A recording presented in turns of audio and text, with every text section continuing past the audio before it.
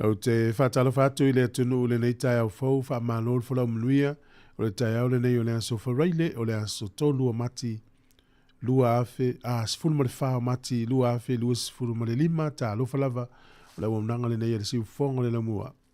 Ai alo mai loa o le tātou sa mga loto o le tai au nei taita ia le sunga I le tausi mtanga luenga Reverend Tefetu Wau Uputaua mai le kalesia me tutisi sa moa nai nai. E usi mai al wha fonga.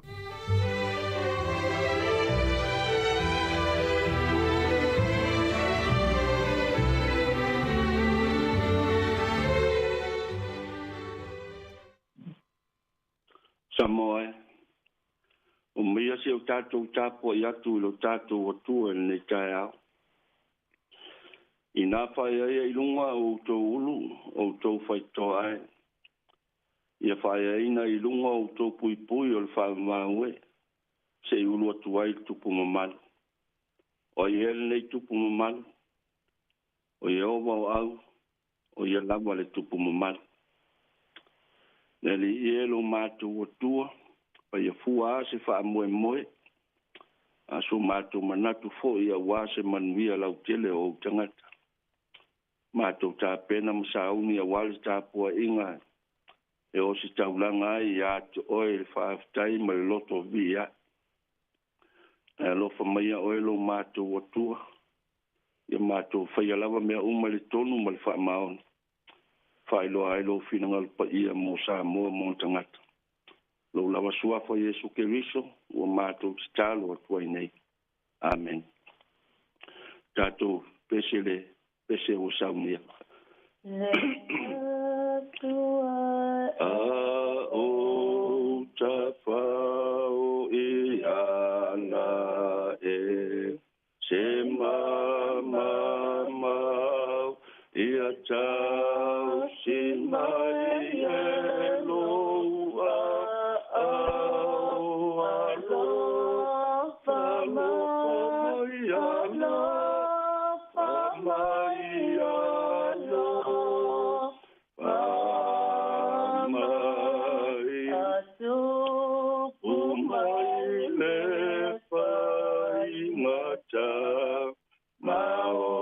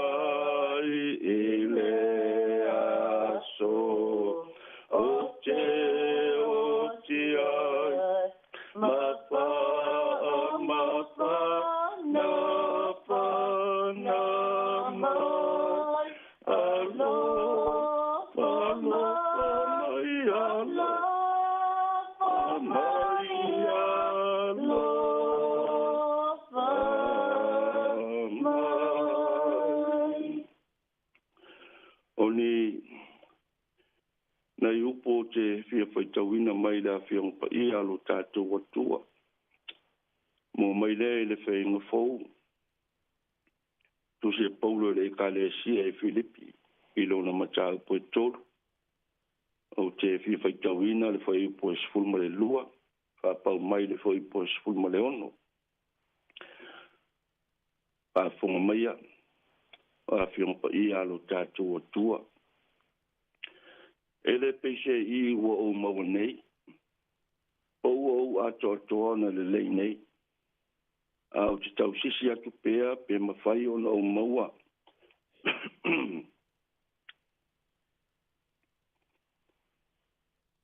mawhai ona o maua o le mea na maua ia o e te riso Iesu. Le au soe o te le manatu o maua. A o le mea e tasi o te whaia. O te whangalo ngalo i mea o tuana. O te momo e puno wa iai fo i mea o lumana. O te tau sisi atu i le whailonga. Ia maua i le tau ina wala uina ia o mailunga. E le tua ia ke riso Iesu.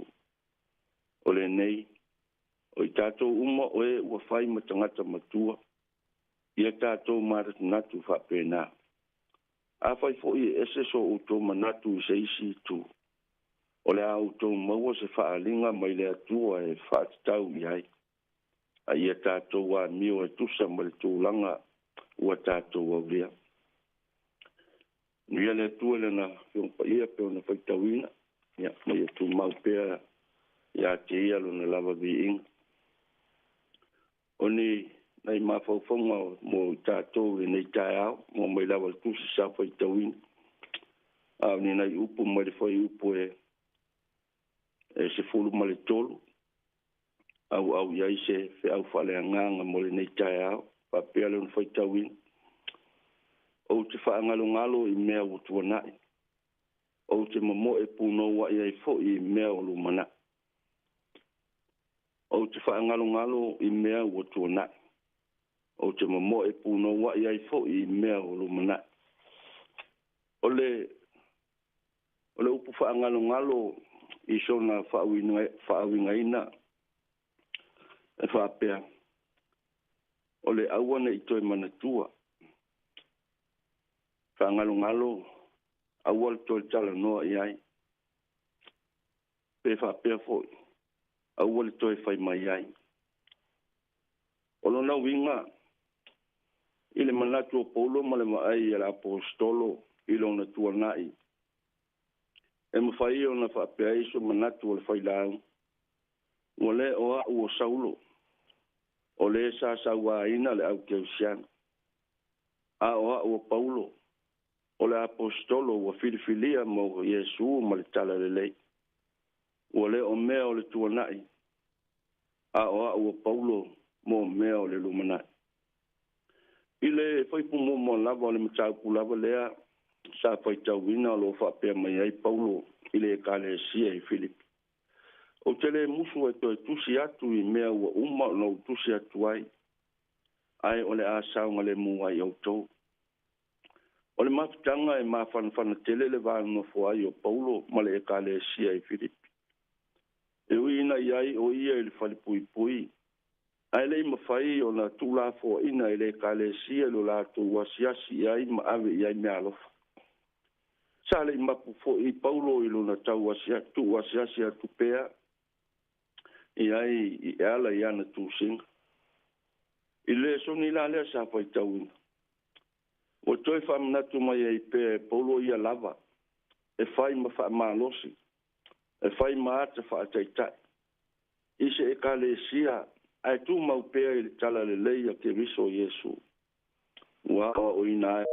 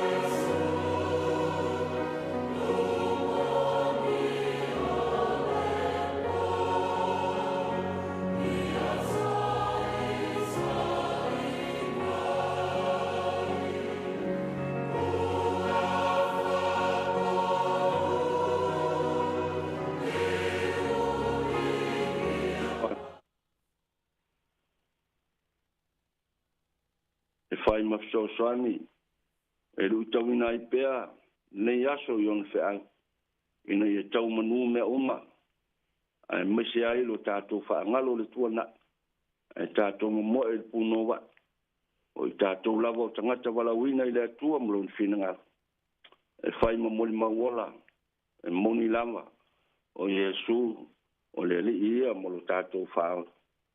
Amen. Se o tātou stalo. Le li ia lo mātou o tua. Le tua le lofa fua mo le lofa muti vale. Te ringese lo to sa lo lofa mo pele mo i mātou.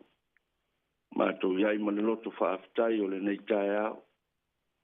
Ina ua e moli mai le soifua mo mātou au lia le nei aso fau e whaupopo e whaitawina o aso soifua mo lo mātou wolo. E li ie whaaftai tele sa ngalo lava i ola. E pong sana mātou tā oto ai o mātou moenga ai tele i whaangalo ina lava. Lo mātango fie whailoa le nei tae au le li ie. Mātou yo e manu i tutusa i mātou le alofa maleang le lei sisi esi. O e lava lo mātou watua. Mātou te whaafo i aile vi inga ma le taulanga le whaaftai. Sula ma whaamanuina i pēr le alofa sisi esi o e lo mātou tama. I aso umalama lo mātou wala. Mātou te whaaftai le li ie. I le alu o lau tale lei pe o na iei le nei tae au a maise le ala leo whaasala lau. Mo whai ma au nanga mālosi o le aso ma le aso. Whai ma au nanga e whailoa i pēr lo whinangalo ma tātā longo pēr ma se whau. Ina ia moli mau pēr, ma ia ola ina pēr ia sa moa mo tangata. Le whiau o le tala le leo oelo mātou wale i whaau. Mātou manatu manuia po sa moa si o mātou watu no tofi. Mai se foi papa au mātou au mawai tonu au te arone. Le ni e whaaftai mea umalama. E te saunia mai e tāpenaina. Whaasisili nai pēle vi inga ia te oelo mātou watua. Awa te whaia pēr me sili le soifua malo mātou wolo. Ia le li ie whamangalo mātou se. Mātou la ngona lama, daula mātou tautau o lopa ia malo mamalu si es. La ngona alo mātou whatawa. Mātou te tau ilalo pēr i le li o laulangi māna whaososo. Mātou te manatu fo i mea, mātou te loto ane ai au mātou le whaia lava. Lo fina ngalo e ala i so mātou whamaoni. Maso mātou manatu atu i ate oe. E lifa fo i o mātou loto le tele o teimi. I lo mātou tua na i tuai i lo mātou le e. Ono le li o le laulangi mana mai le. O mātou le manatu lava e ala e whaotanga oe lo mātou le whao. O umana e tā pena ina e mātou te puno ua ai e ala i ate oe malo fina ngalo. Ia le li e. Ia le taulanga tongi ola lo mātou li i malo mātou whao. Na ia saunia ina iwa maa ngalo ai le nei tae a. Alofa meia oelo mātou tama. Mātou fola mwhailoa lo fina ngalo le nei ie. Ia whape nao na uru mtafo lau e le nganga tu mamusu oelo mātou watua. Tupu aiso mātou malos. Tupu aiso mātou mautinoa. Mātou te tau tino ai le nei ie. O i mātou lava o lau whanau wala auina, wa e tofi mātou te ngālu lua i so o se ala, ma so o se wala auina. Ia whape nāna mulita i aile alofa tu noa oelo o mātou o tua. E ma whai ai o na tino mai mea umai lo mātango o fie. Ina o mātou tali atu ma le loto whaatua tua mo i lava. O nā oe lamo le ala. O nā oe fo i e manu i ai sa moa mo tangata. Ia alofa mai a oelo o mātou o tua. Ia ilo wang le asa moa mo tangata. Ia fua mai lava ye wa afu le soi fua tumu se o lava na yo mātou whana. Ia ilang le sisi eso oilo mātou tamā mau whamania. Ta leni manga waa so se wala awina wa e tofi mātou te ngalu ai. I whapenana awala ina whi au moli mau le tala le leilo mātou atua. Mātou te loto ai. I mea le lei ma mea mātou te manui ai. Mātou manatu ai ia te oe ma le whiau le tala le lei. Sang whaatala lei nai pealo mātou wola. Whaapa ia ina i le a te oe ma lo lava whina ngala. Ia alofangia e o māwhatia ma e ti ngā ina i te tono māuta ngase e fia le li ie. O e fōi o fia maua oe lo mātou tama. se yang le nei atu lo matu oli e ale le au fa malo lo mo le mana la vea i oe lo matu tu ma se foi lo fa inga luenga to fideli e ole ato to le malos ia fa pena na ia le lo foto si oe lo matu tama oi foi o le foi lo mata maling ma se fa ma fa no fa na lo nga lo fa ngia na yo matu fa na ina tu ya o nga lo matu oli e ya ia fa manu yang le poto mala tamai ia si le fa mta wina la to wa ya to la matanga le o mele le mala ia le matu stalu le ia fa ta si ai mal telo mana ngale lo la sua fa yesu ke riso le ia mo lo matu fa wa ole mo wala au tu nei tu mo mai yo matu lunga lo lava man mia o le tu o tama le tu le alo mo le tu le nga pa ia mau ma futa mai matu nei o le fa lava amen amen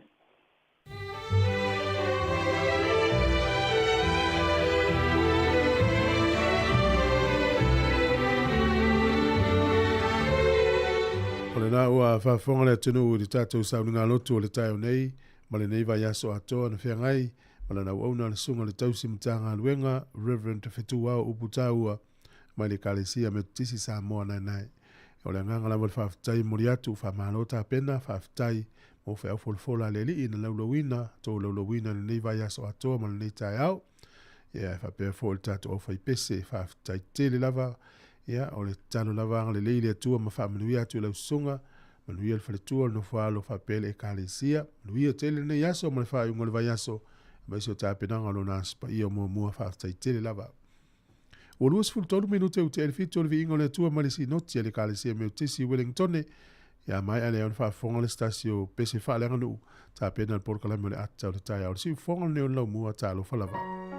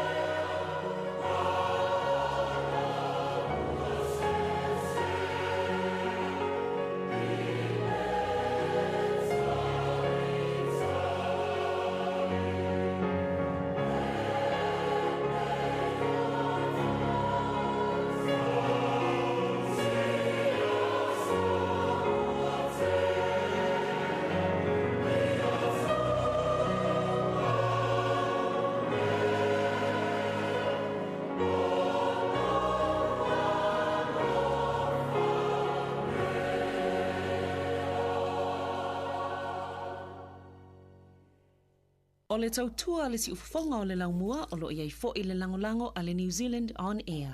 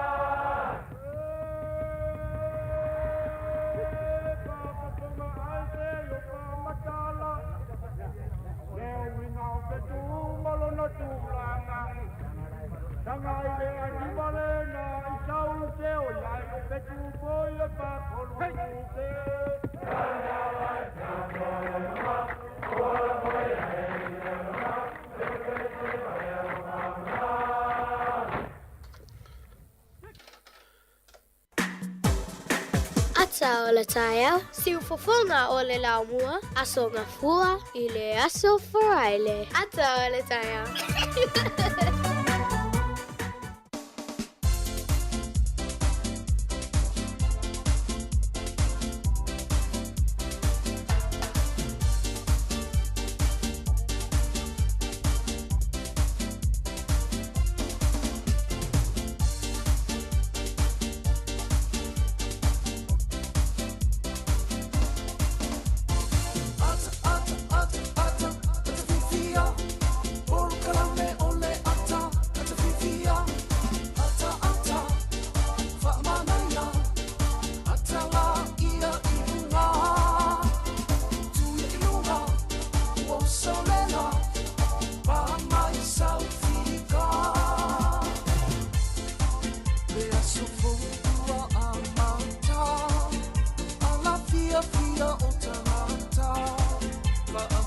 Tato por kala men ata le taia o le neu tatu te whero I rungo pia ure. Malo le soifua, malo le folau.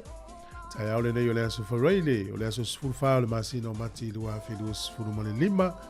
Ia o amai o ele nei taia.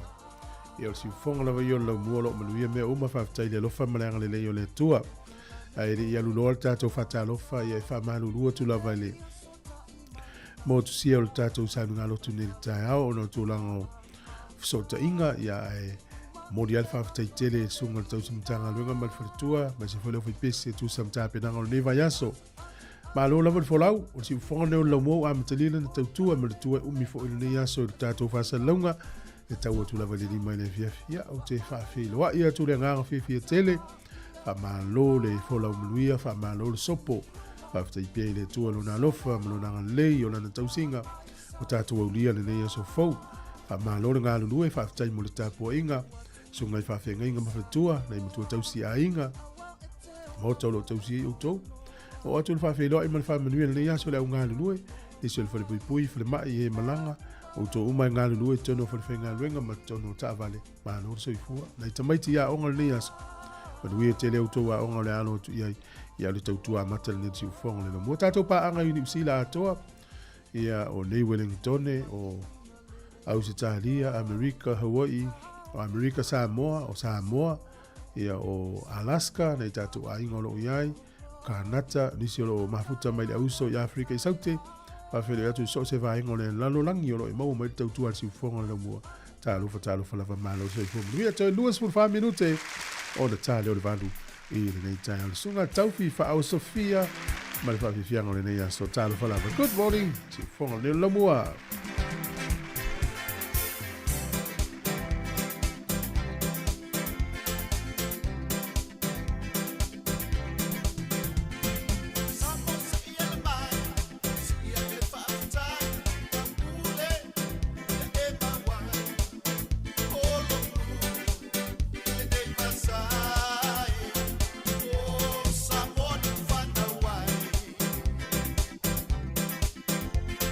Football and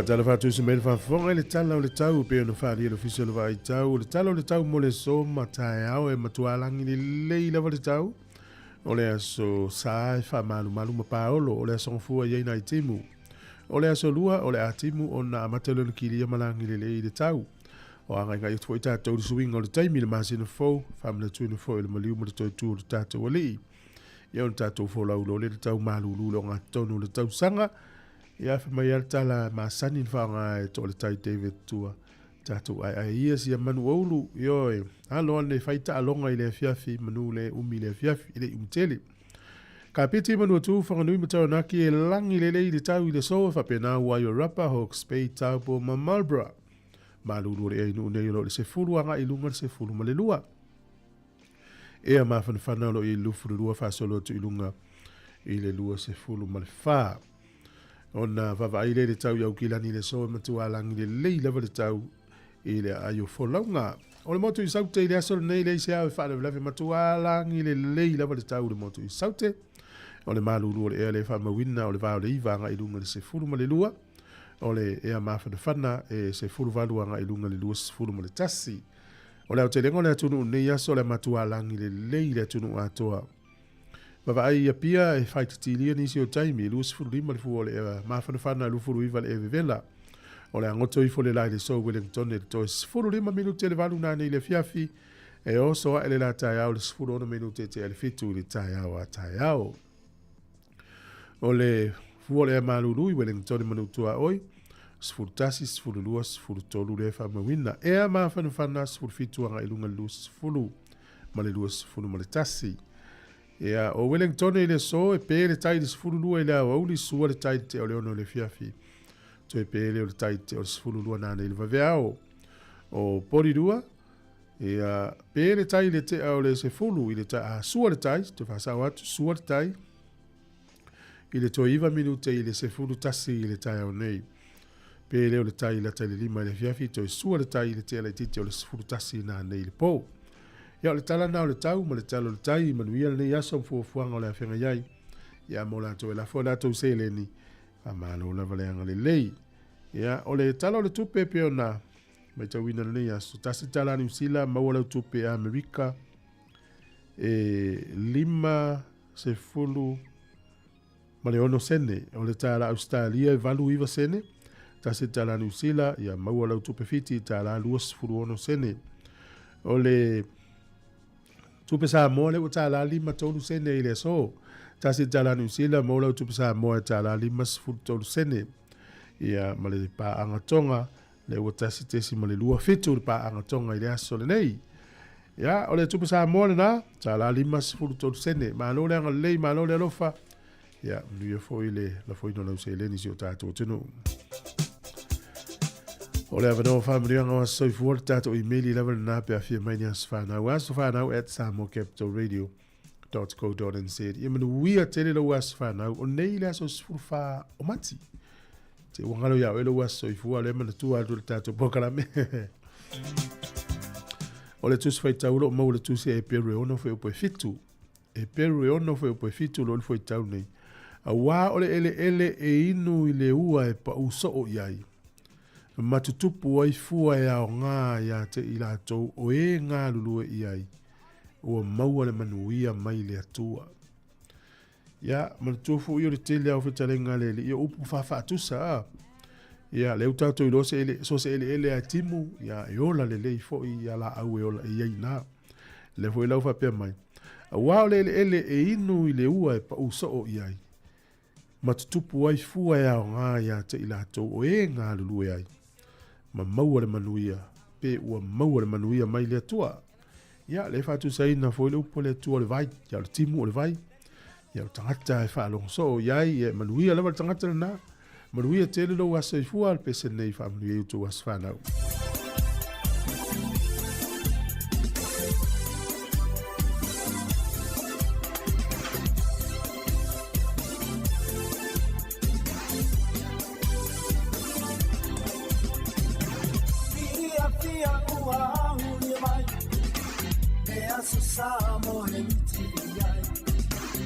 Senta tala pa amanuia, lo wasafana wa.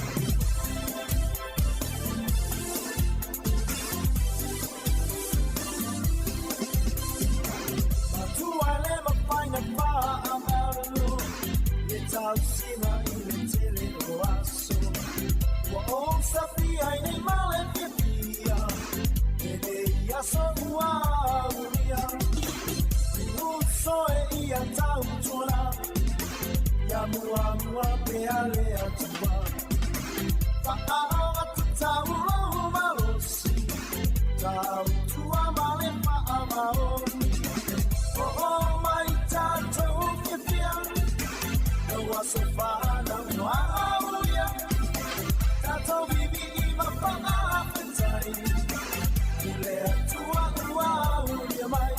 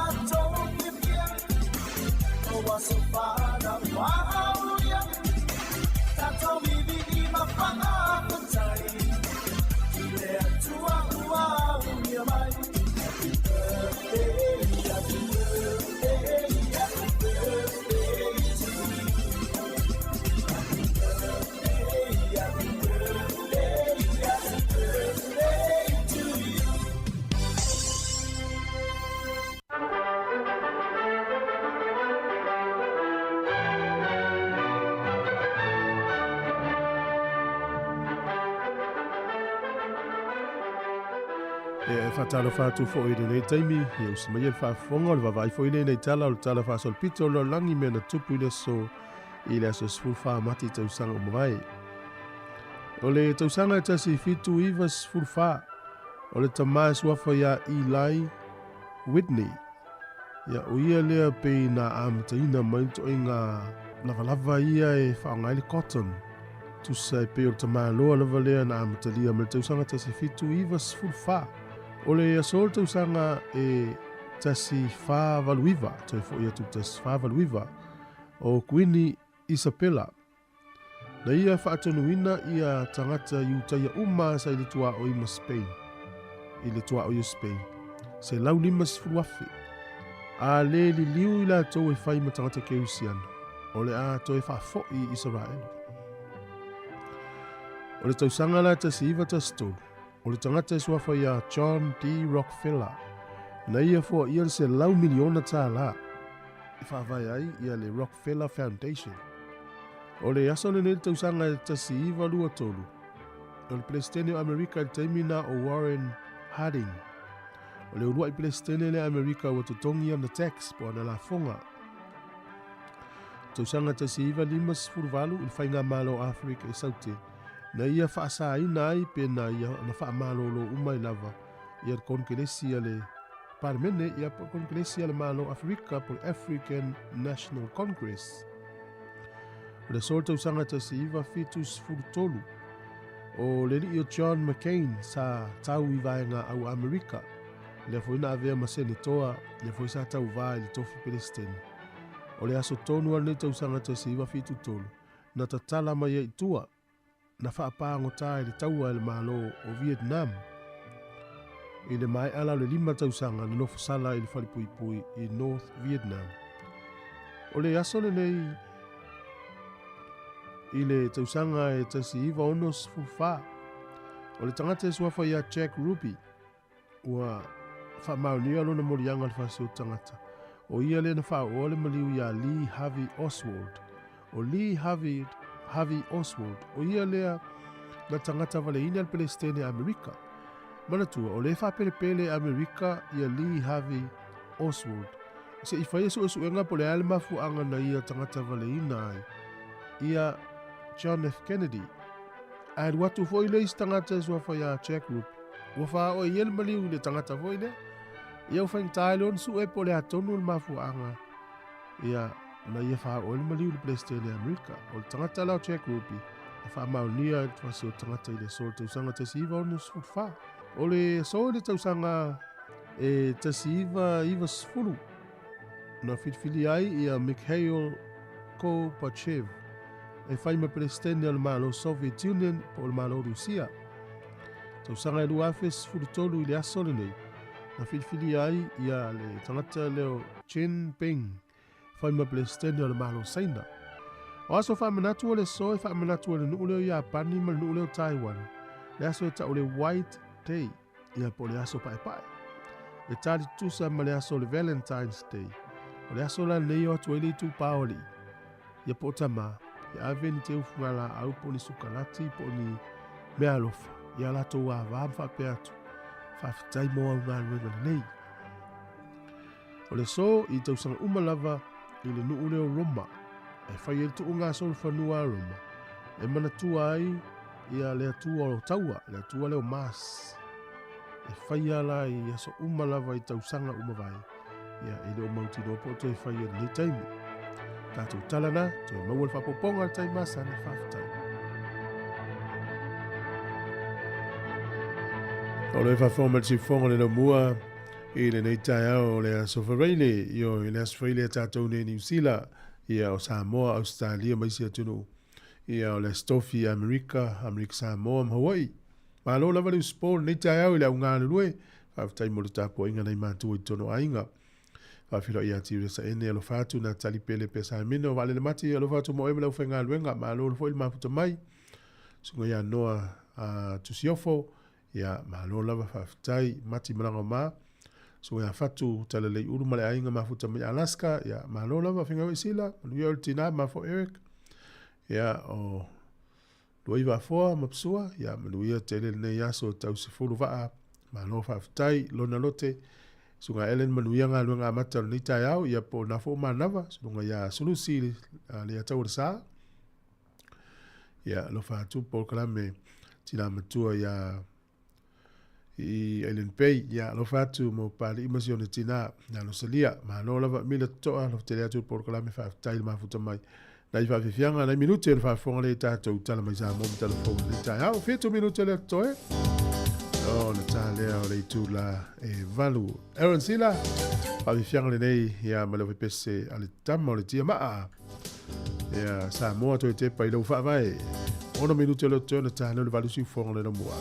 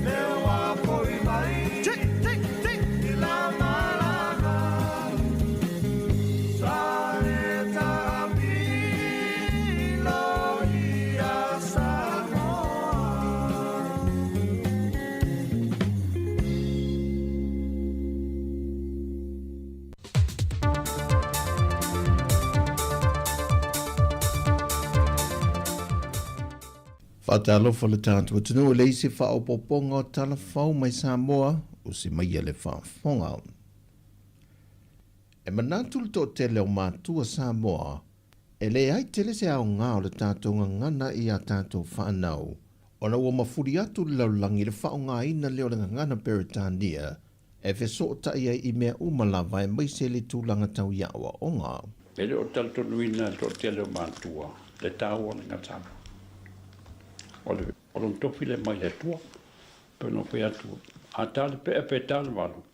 A le ropa samo, e le o anto ropa sinba. Wa mori mawina fo e le sunga le whawhenga ia vai au ala I mai te wati, male lātou komisi o le ngana Samoa.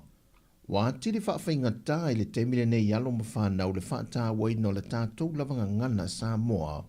Ona ua le na o pia ma te tonu o potua onga, wa whaonga I nailinga ngana Peritania. E o ai tonu ainga. E me se au ngani tarbo. Ua wai universitei I Samoa po fafo. Ua Peritania. O whena nui ai lanto whanau. Ia.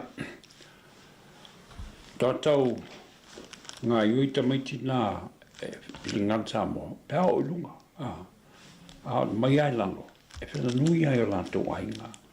O le whengatana, e le ngata la Mosilfia, e le ngata ia pia melea. E o I tua, wana matu sa I linga, e o oa I sabai. O le whena nui a tele o a inga, o fwoi mai fafo. Wa o ina, whena nui. Whao popo atu e ma le whaonga ina o a wala wha teknolosi le nei teibi. Ia masini la e hoi at. Ia whorata mai tina nui e sau masini ia, Ia, o le mea nā leo te tamaiti. Ua muli ai nanu I mo whena nui atu I lapa. E rei ndatu poto amba pena. O le lai fuafua le ngana I le komisi. E wa ai mena. E whaisina tautā. Ai, o le ai whao I o le malo po sa ini po ini sosadi mai business. E whai ai me wha pena. Ina ia lua. Ma po kalamea palangi. O le tausanga e lua whese fulma le whaa. Na pasia e le panemene, e whatuina se komisi o le ngana Samoa, e whatawe nei lopor kalame masile sile le tūlanga o le ngalo ma leilo ato le ngana Samoa I au ngātu pulanga whaiae. Peitai e le lua tausanga taruai, na amata whatu mai e le whionga le li puleo le Samoa Capital Radio, o le siufonga le lau mua, le whionga afmasanga te alu moresi, le ngao sia le maritu whaatasia, o se api wa fifi loi uma I ai vahenga ese whaonga I nei alum whanau, I le whaata ua ino le ngana Samoa, mai ua mai a foi ona whaalau I loa le tausanga te nei, mai ua whaonga ina e nisi o a onga, moa o a onga halo ma whanau la iti. O le app o le ngangana Samoa o lo mawhai on e maue lunga o peng te wha ilangi, wa mai ata penei na le siu fonga le mua i le whaata waina o le ngangana Samoa. Wa avende o se whawhita au li tu ngai mawhawhau o tangata o le atunu, le whawhita au li o le peso o le eletise, o nisi o teimie pe whaalau se soo, au nisi o teimie whaisi o mie moto si ai le eletise, e maota malawa o ainga te tasi. Whaalia nisi o te mawhai pise nisi whale o loa, o se leni tia ele whaaleanga ino o lato asikulimi, o tau mawhatu aisa, e meise lawai whala au tau mawhamata mawhala au whaisua, poloka pata maisi, na whaalia se tasi o paanga telefou, le tūlanga whaano no lo iei le eletise le teimile nei, ona o teimi uma e pēai le eletise, wa te puni e fo i male pisenesi, male mawai fo i mase tupe. E naiva yaso tua nai na whaelua e le whionga le minista, o ati nai mga aluenga te tele, o lo a fo fiti wha ai. Le kulanga kongu le e ka o koe whale tonu gaming e, i mankua fo i o le luafe sfulurua e. Ya, le nga whaka o koe ka konga aluenga le whianga. O lo o i ka ko keipo malolosia le sa o ka ko erikise mai ka i whianga nga i fulo so. O ina tonu la le o wa find out wa tupo ile whale tonu le kise. Ai na whasiringia i fo ile taitai o le tua ngai le mata opu lava le nei le whailo inga malau tu stala, sau notu le epa, ona ele o muli ta ia le whionga le minista, ma le tātou malo, ta iala o lo ota oto ele whaati nongo ngā ruenga le nei, ai meise lava ele ele tise male suawai, ina ia le motusia le au nanga le atu no. Ai mo le au whi ngā ruenga ale malusi ango le ele tise le teimile nei, wa ngalu lue wha solo a toa, le na whai lue nisi o le au whi ngā ruenga iau telefou, o lo tau mo whai lava le mea sili, ai wala ngona fo i le vai. Wa wha mauti no mai le whionga le minista o tupe, le whionga lau timu ia fo le se va ai, wa tue ta ofi le wha matu i nātu, o le se lendi leana fsiringia le se lau fitus fulmale li maafe, ali tu ma lo wha sale le anga numera lua, ono le mata opulea, wa tue tu i nātu le ofisa le loia sili, e tue sile inisio vaenga e leo wha amali e ina, e na ia tue wha amanino mai le whionga le loia, e tu saimata ia la olo li mata ita ina ile polo keti. E le whailo inga lau tu stala ma le whionga le minista o tina mata maa itai a tina o nu maang fiso tai, le tō whālanga aia ti a tu au, wa mai o na wha amatu le se lene, e ta insau no le whionga lau tumu ia. O mal te mine I understand ele wha amatu ina mele, ele I wha amatu ina mele, o lea sa au mai le whaamtalanga I te olo I eina I mea la I te atu e whaatalutala loa ma le ofisa loi sili, ma le mtaunanga tupe, ma le teitai fono, ma le fono whaawai whaasale leanga lua. Ia na, mai leo lisi whautuanga I lunga I le komiti. Ia o se whaaiunga le bainga. Le whionga I le minista o tupe, lau timu ia a fōwele se va ai. Wa tali le whionga le minista o tupe na ufisiringia nisi o le atunu, pe o toi ai pea se ono se furuta la pepa, lea e silia ma le 2 miliona ta la nalo lomi nai, leo o atu le miliona le tupe pepa ono se furuta la nalo lomi ina. E le te binei le atunu o lo ofisiringia ona e sea va ia le tupe pepa, pe o whao ngai na tele ele mamalu le atunu, a meise la vai whaatunga ia so taitasi. Sau nola utimu ia, o lo whao ngai na pia lava o mai le te mile nei, ai fua lava le whaamtu watu le whantupe tu te tonu, e mana onga mai a tātou whale tupe, e meise foi mō tangata te to tasi, e lātou te tāpāma mo o mia lea tupe pepa, mai whare tupe o lo te winai a lātou se leni. O le masina o Novema i le tausanga lua whelua se folu mantolu, na whaalau I lo whaapitu ai le tupe pepa ono se fulu tā la, o se pine e whaamanatu I nai, le atoanga le ono se fulu tausanga, o le malo tu to tasio Samoa, lea o lo miai le ata o le urua I pāre mea ta mai tai o le atu noo, le whionga fia mea nao mi mata afa. O tala ia mai sa mo manu i tele le nei aso si o tātou tino fa soifoia.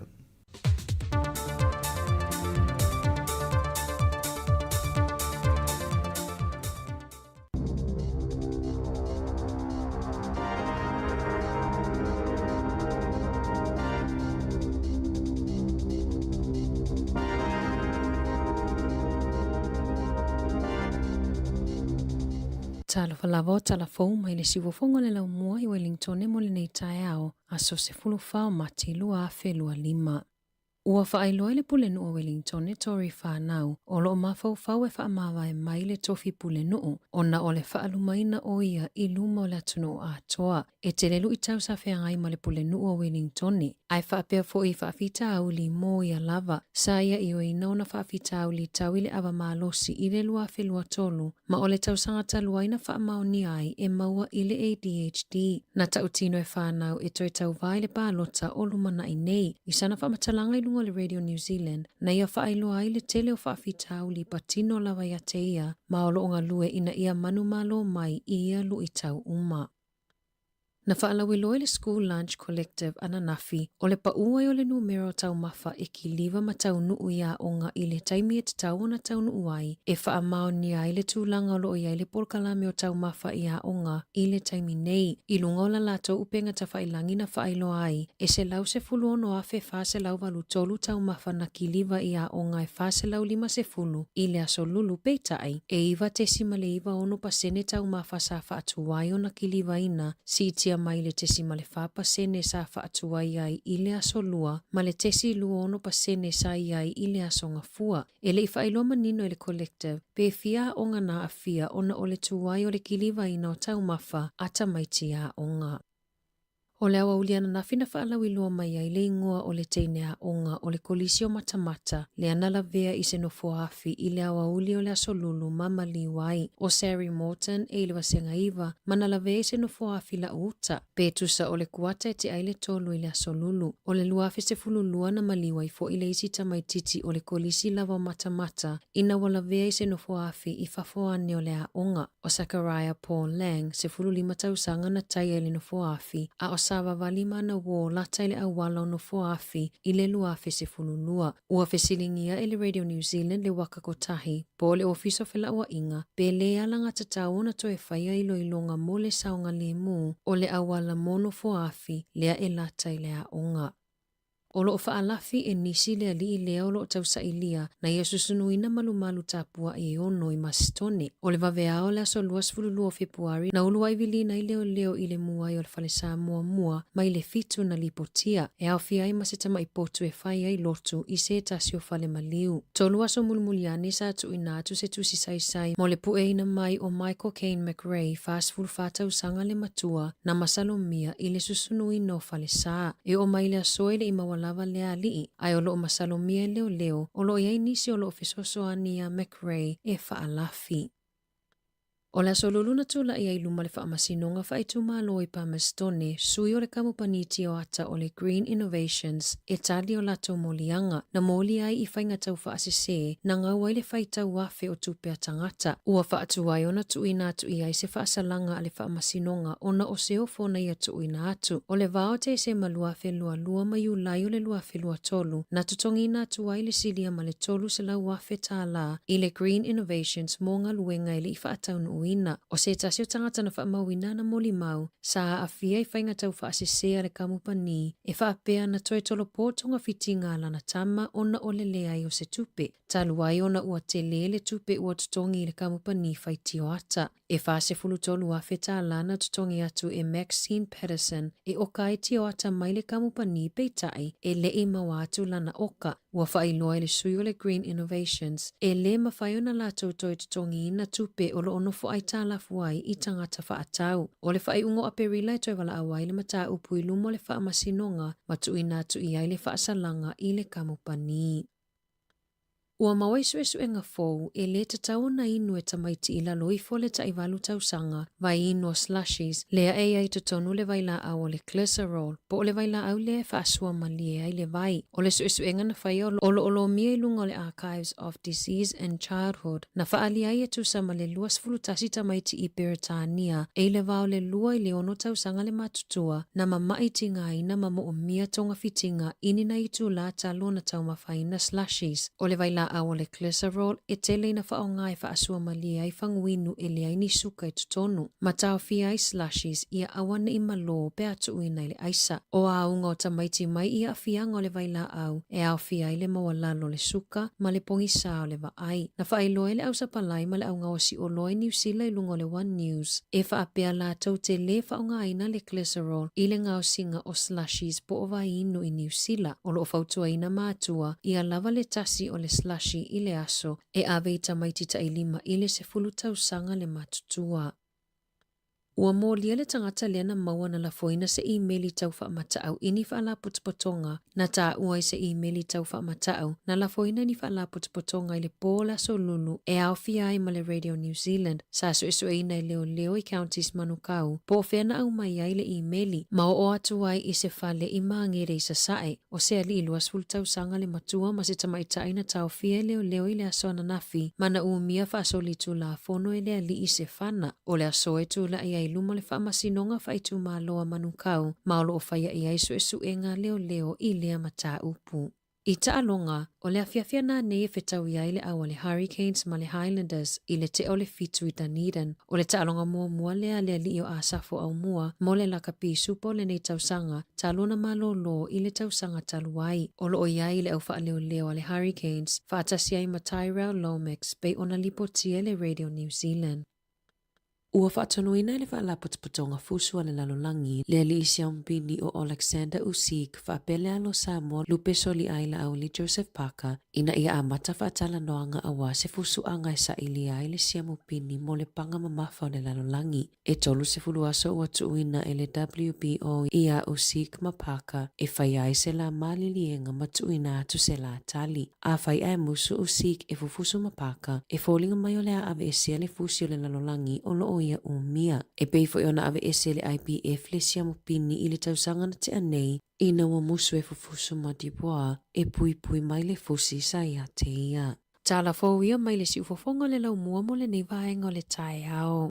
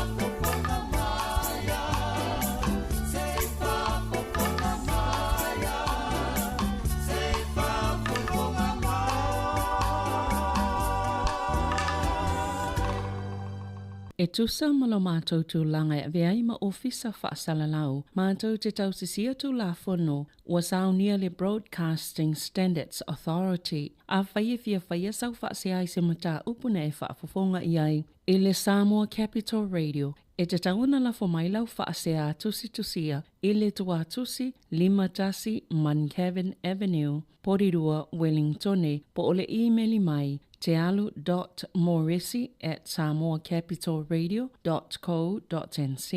E te tauna whaia i te tono le lua se fulu aso whai ngā luenga, talu ona whaia le whaasala a whai e le o whaamalieina o e ise whai unga ua tuina atu. E mawhai ona tuina sao lau whaasea i le te mana whanonga kai baho po le Broadcasting Standards Authority. E mawanisi whaamatalanga i le whaanga solonga e whaialoa i ai lau whaasea i le upenga ta whailangi bsa.govt.nz whaafetai. E le whai ngō fiele toi fo i atu o le whanau ia onga ona o le taunga tā o le soi fuanga wa nei. Ai ua te penaina e le Teaching Sound se whaapitoa. E te ono manu malo ai i whailonga ta i 5 se lau tāla cash e se fulu. O le ase ina i aso for radio ta itasi. E 5 whailonga ta i 5 se lau tāla mo ni usila. E 5 fo i whailonga ta i 5 se lau tāla mo au se talia. Lafo nei loa sau top up luas fulu tāla pe silia tu fo i mo soa vano e te manu malo ai. E te anga wha fo i pe a e whaonga ina le waunanga le ClickX. E lafo ai lau se leni le mai cash o Teaching Sound i Samoa, whiti tonga ma vanuatu. E iai ona ia inga whaapitoa, mo nisi whaamtalanga, asiasi i le www.teachingsoundpacific.com. Seki a Teaching Sound. Malo whaatai, nisi o tātou tautua e whalauloa mo, nisi nao tātou au nanga ma tautua e whalauloa. E tātou whaasilanga le i ona whonga natu. I lawa tele mali whaaloa loa whalau atua i pa ia mali mamalo le mawhatanga whai whiau so whaatasi i le Heart Valley. Ia o le hawhatanu ina le tātou whanutanga i le asorua a Saus, furuvalu o mati. Whai le Pacific Health Service i le Heart Valley, numera tasi Hewa Crescent i Nainai. O le porokalame e mua na whai le siaki i whaasoi fua maloloina i le iwa i le tai au. So o ile mal whanutanga i le se fulu le tai au lava. O lo te tala fo i le avanoa i so se whawhengainga le pitonu o le Heart Valley ma Upper Heart, fia mafuta mai le nei mawhatanga mātangu fia le au whenga luenga. Ia pe so tai maila le telefoni nei o le olu atasi o valu ono ono 5 o tasi iwa. O lu atasi o valu ono ono 5 o tasi iwa whaile utusi Reverend Anteria Sau. Ma le whalau lava whaafutai se nia lau lau a whono. Pau leo le tātou whaasi te silanga mo nei tai au. Ma alo lava, manuia onga le whanau. Whamanatu atu e ia onga la talata i no foafi, po ala no foafi. Ia tātou whalau nongo le tala le na umai le titi este ni titi lea. Whatoa sifuru tolu na tausanga le whatoa e korisi. Ia wa uma le kindergarten, uma le primary school, uma le intermediate, a le watu le korisi. Ia le uma weno na ola. Na alu ai le sui o le au Pueata TV ni usila nafi i le kolosi po le au wala le na le veaisi teni titi le mamali uai.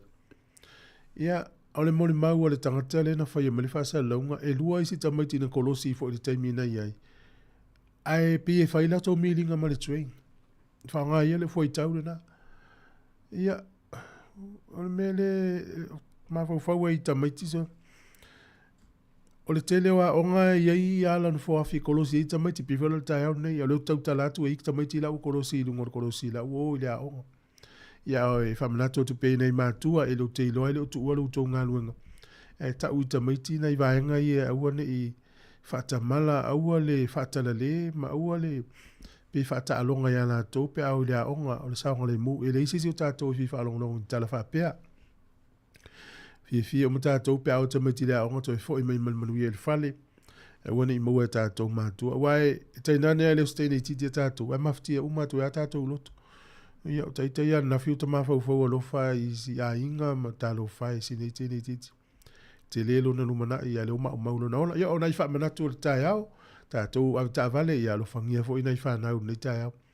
O sone ai o a onga ta ilua se lau mita ta wha mai so se a onga tau na halu i lalo kilomita o lau ta vale. Te leo whailo na ilunga o wala i a onga tau mai i a onga nei tamaiti. Ia o ni steimi o tamaiti e tau whetuli. Ia tātou ai au ta vale ia. Ma no al fa uta le i ya manuia ia onga le tātou whanau. Ia manuia tele o tauta maiti le aso.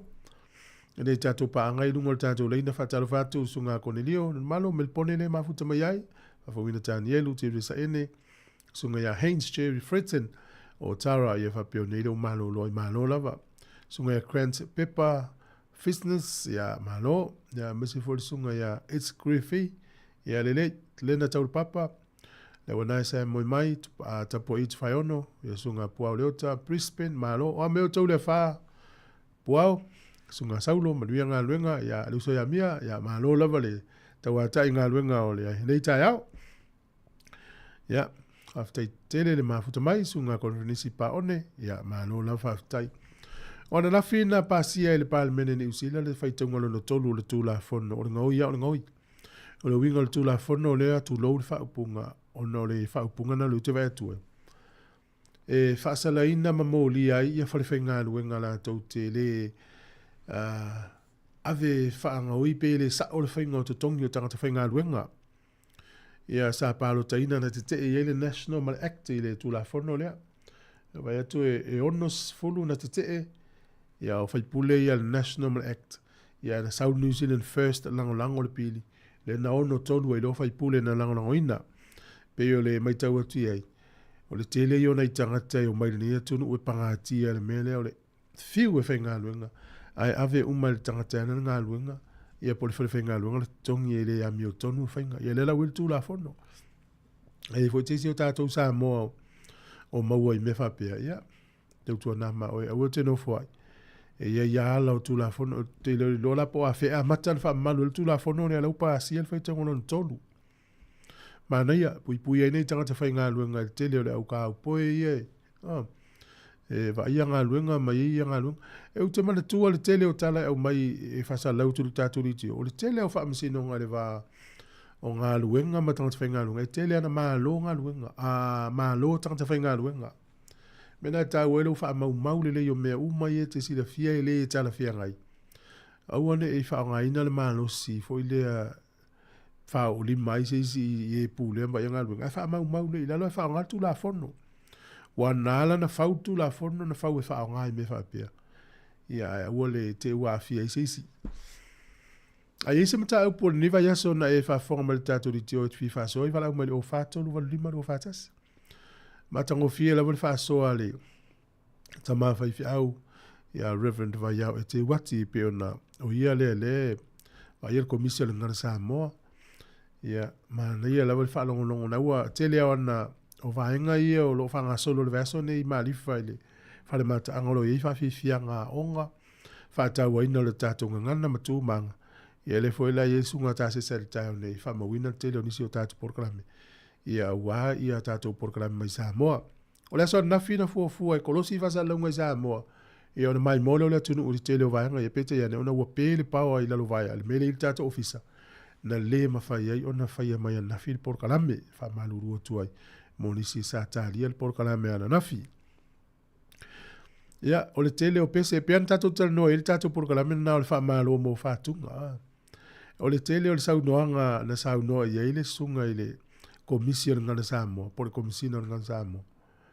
E whatatau ai whatunga, e sa o le leia o e walewa tato whaia le porkalame le na matalua fesfulfa.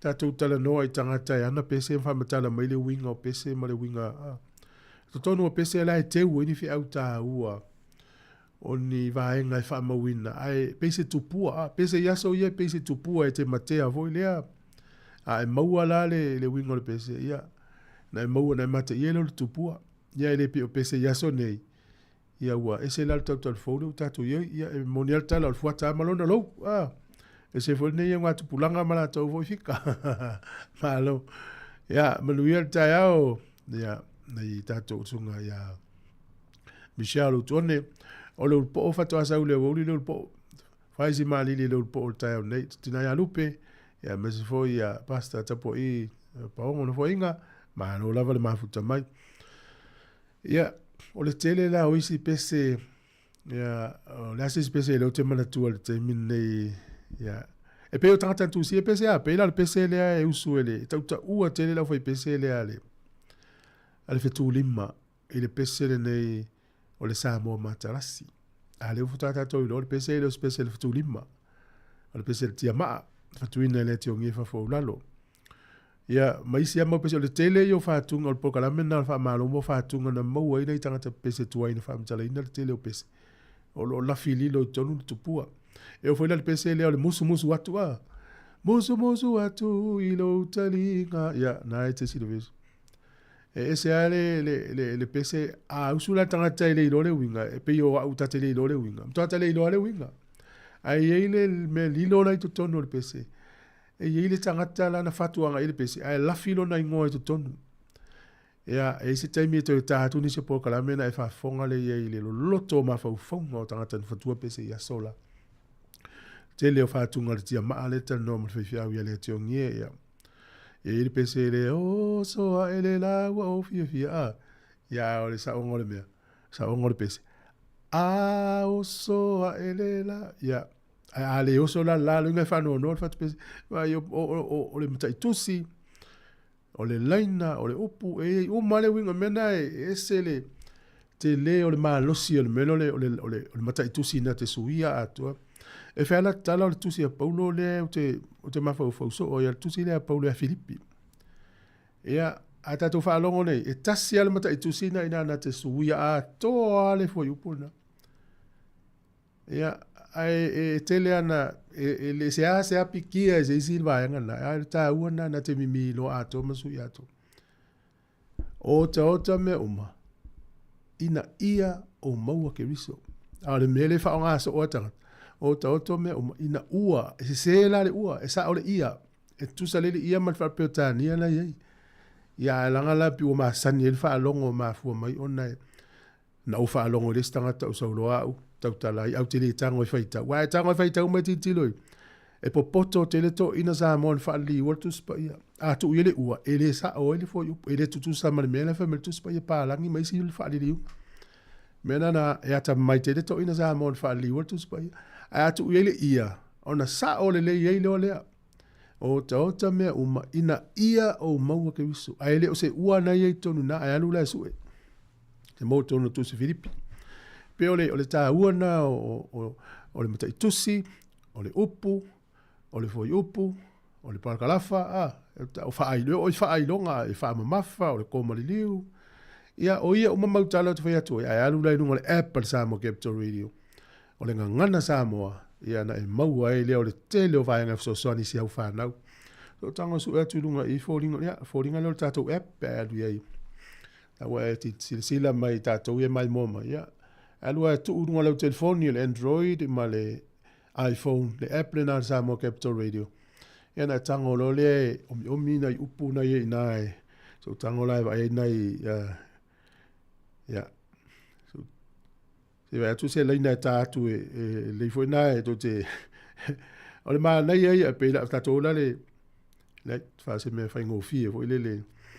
Ia mola to ele o si le fia o le tele foi o tamiti papa langi wala to fa ngai na le Apple. Ia o la to nga ngana. Ia to la o misi na va nga le ai. Te o fenga ta mo au ai a lo taimi ia ne te o va tau tala ai vai le Apple. Apple na Samoa Capital Radio ngana sa mo tu ilo telefoni. Ia o tau tala lau fa na le fa le o inga upu. Ia o mataitusi ma me o fa pena e so soni ia me se tatou ia tau wa o le ngana sa mo le tatou whanau. Ia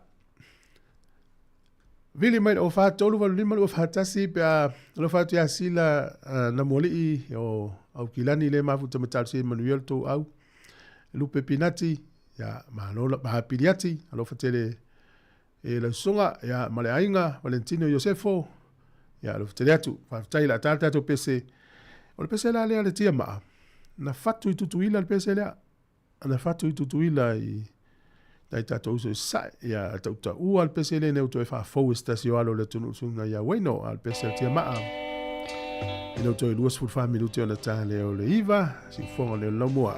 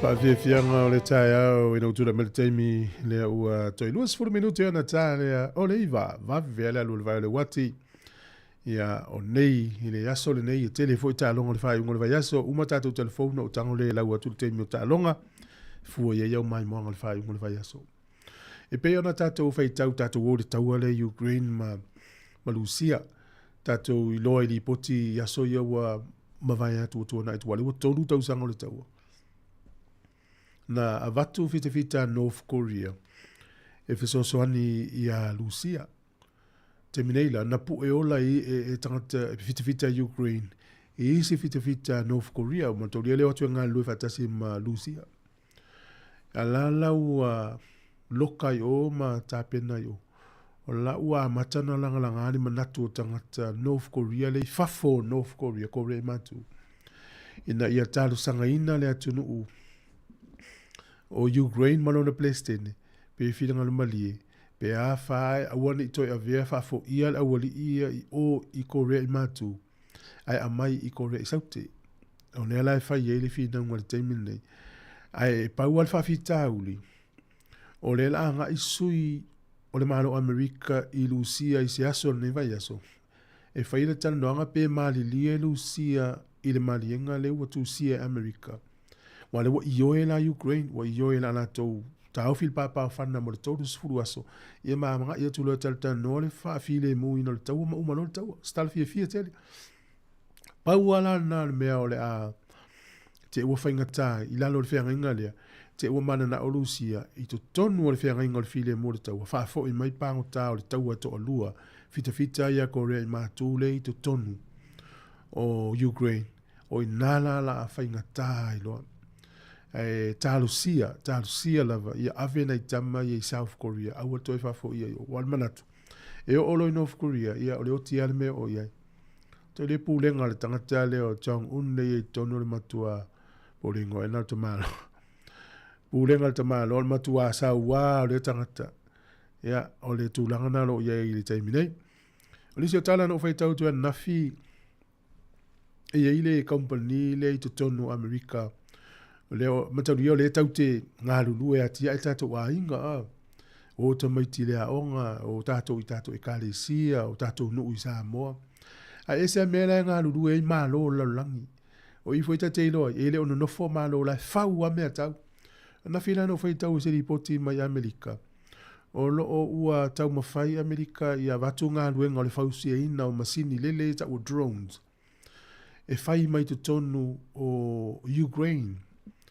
ai le lei tele manufacturers po falling ausi ai a drones i tonu Ukraine o inale la ave fausia ai a mea tau Amerika o le mafu anga fausia ai ia mo drones e la iti ele te tele moni fata pena e moni tau ai le mana o te mana tua le taimi fatoa e mai meio drones po meio se mu a sau no toile fiong le dipule o isi tau ai le lumanai o le afa nga drones o vai le mele utatu vai nei le taua le fai nei a Ukraine Malusia o drones le va masini lele ya a ta penanga na Amerika le wo ya la vatu la to metawi o drones e fausia mai to tonu o Ukraine manatu na Amerika o na le tele ya le fawina o mene to tonu o Ukraine ya eta pena mama i fa putu a wani taua lumana ya o taua le lumana I don't know ya o la me foi le lele mai o le drone faton tonu mai fea ale fele le isolo ine ile te on tangata se fe yo la tangata ya le mena la tupu e se to ngala langi le langa i tato e ti ol faisa la moa sola le olo tau te sawa a mo ya tato le pu ya tato lo pe u matu tato vai te mi le centuri le luma ya o le tu langa na o le ai tato la lang talo fai ne tato fa na ai pe ni sina o tala ele mai tau tu ye ole o ngalwenga fo ia tangata agency e talo sanga ina ia whanga yo ia me fo o tax matulang fa pena le IRD to tele o tātou i whai tātou pisinisi la iti tau te mo mia tangata i to mai wha toa le winga lau tala e pulea o e lau pisinisi pe o lau ta vale le upa o lau taxi o si o fale o loa o le ala lau pisinisi o whai e te mo mia stanga te to mai wha to le whainga o tupe te ua i se me se fitu sul tasi tau sanga o le sto ina leo. Leva tenen whaatonga fiti el to ingal whaingo meo tax. E lau whaasala lai whale, sfululua masina e whaasala, tele o tupe. Se le ula o nei tangata. O la ularu i tau ia oe o whaisa business. Tango e whafso taile ai auti, na halu le whaisa u kos, ele o se kos, o tele le upu. E te alu e whaisa u tama ia o ngā foile. E na o le tasi ale aso e whai ai. Wha amala malama o le lei o le ai auti le mea. O le sa ualu foi fai la ukos o tamala malama le fai ngol tax ma me uma ya lo tupe maua ave ese mai o expenses bo me uma fa alu fai ngo toi mal tupe na fai la tax o le fai ngo fie ia a fai o tau sanga uma le nga uila usunga pe tongi o se tupe fiafe e se tangata o fai la tax o la utu e la lo mala ulu ia ava no se uto lua pe ava no se o la fa na fa so ta ia ai di book se appointment e tasi ale aso e fai ai, saulo wa fine po lo watali ia po oe fo i posesio lo wainga, ua mala malama le faingol tax, te le tau walu su estangata e fai ai oe. Pau wal mea ia wha mau umailalo e se laptop o se api e wha mau umailalo ma li siti. E le ai mas fainga tā, tasi nā vāenga tā, tasi fo i nā vāenga le sona o le o langa anga inga iluma. Tasi ale aso e te alu e le ai au ti, fai le kos, ia pe faila ua onga na ia e sa ua matua e alu le atoa malama i le to e alu sau tupe to tongi istanga te fai account o lau ngā luenga o isia o ele i la o ia pisinisi pe no fai atu so ani fai atato e whaasa o isia elen ma ua le peso o le paua le tato utonu o le tatalo lava ia manuia na i tama fai ngā luenga ma teini o lo ngā lue le EPC na wana ia whaina ila tau di tūlanga o lo ia peso o le pāo mana tonga aluenga lo whaia. Lau whatu wai nā fuwai, ia tina ia epi merana, malo epi, leu so whea nai malo lava la sunga, malo ngā lue, ia o perfle, whafonga mai ia leo ngā upu tomuli, ia malo lava le soifua manuia. Ia o vai ayono, manuia le tai au, ia lo whatele atu le porkalame, to isfunurua minute o na tā leo le iwa, a fale iwa al porkalame o tala la ulungu le vaiaso, ia le ta pena le fiongo le dipule, fa pesa velina kasiano, o le afal sfulu o le tato porkalame, o le asesinga, o le sunga le whawhenga Reverend o se mea fatui, o le PIPC polilua le uta pena ina le porkalame le o le asesinga, ina ila uatina matama ita ina i le sfulu tasi le la, ita ia fo isa velina kasiano, malana maa lo le tai au nei, ia ana wha solo, ia o le sfulu ua tala fau ta le tasi, ia o le porkalame o le lalo langi o aso nei, ia no se e mai fo leo po o e tautu atu le tunu se pa yes taimi o le afia na nei. Pa vifianga se filoi mai le ta ui o whātunga, ina uto is furu 2 minute o na tāle o le iwa. Si fonga le neo le langua.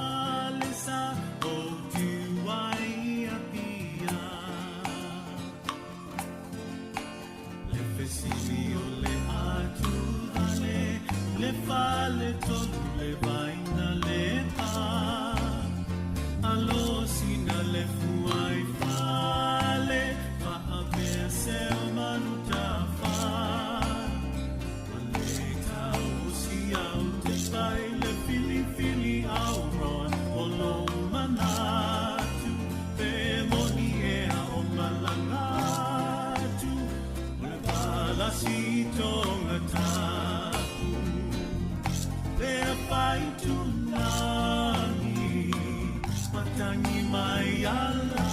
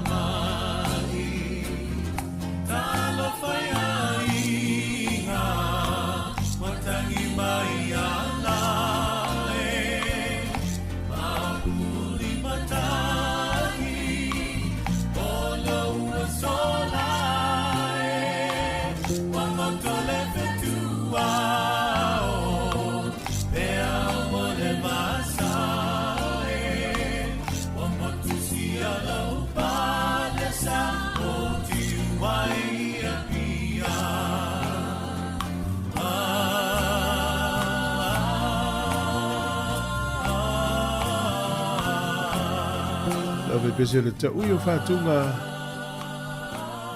ma le whawhiwhianga le nā ia le whai tūlangi o le teimi ua toi 5 minute o na tāne o le iwa le tautua le siwfonga le lau mua o le polo inga le ua mai le vaianga o tine i mua ni usila e tāo fi ai na toi ola ni afi fafo na toi tafu ni afi fafo i au kilani mano fsioa o e fafo mai au kilani ne te ufaisa upapa ki o le yaso pe faisa umu i fafo ia le watu tava le fui mu fui lo umu po lo papa kiuna fai le wa fai lo mai e longo atu ia lo to malu o to umai au kilani mano fsio ya na to fa fo me le fasi se langa le na e li poti mai lunga le pepale ale o Taco Daily Times e se fale la papa fast food tau sanga o ia i le no lea o Palmerston i to tonu o se o le tu i sai o tako.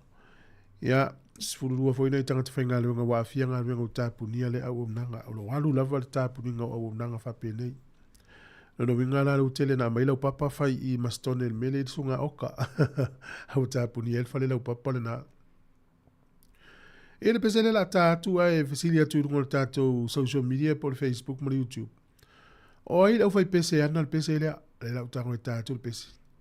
Ya ua lofa tua i poka lame ya mo tina sunga tina matua ya tausanga whanga iyo na lo lava waina afu vai ma lo lava wha tasi mai ya tina fo ya lusalia ya ilin pei lo fatu poka lame tina ya ita ya unai matua tina ya taua lo fatele atu mo tina ya masifo ya tai i mafitu tama ya funga ya tama ia whanonga mal fatua Evelina ia manai matua umala mate mai pe tau mai pe awhai tira fia o aila o whai pese ana le pese le nei o le usu e le whai pese le penino te whau o aila le whai pese ana le pese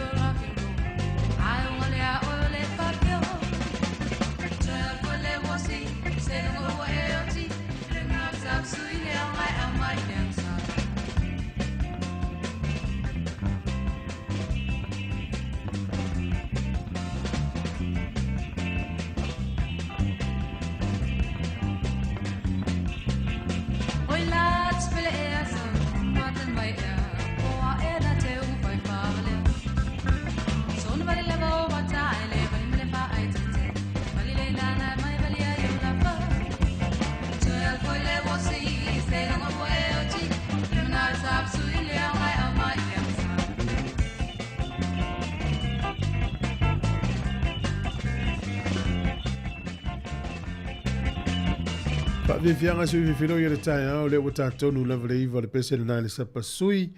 Ia o le tali o le pese whaftai tele lava i latou na tali mai le tatou pese. Ia le iei latou e sa o le latou tali. O le pese lea o le sapa sui o le pese a le fau ula. Le fau ula mai le tongo na latou fai mea lofa tua i leo fai pese a le penina o tia fau. Ia o le story po le tala o le pese lea. O le toi ina na fatua le pese. E le fia to ina pe au mai seisi o lato ainga. Tau dia mei o siva. Mai fai le sapa. E la mai ma sapa sui ma to ina e. Sapa sui na mo mai le sala. E tau to ina le siva le fai po le sala. Mai sapa sui na mai le sala i le tadi e. Ia le la fa fonga i tatu tala mai sa. Mo tatu tala fau ni tai au. E se tai mi o le tau tala o le por kalamele le fa tala noanga le sui o le fa ula le sunga ia peni anisi. Fa fonga le te le tala o le na foi pese ia le tau ua le foi pese ale faula tala mai sa mo se me fa fonga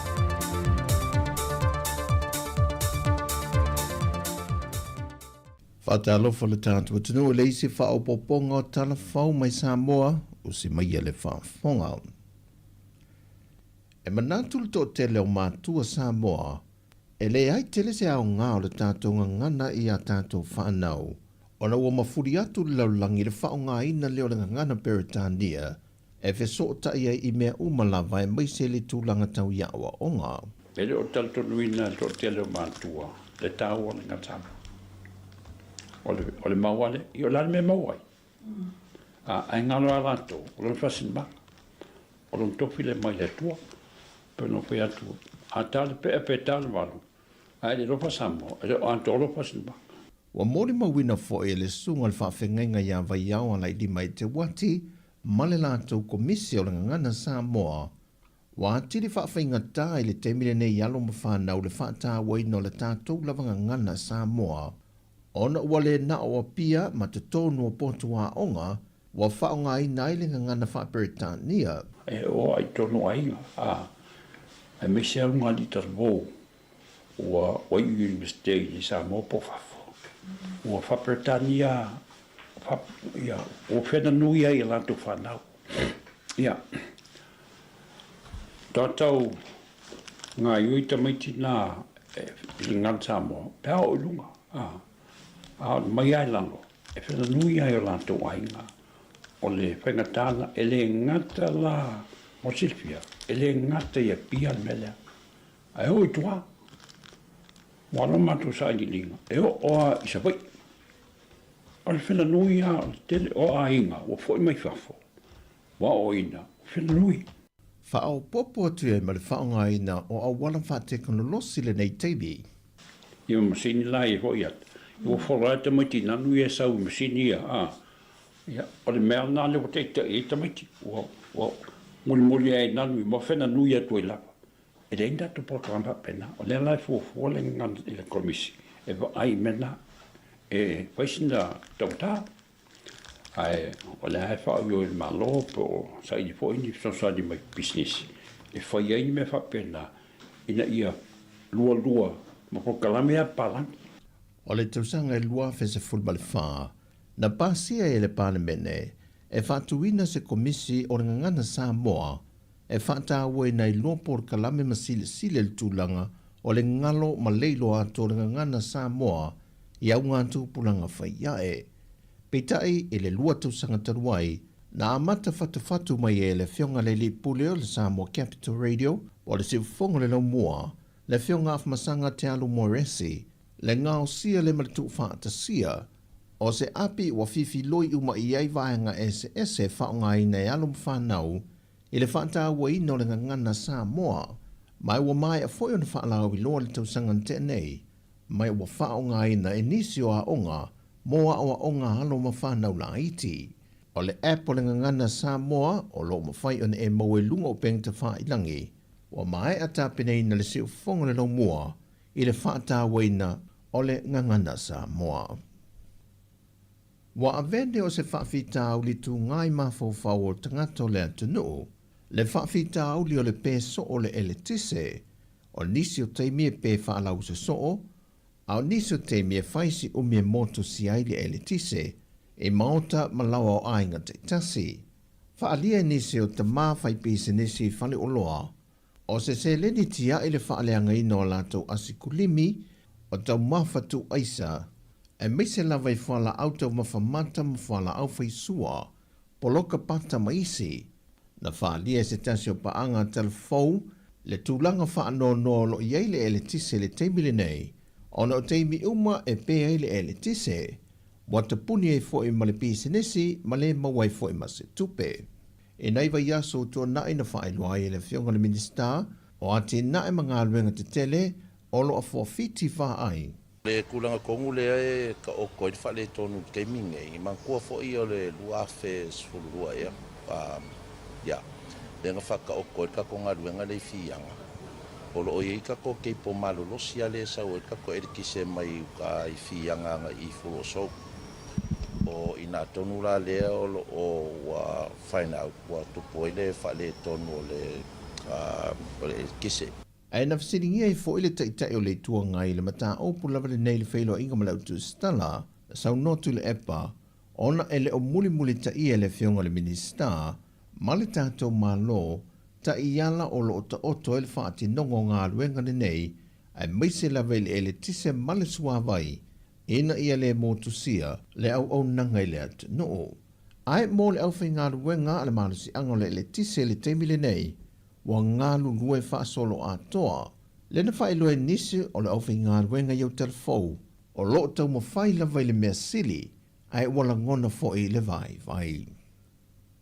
Wa wha mauti no mai le fionga le minista o tupe, le fionga lau timu ia fo le se va ai, wa toi ta ofi le wha matu i nātu, o le se lendi leana fsirigia le se lau fitus fulma le lima afe, ali tu ma lo wha sane le anga numere lua, ono le mata opulea, wa toi tu i nātu le ofisa le lo i sili, e toi si le sile inisio vaenga e le o wha amali e ina, ina ia toi wha amanino mai le fionga le loia, e tu sai mata ia la olo li mata ita ina ile polo keti. E le feilo inga lau tu stala ma le fionga le minista o tina mata maa itai a tina o nuk maang fiso tai, le tō whananga aia ti a tu au, wa mai o na wha amatu le se lene, pe tain sau no le fionga lau timu ia. E o mal te mine I understand ele I whamatu ina mele, ele I whamatu ina mele, o lea sa au maile whamtalanga I te olo I eina I mea lai te atu e whataltal noa ma le ofisa Loi Sili, ma le mtaunanga tupe, ma le teitei fono, ma le fono whaawai whaasale le angadua. Ia na, mai leo lisi whautuanga I lunga I le komiti. Ia po se wha iunga le mahinga. Le fionga I le minista o tupe, lau timu ia a fōwele se va ai. Wa tali le fionga le minista o tupe na ofisilingia nisi o le atunu, pe o to iai pea se ono se furuta la pepa, lea e silia ma le 2 miliona ta la nalolomi nai, leo o atu le miliona le tupe pepa ono se furuta la nalolomi ina. E le tebi nei le atunu o lo ofisilingia ona e sea vaia le tupe pepa, pe o whao ngai na tele ele mamalu le atunu, a mei se la vai whaatunga i aso taitasi. Sau nola utimu ia, o loo whao ngai na pia lava o mai le temile nei, ai fua lava le wha amtu watu e le whantupe tu tonu, e mana onga mai a tātou whale tupe, e meise foi mō tangata te ito atasi, e lātou te tāpāma mo o mia lea tupe pepa, mai whare tupe o loo tewi nai a lātou se leni. O le masina o Novema i le tausanga e lua awhilua se folu maltolu, na whaalau I loa whaapitu ai le tupe pepa ono se fulu tā la, o se pine e whaamanatu I nai, le atoanga le ono se fulu tausanga, o le malo tuto tasio Samoa, lea o lo miai le ata o le urua I pāne mea tamai tai o le atunuu, le fionga fia mea nao mi mata afa. O tala ia mai Samoa manu I tele le nei aso si o tātu atunuu, fa soifoia.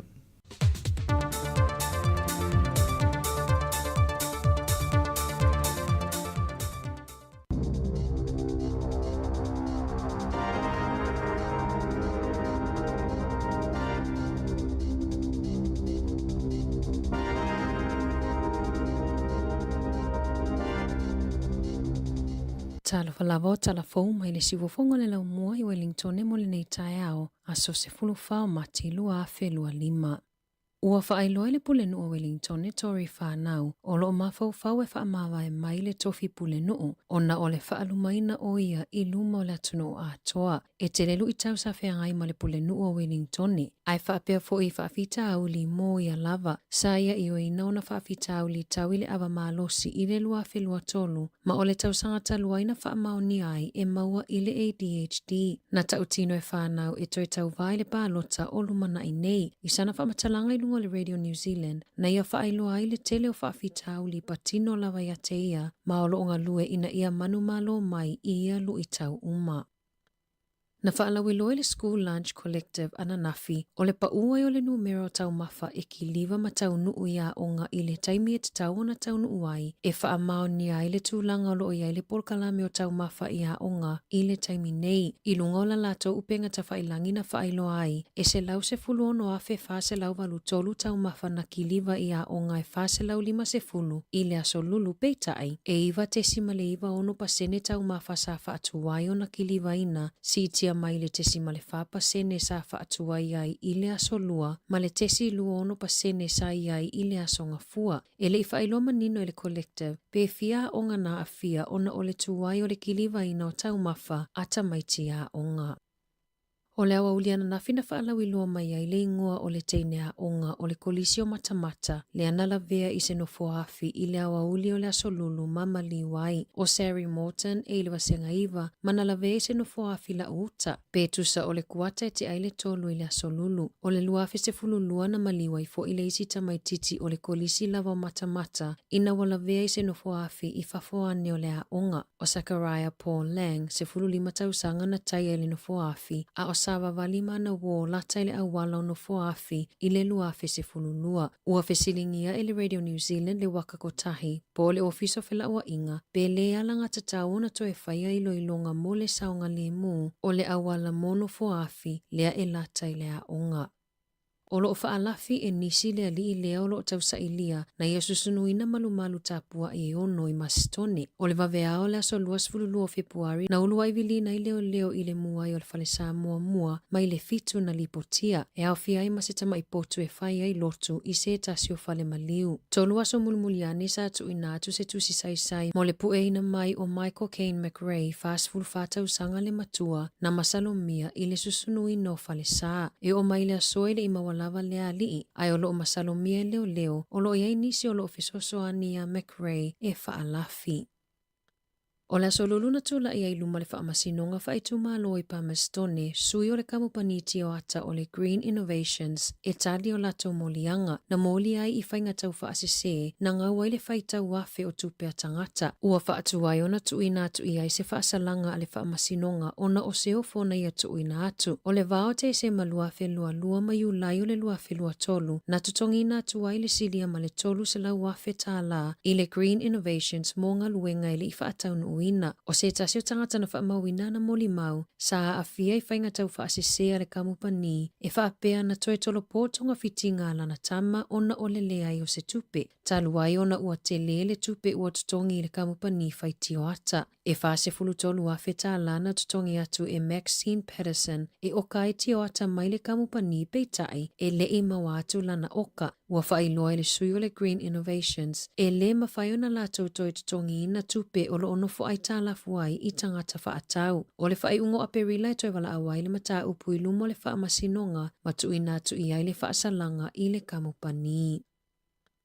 Ua mawai suesuenga fōu e le tatau na inu e tamaiti i lalo i fo le taiwalu tausanga vai ino slushies lea e ai tutonu le vaila au o le glycerol po o le vaila au le whaasua mali e ai le vai. O le suesuenga na whai o lo mia i lunga le Archives of Disease and Childhood na whaali ai e tusama le luas fulutasi tamaiti i Peritania e le vao le lua i le ono tausanga le matutua na mamaiti ngai na mamo o mia tonga fitinga inina i tu la talo na tau mawhaina slushies. O le vaila a o le glycerol e tele na whaonga e whaasua mali ai whanguinu e le aini suka e tutonu. Matao fia ai slushies ia awana i malo pe atu uina i le aisa. O a unga o tamaiti mai ia fianga o le vaila au e au fia i le mawalalo le suka ma le pongisa o le vaai. Na whaailoa le au sapalai ma le au ngawasi o loa i New Zealand lungo le One News. E whaapea la tau te le whaonga aina le glycerol i le ngau singa o slushies po o vainu i New Zealand. O lo whautua ina mātua ia lava le tasi o le slushies i le aso e ave tamaiti ta ilima i le se fulu tausanga le matutua. Ua mōlia le tangata lea na maua na lafoina se emaili tau whaamatau ini whaala putupotonga na tā uai se emaili tau whaamatau na lafoina ni whaala putupotonga i le pōla so lulu e au fiai ma le Radio New Zealand sa suesueina i leo i counties manukau po whena au mai ai le emaili ma o atu ai i se whale i maangere i sasae o se ali i luas fulu tausanga le matua ma se tamaitai na tau fia leo i le aso nafi ma na uumia whaasolitu la fono e le ali i se whana o le aso e tula i luma le whaamasinonga whaitu maa loa manukau, maolo o whaia i aisu e suenga leo i lea mata upu. I taalonga, o le afiafia nā nei e whetau i aile au le Hurricanes ma le Highlanders i le te o le fitu i Dunedin. O le taalonga mua lea li o asafo au mua, mo le lakapi supo le nei tausanga, talona malo i le tausanga taluai. O lo o iai le au wha leo le Hurricanes, whaatasi ai ma Tyrell Lomax, bei ona lipotia le Radio New Zealand. Ua whaatonuina ele wha la putuputonga fusua le lalolangi le li isiampini o Alexander Usyk whaapele alo Samoa lupe soli aila auli Joseph Parker ina ia amata whaatala noanga awa se fusuanga isa ili ai le siamupini mo le panga mamafa o le lalolangi. E tolu se fuluaso ua tuuina ele WBO ia Usyk ma Parker e whai ai se la malilienga matuina atu se la atali. A whai ai musu Usyk e fufusu ma Parker e fōlinga mai o lea ave esia le fusi o le lalolangi o lo ia umia. E peifo iona ave ese le IPF le siamupini i le tausanga na te anei ina ua musu e fufusu ma Dubois e pui pui mai le fusi sa ia te ia. Tala fōwia mai le si ufofonga le lau mua mo le nei vaenga o le tae ao.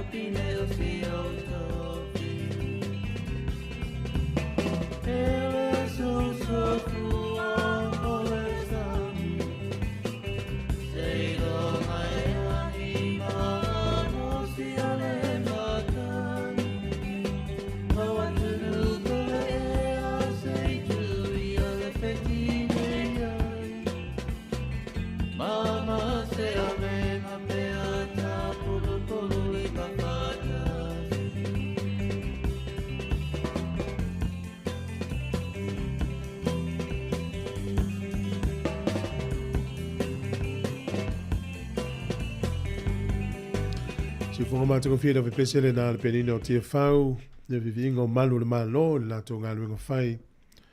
E mana tua i leo, tala nei, uso foi mana i tua whawhine o lo ngā lue, le fo ia unanga le malo. E ngā foi mō tātou umalava. I sā moa nā le wa sā moa le iri le pesele.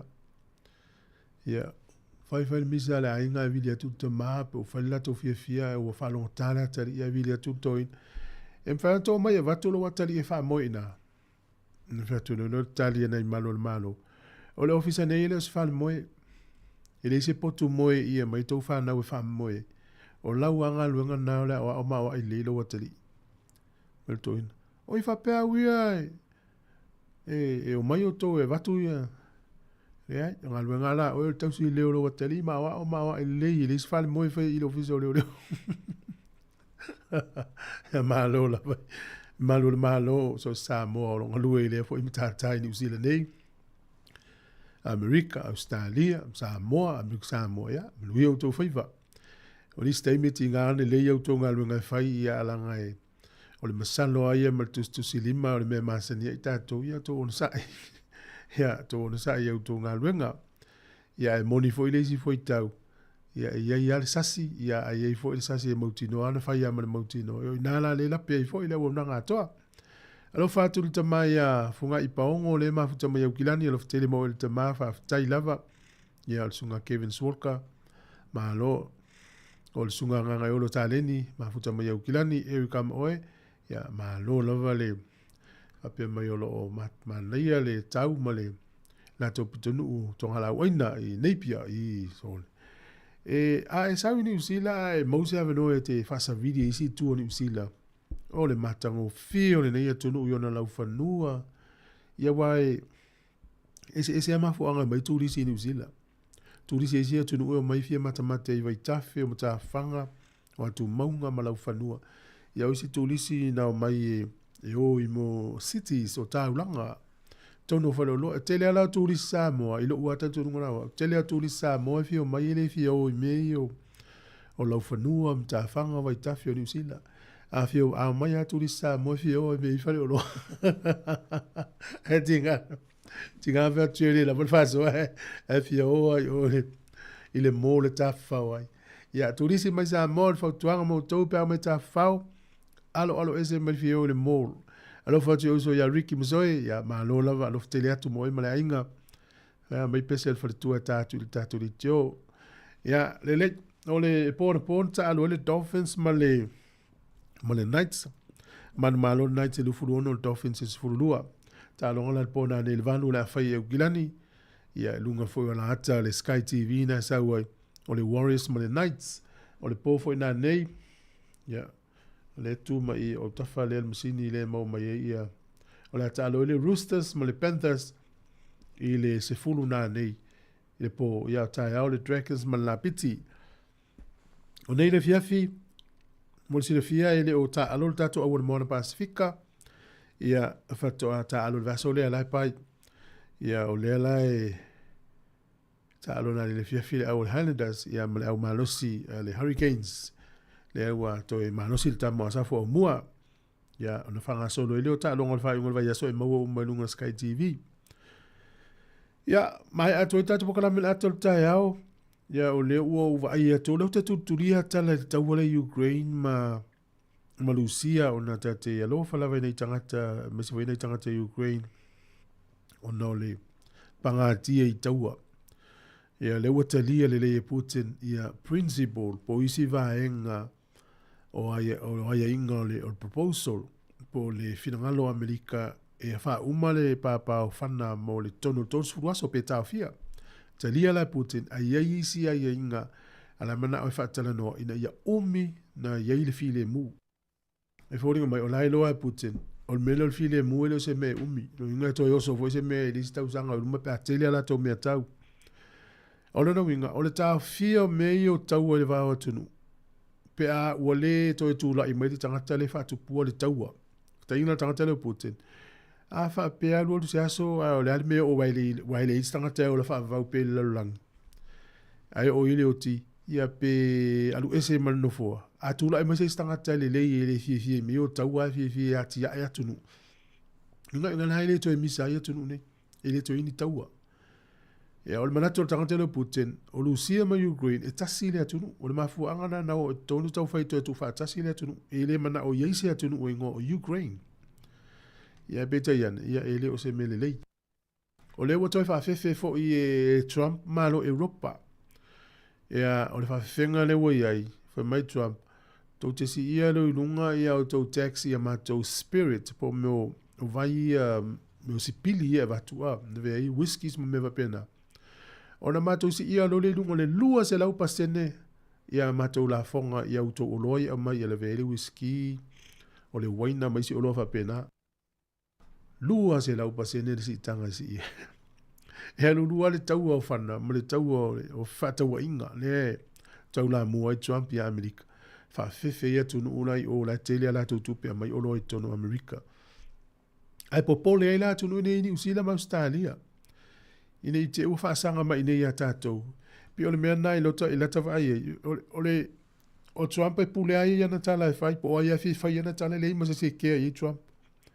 Ai sta mai tala ale na whai e sto i no fuel cough. Ai wha malo lo e malo ni usila.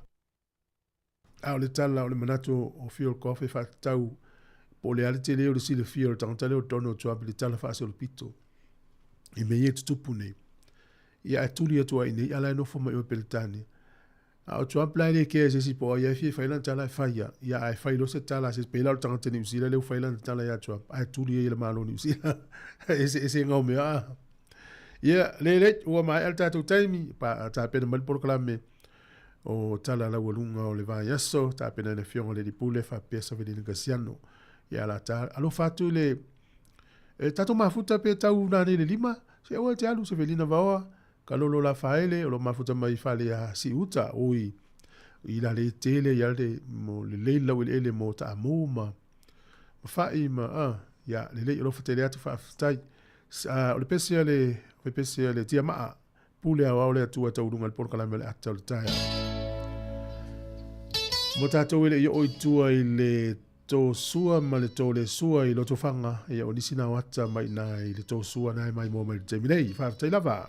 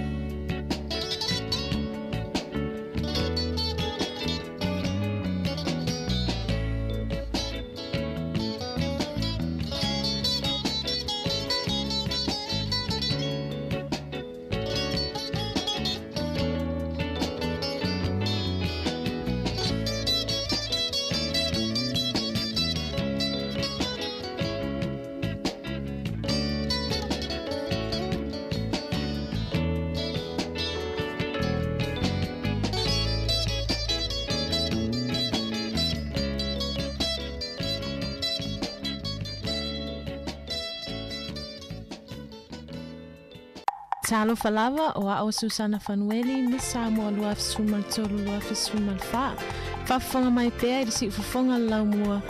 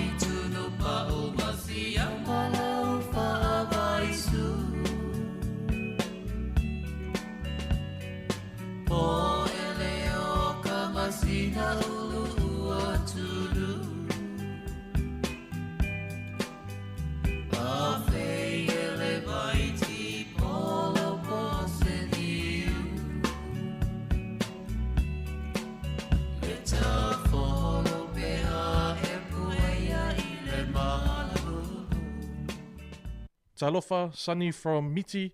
Make sure to tune in to Samoa Capital Radio Wellington.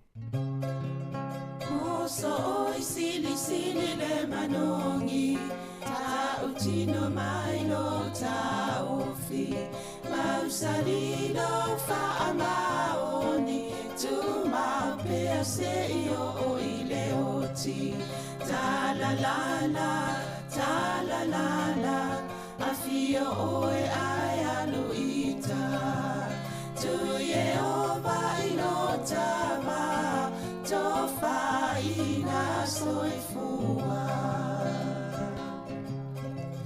Lama alif sili lesa sana Itu e fa o Samoana E fa atosi na yo anganga Te oe sumalete ine tau sala La ula fala wa avea Tanua oe sungale mana mea Bea fai ua elekea Tu uai bea sia mea etafea La upua tau no fonene i tau ai so se sili ne la lele Ma le fuaro sa mumu e te whaata patima e tuli ususu Ta la la a fio oe ai aluita Tu Yehova ilotava Tofa ina soifua Ta la la a fio oe ai aluita Te whatalo whātulu Nei tai au fau, ma lo lava le soifua ia tau uma, o lo mwhaen whafonga mai le tau ma salian si fonga lau mua. Taimi le nei po kalame o tala la walunga le vaiaso pe an masani ai asfarai le teitasi. Tala no atu mo le fionga le li pole. Whalau tele nisi o vaenga o tala fau sa tatou whaalongolongo ma o tau whafonga ia nei vaiaso i le ngatai lea o nisi fo i o vaenga o waiaile au o nanga si fonga lau mua. Ia au fo i o nau tau no fasila fia iai. Ya, ole atal tano in liva ngol tao, malor soi fo lo fionga msanga, talo fala. Talo fo Savalina fa talo fo le fa fonga al si fonga lo mo ya me si fo to mai mo mai lunga I tato social media. Tato ta fo fa malo ni tao. Yo e malo alon sa, ya le fo o mai las faraile. Ya ai tano ye vaenga mo mo e te fisa no msanga. Mane si tano tu ni si vaenga, tonu to fa mana tu tano nga mo vai. E pe o le wha moi me le wha naunga o le Central Pacific Collective. I la tau le stala mo le la tau wha moi I wha tau se whale. I pe o nei whale o whausia pe o mata no toi ma whamtua inu tina Perura. I ono I eile awa noa na e whaie o na wha tumu sa o le stala. I ono tu le I e whaie a la tau fo I wha talanoanga ma le fatu le pep ia vai pe te anga va an vainga le wala ele le fanu nonga e o tu le fai ungol tau sanga ne o mai a fale sfulu valu le wa matana fausia I nei porua le Eastern Ward ia mai si fale la va vai fo ia mate fa so solo la ve o atoa le tose la pe a male numero na ta o e ono fausia tono sfulu tau sanga numna lisi la vaenga na utala noa I whapea mo le aloma whanau foli le alai kolisi o le university ia whai ano whatasi. Ai wangalo te auna ta o tuai ma lisi vaenga mawawawo nai ainga. Awa o nita miti whai le student loan. Ia le ia la le aonga le tamma le tene e umala na whai longa le tolu tau sanga pe whatau sanga. Ai a whapea o tu leono tau sanga o lai tau whaile loinga uma utele ala I tala fo le si tamma le tene. Loinga lai tuaina o ngā I le tau so ni whatau ngal whale. Ia vanga nai a matasenga luenga fo le tongi. Ai peo le si vaenga nai manatunat fo pe a vavai. Ia matalita no yalum whanau ia son, daughter ai haru le aonga tau mutu na ma o e te tu tau la ilo a fo I mawhawhau ngā ruenga I le aonga. Ina ia wawe o na I ulau. Ai wa a tua ia e te lea le ta lafo e peon ta nofo en whaalinga le ota. E amata tua le loas furu afe mauntupu e o atua o isi ta ionis furu afe o isi o atua la talata se laupea umia wa isi whailonga e 5 tausanga pe silen fo. Ia a umia lana tau wha mai a pepa. Ia o le umi fo ina o le tau whaiatongi. Ia ai mo amesa ila tole no fo isi se ia ai o mai ai o ngapo ni o ki bonitone a mai o kilani po ni sino fong.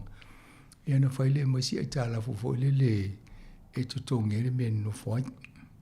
E pe o si vanga na e mana snat fo ia mo fa mo amesa tato ni porua.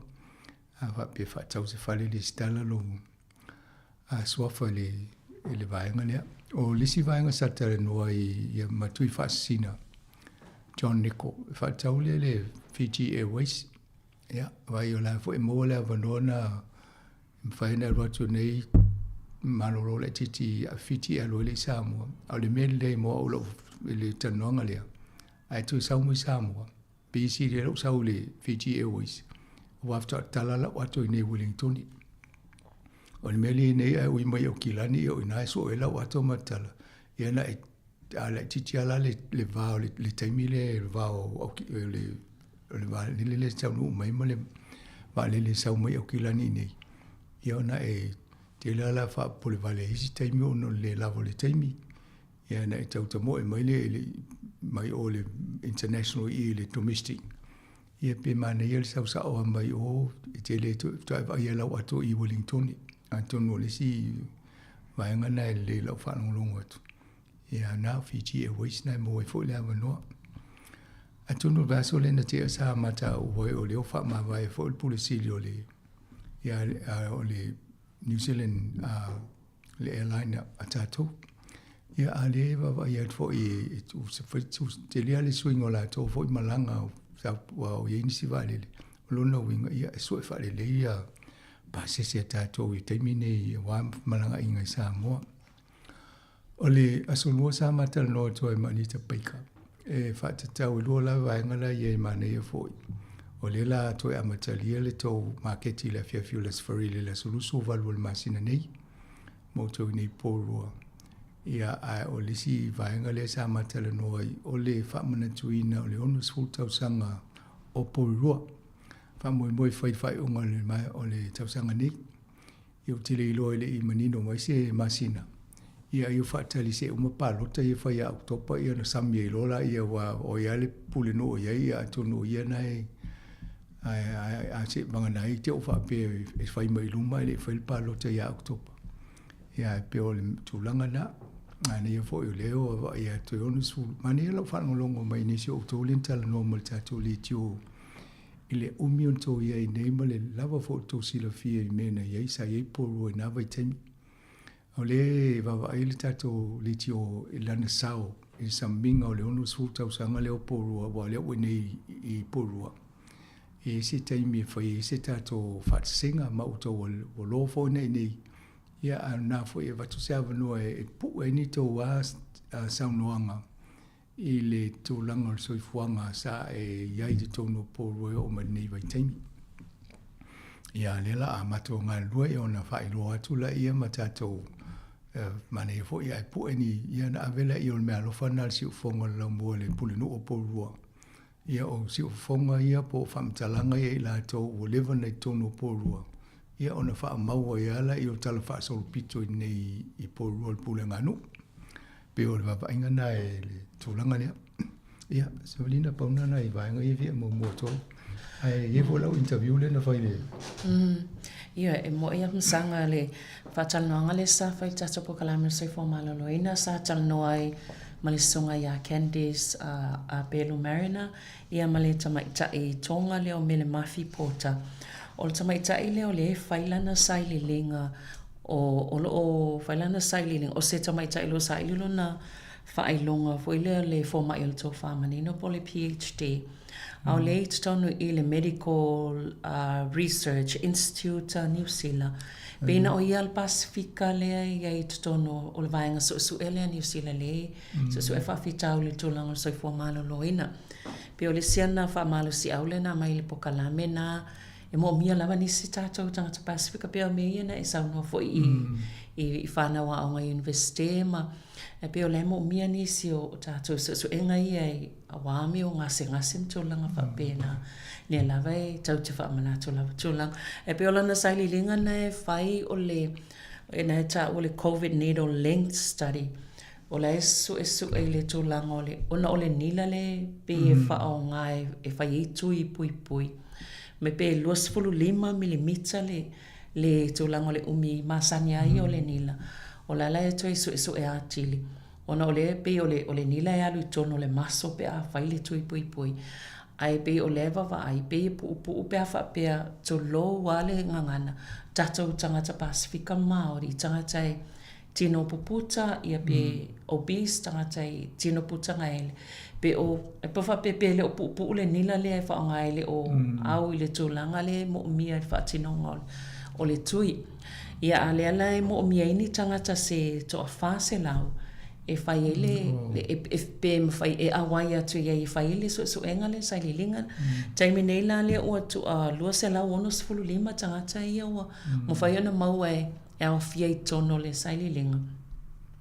Ai la lava mo mia ni si ato tele atu ai ele fa manianga masanga e maua mole tangata e awai atu ia le sai lilinga le o lo fa tau tai e tamaita ile ya mele mafi porta ai a fa pea oi o ile tangata e fa fonga mai e fia awai ile sai lilinga le ia le i ila na email e mfaina fanfona wala au mai ia na ta o tele le email ia pe la foto fo ia oi fana Atolo le si whawhaingo fie, na le stala mai i e fia awai. Nuna fo leo tātou la fo ingoa i o ia mane numera al tangata. Na vidi mai le o e ia whawhaingo fie ai. Anei atonu e au ngai. O leo te whaalongolongo atu Ele au ngol fa mo le research. O le la fa no fa pia. O le la no lang. E to telefo istanga tele na Pacifica ma o e puta se tu lo la. Ma le si a tonu mo ye fo ni su e ngai ma fo fongo na to e fa ye mene ya so utia. Awa afa pe o le maso le tino tangata la su a. Ia e le na Paulo le tu info nga mo sai fo tu la so sa tau nei su e nga pola la le o mi o le ni le fita wi na tangata ye. Ai mana ia me siri na o fa si su e nga pa fa pe le mo su e nga ni si la la to ia. No no winga la mo ne su e nga e pa e pe fa le ya nga tele na tangata ia. Winga la mau ato te mile na luta te foi le tui le tui dafa o al menan fafsile e sa me o fa pito ile va ai ia tato tangata Maori ma tangata Pasifika e mantue a ele ia e pe a tono le va vai pole pui nga fo i mona ia tato tangata lava ia e te ua tinga se fina ngala pe la mo fa pito i mo mato ne ia ai pe o vainga lava o il vainga so engol so fo malo no ina masa o me ye o so enga e mo me tato e talfenga I so ni tato le to mai fo I male o mo fa mo ina ia au nga mo na ni se fo ina nga tu pulanga ia wala au tato numero le tolva lima lo I fa ia io en fan wala mai le tolva lima lo I fa a fa pele mfantali atu ia na tu fo le lo so fa ia fa le na mala numero ia Pai leona mato avele lisi o ile vaenga le ian fafso ta ia tu le wal pole live so sanela to le ile fo ile pa fa pe mo miese fali upulenga na la ye fa ngofiona so ta ia tu tala no atu ia au nisi o vaenga msanga le oi onne fo ta to pokalame ole a ina ilau no le safa la wiloa po ia antina msanga Maria ole pokalame le ole fo fioso e mata lungo pokalame le ole la mata no sabrina petal fe ngai le interview e fo mata mai a tu no ele fa ine awa ole mata o ina ia nga mole pokalame mole fa fonga ia ai pe ole va ai fa mo na itina wa pe ole pokalame le e pe nai di fa ele ne fa mo pokalame ia se fa mo na itina ia no atu le ia ma Mata mai e fo ni me au ngā motina I la tō fo so I fuanga e wha soa I lunga pulu kalame lea. Ia e rea wa ia tua wa amata tu le mato o whainga ruenga. Ina ia I loa e fo I le tūranga lea ia I le whaanga so lunga pulu kalame lea. Ia ai wha pi nisi o tō lau wha whonga si whonga lau mo. Po whea le tafol ke rope iai. E mwhai ona e vili mai na wa ila ia e le stala I mwha so wae o le tai vai aso ama whai le interview. Ia oisi a Paul Kalame mwhai na poe. Na tūla ia le taimi a banoa ia tūlunga e tātu. Ia I fo isi e whai sa o le taimi e whai ai. O le mana ia o le poe o le Paul Kalame. Ia ne ili ni mea te uto I fia teo muli ala ia le amanoa teo boi. Ia alea ia na alua ia la ia le tūlunga na ia. O rola ma ana le fa wa le umalua mtaapua. Ia e wai le mtaapua ana la ngai le ona ile I mwhaiona e pupu le taimi. Ia le toi fa wa ula na mtaapu mana ia le tano ile vai aso momuel tano anga napo kalame. Ia e se tafa nga solo mai le vaenga le New Zealand First le masang. Ia e ta ulo me al New Zealand First e se whainga taula tonga ngana. E mai se pa tano ia e ia wawa samana ia ma Shane Jones ia e whai asi whainga tāfo I o ia vai ia mana ia fo ia tal noi lau whionga pasanga mana ia o le wawa ia tu o le whainga le tau e whaapea le whaapunga remove woke W-O-K-E DEI o mo meo le acronym po o mtai tu sia se o putele regulations e iei tu la fono le malo na pasia I whainga maa lo tō whaatasi a le leipa sa iai ma le New Zealand First. Na pāsi e leo tō la whono ia wawa ai iai I le ina ia raunga ta sia o mai tangata I tāo whai, mai tangata I tōno whainga o whiwhiringa o ngā ruenga o tangata ngā ruenga. E la nei tangata I e lewa pe e o la tō mnaunga whapitoa.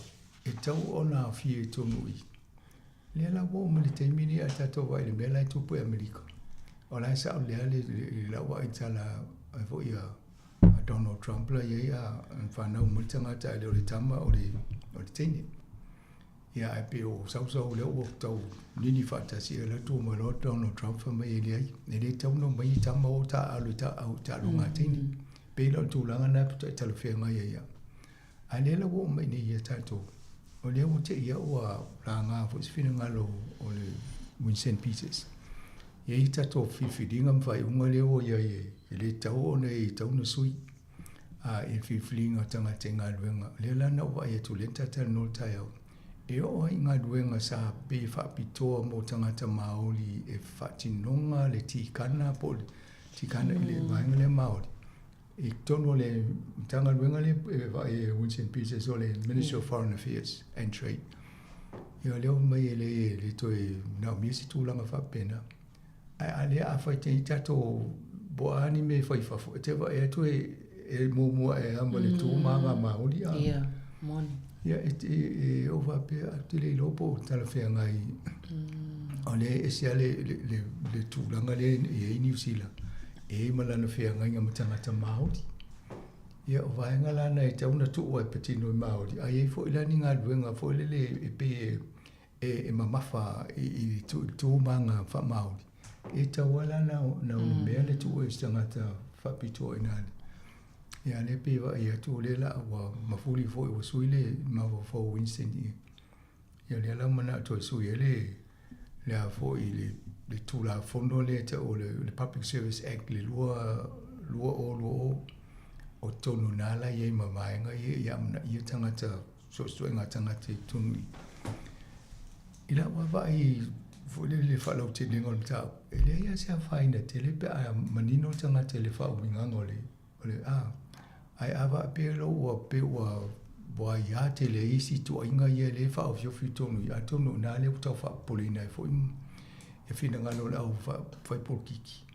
O le mele le o te ia uso o na vevisi e futato i nei ono mafofonga ma tali tonunga whapea.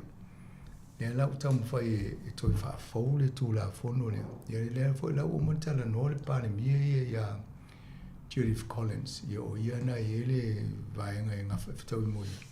E toi loilo si vaenga i o le tū la fono. Ia po o tala whea ngai pea. Pe ieni suinga i tauna iai. O le repeal of diversity and inclusiveness requirements, o le DIR, o le whaumingana le mea. Ia, sa talawhenga i nā teimi, pe ia nā e mai tātou New Zealand e taula mua New Zealand le wa ainga o mea whapeni. Ia na muli mai le o isi atunu. Ia, a whaalawe o isi atunu, o so na toso ale mele sa iei mo le sao. Ia, o no o lole le vaenga le o se. Ia, de fi o lole to ngale Donald Trump. Ia le wo mai ne le tau su ye mata to ni. Ia ono tulanga na e lo no winga. O le ava pe le wo amata na ta ofi le filifilia o stangata Māori tulanga ia pe patino mo ta Māori. Ia o sili la me to pe ta to Pacific. O le o tele swing o ye me mo tangata Māori le wo va ia to nei. E o le tato Ministry of Pacific Island Affairs. Le lopo la tūlanga e le angai luma. O le ula wapo le ngal tato Ministry lea. E le i whaavae i lalo si tūla fono le malo, se act. Na whaavae longo le minute o na senior cabinet. E whaingo fia lana toi so, lo i le tato o mutanga lua. Io, o le senga na o me wai a whape te whaavae lalo si tūla fono. E toi ave tonu toi le ulomba, toi pasi ana me se la ia. Al mele na whaifafu. Whaingo fia la tosu. Ai talu si e o ai. Ai moa wai e lau ai fo i le hafo tūlanga o i tatou Pasifika nei. Mai le fitu le furuanga i mai le teimina nei. Wa tō te le alum whanau o le atunu o le lei o la tō i tūlanga o la oma. Mau tō fo inga luenga i tōnu le malo o isi la ua pule i vaenga te telo o ngā luenga le malo o ma company e sesi. Tu so le au ma fai e tātou fo ina whale tātou sao ai le isi ale ai tō a whapele isi tātou tanga luenga whapitoa. Ai pe ala na ngā matanga luenga whapitoa ia muna isi motu vai vai e le tutusa sa mo ma isi motu le Pasifika. E te mantua le fono no e le stay mina na fa mai e tu sa uma Pacifico fa tu le. Mo me le continue en per fa tu sa ne le me. O sa mo o le mana lu mai. Au nei si mo tu le tu ai. E le vai lan tu fa ta si Pacifico fa mai le tu sa uma Pacifico. Me la na I vo la wan tanga venga le. O lo ia la va no mo nei si mo tu le ta. Yo vai le role me tu ne ia le tato va tu nei la tonga. Ya fai te o le fi ya pe alu ya pipi te le ya sei te o le amna ia vo la to. Ya mai si wa le brown pe o lo tonga ni me to ke la uli la lo New Zealand. Yo tato le tu tas. Ya o si vo mo to Pacifica ya po fiti le o anu te le me fa pe ya ai mo tono le di o New Zealand. Me to fi ta to pe ia va ngale pe o ina e tu e ta to pe fa le to nu se ia le rola po la me tu por fa tino fa tu pe ma fo ta to li ti o lumana ai stengo vai me wo o le tu o la tu na fa tu pe le ta to yo vai o termine e le o ye me fa sa longo fa pisini si tele o fa fonga me le tu e na o sa le ti ova vai fa pe le si me le pon ti el fa longo po mai mo fo tanga te longo ti vi o le tele o e o te tono to tele o la fa fonga e mata vo tv e la tu lo le su le channel o va pe la ngala to le e a su ye le fa longo te o le to fo mai i le ti wa ia pe na e ta o ia o nga mo ta to le va to ai pe o te no nga le o pe tele ia mai si wa meu o nanga ia mo mi tono cha mo a mo meu falta vale e me fai a ona se vale ka ia te va ta vale le ia mo fo le paketi ia na e de ta o to ma to le falta vale te alu ia le me na la o fai an to o va vai fai mo fie sa ole ia pe ona swinga na le ta va ia to le te tu pu ia ta to lumna and of sauni ia le to FC lestas sanga no le se I fai asina malolong pupu ia to e fa wa wele ta no fa tai malo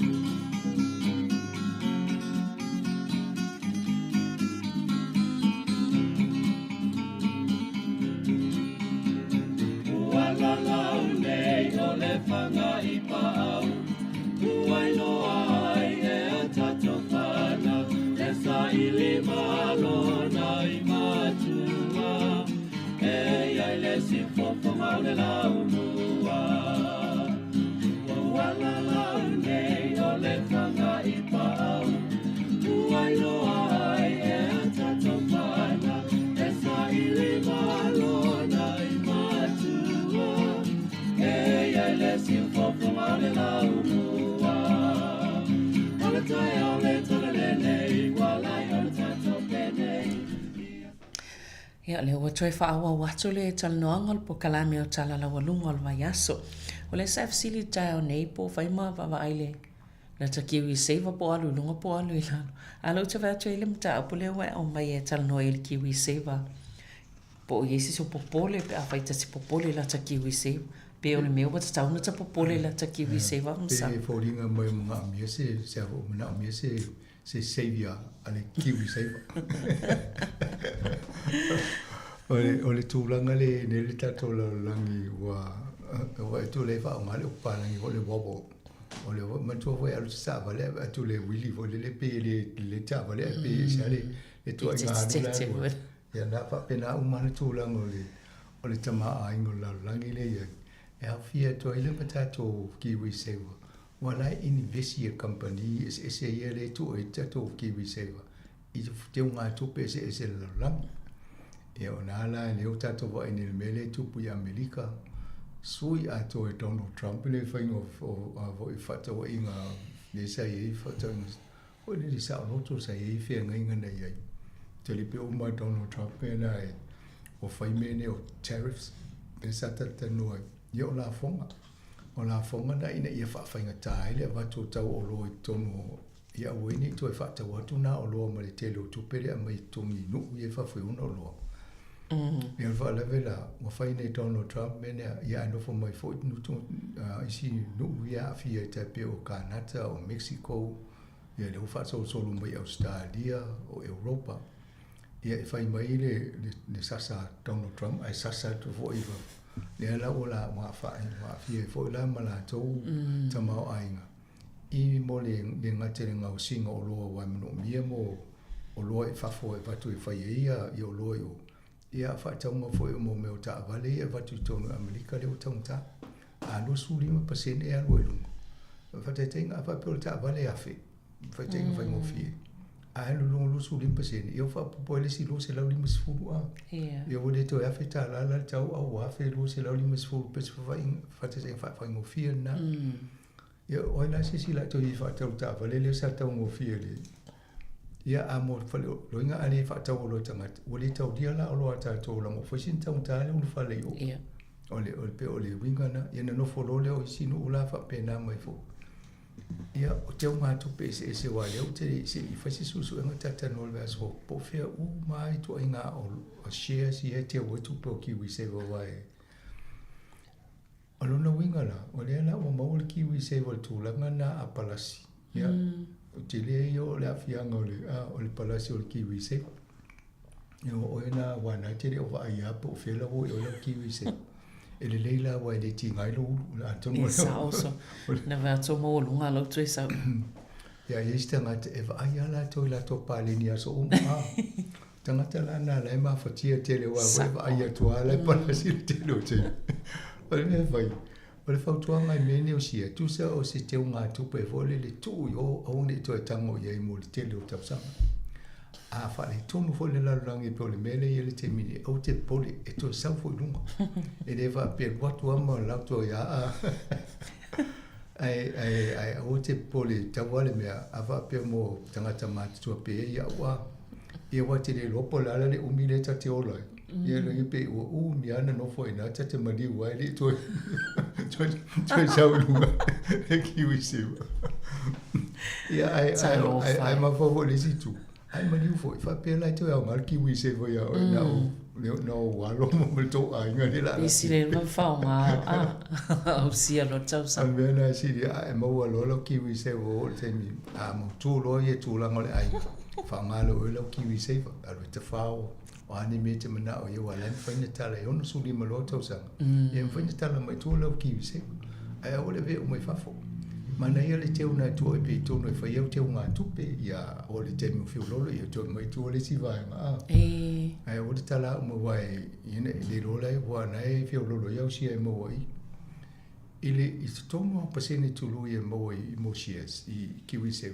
O le balu se fulu pasene le wawa ia tu li poti. Ai ma fofola le bank lene tu ole te lo tu pe te mi tau sanga i 5 len tu na. Ia te le ala pasene tulu e mo le fa e ono a. E te la le fa pasene. Ia e te tu fatu stusa i sia ia pa te utono le kiwi pe. O le kiwi se. Kiwi se.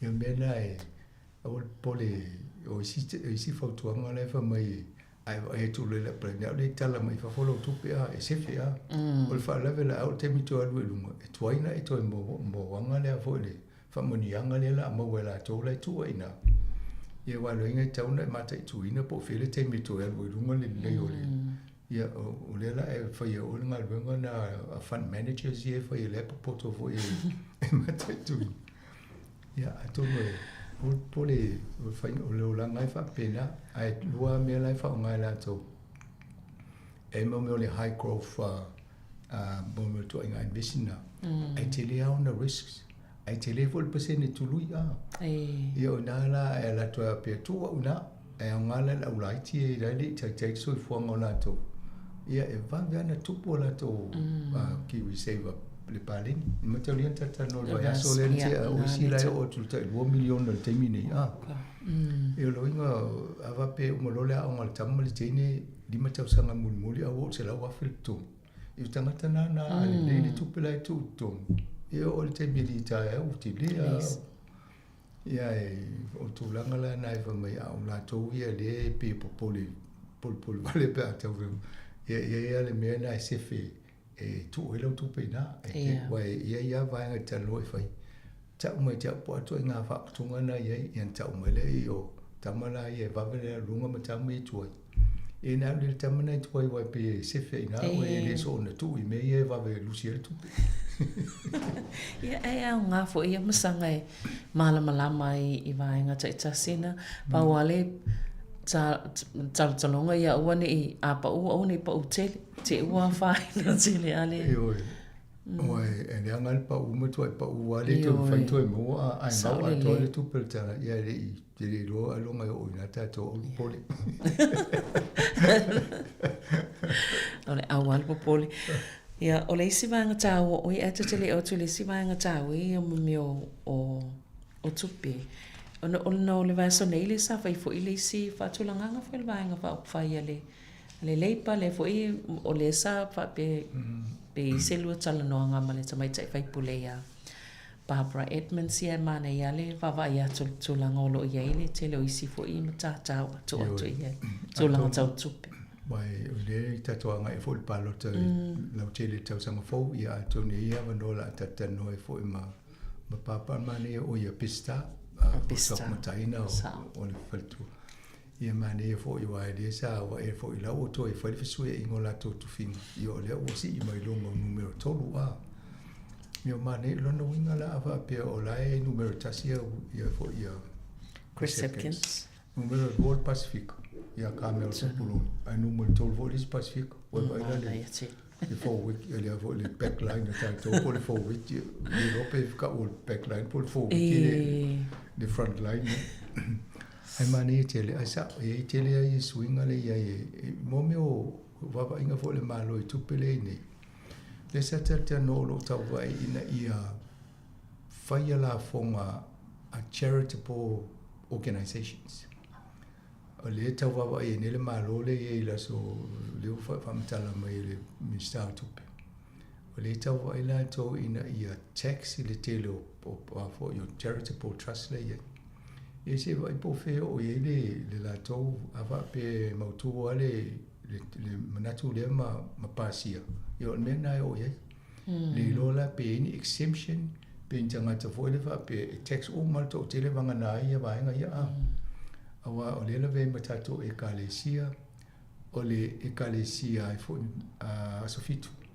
le ia tato mo sanitarium tele o with pexima me va pena tau maf ia pe o le va ia isi o pisinisi me na tau ona faina la fonga ia o lotu pe ese o mo ni tu pe na tu pe alu mo me o lotu ma fa mo ni anga mo mai ni pa le la wa mio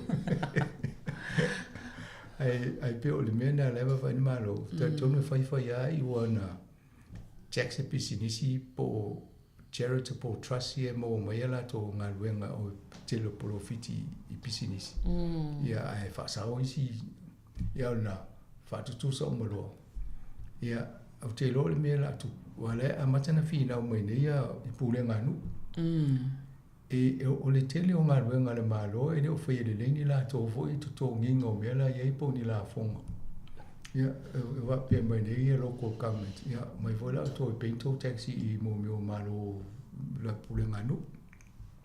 Pero vai ngana. Ale si mele le tala no el terminei fo. E ia o me alo foi ave e kalesia po a pe mai fo le tio e watu la uli city. E ma faina to alu a talusanga pe claim mai le tasi vai tolo tupe na tu ina mai fate te income faingo fia pe ivas futa la me alo fo tu ton. Ia e to mo mali tos futa la tasi vai tolo na ivas fu. Ai taun faila talusanga uma. Ia leva ai atu. Pe ia fio lolo le numero tangata le ele o faia ni ele o tu tsa ma le tolsu tol pesene le oide e pe faia tasi ba to o tangata ia le mo wala va no to tarsanga la to o le vo ele io tarsanga ma tu pe le tu ia tata no I to wa ai nga fa pe ye se si o nai na te tonu nai fa umala fo mo e kalesia a fa pe o listala to e kalesia la charities services ia lono winga o nai e la to le mele tau le vainga le tau o le toni status e ma fai e ona e alu o ele mala uli city to e tanu sanga fa to mai city vainga le tupelea ia va pe iva se laulo me alofa na avele lutu tau sanga. Ia tau mo tau se la. Fa te inga whai ngofia na. Ai le mawhaina mo mai vanga nai wa ave te tonu lau. Lau pe pa ie ala online whai se o le ainga. Se sa wai whasino mai pe sau whatumu le mele moa. Ia na tau mwhaila ie whai ai. E mawhai ana whai e nisi o topo tonu le kalesia. Ai ole velo ia wa velo ia le si tasi vai tolu lo tu pele la.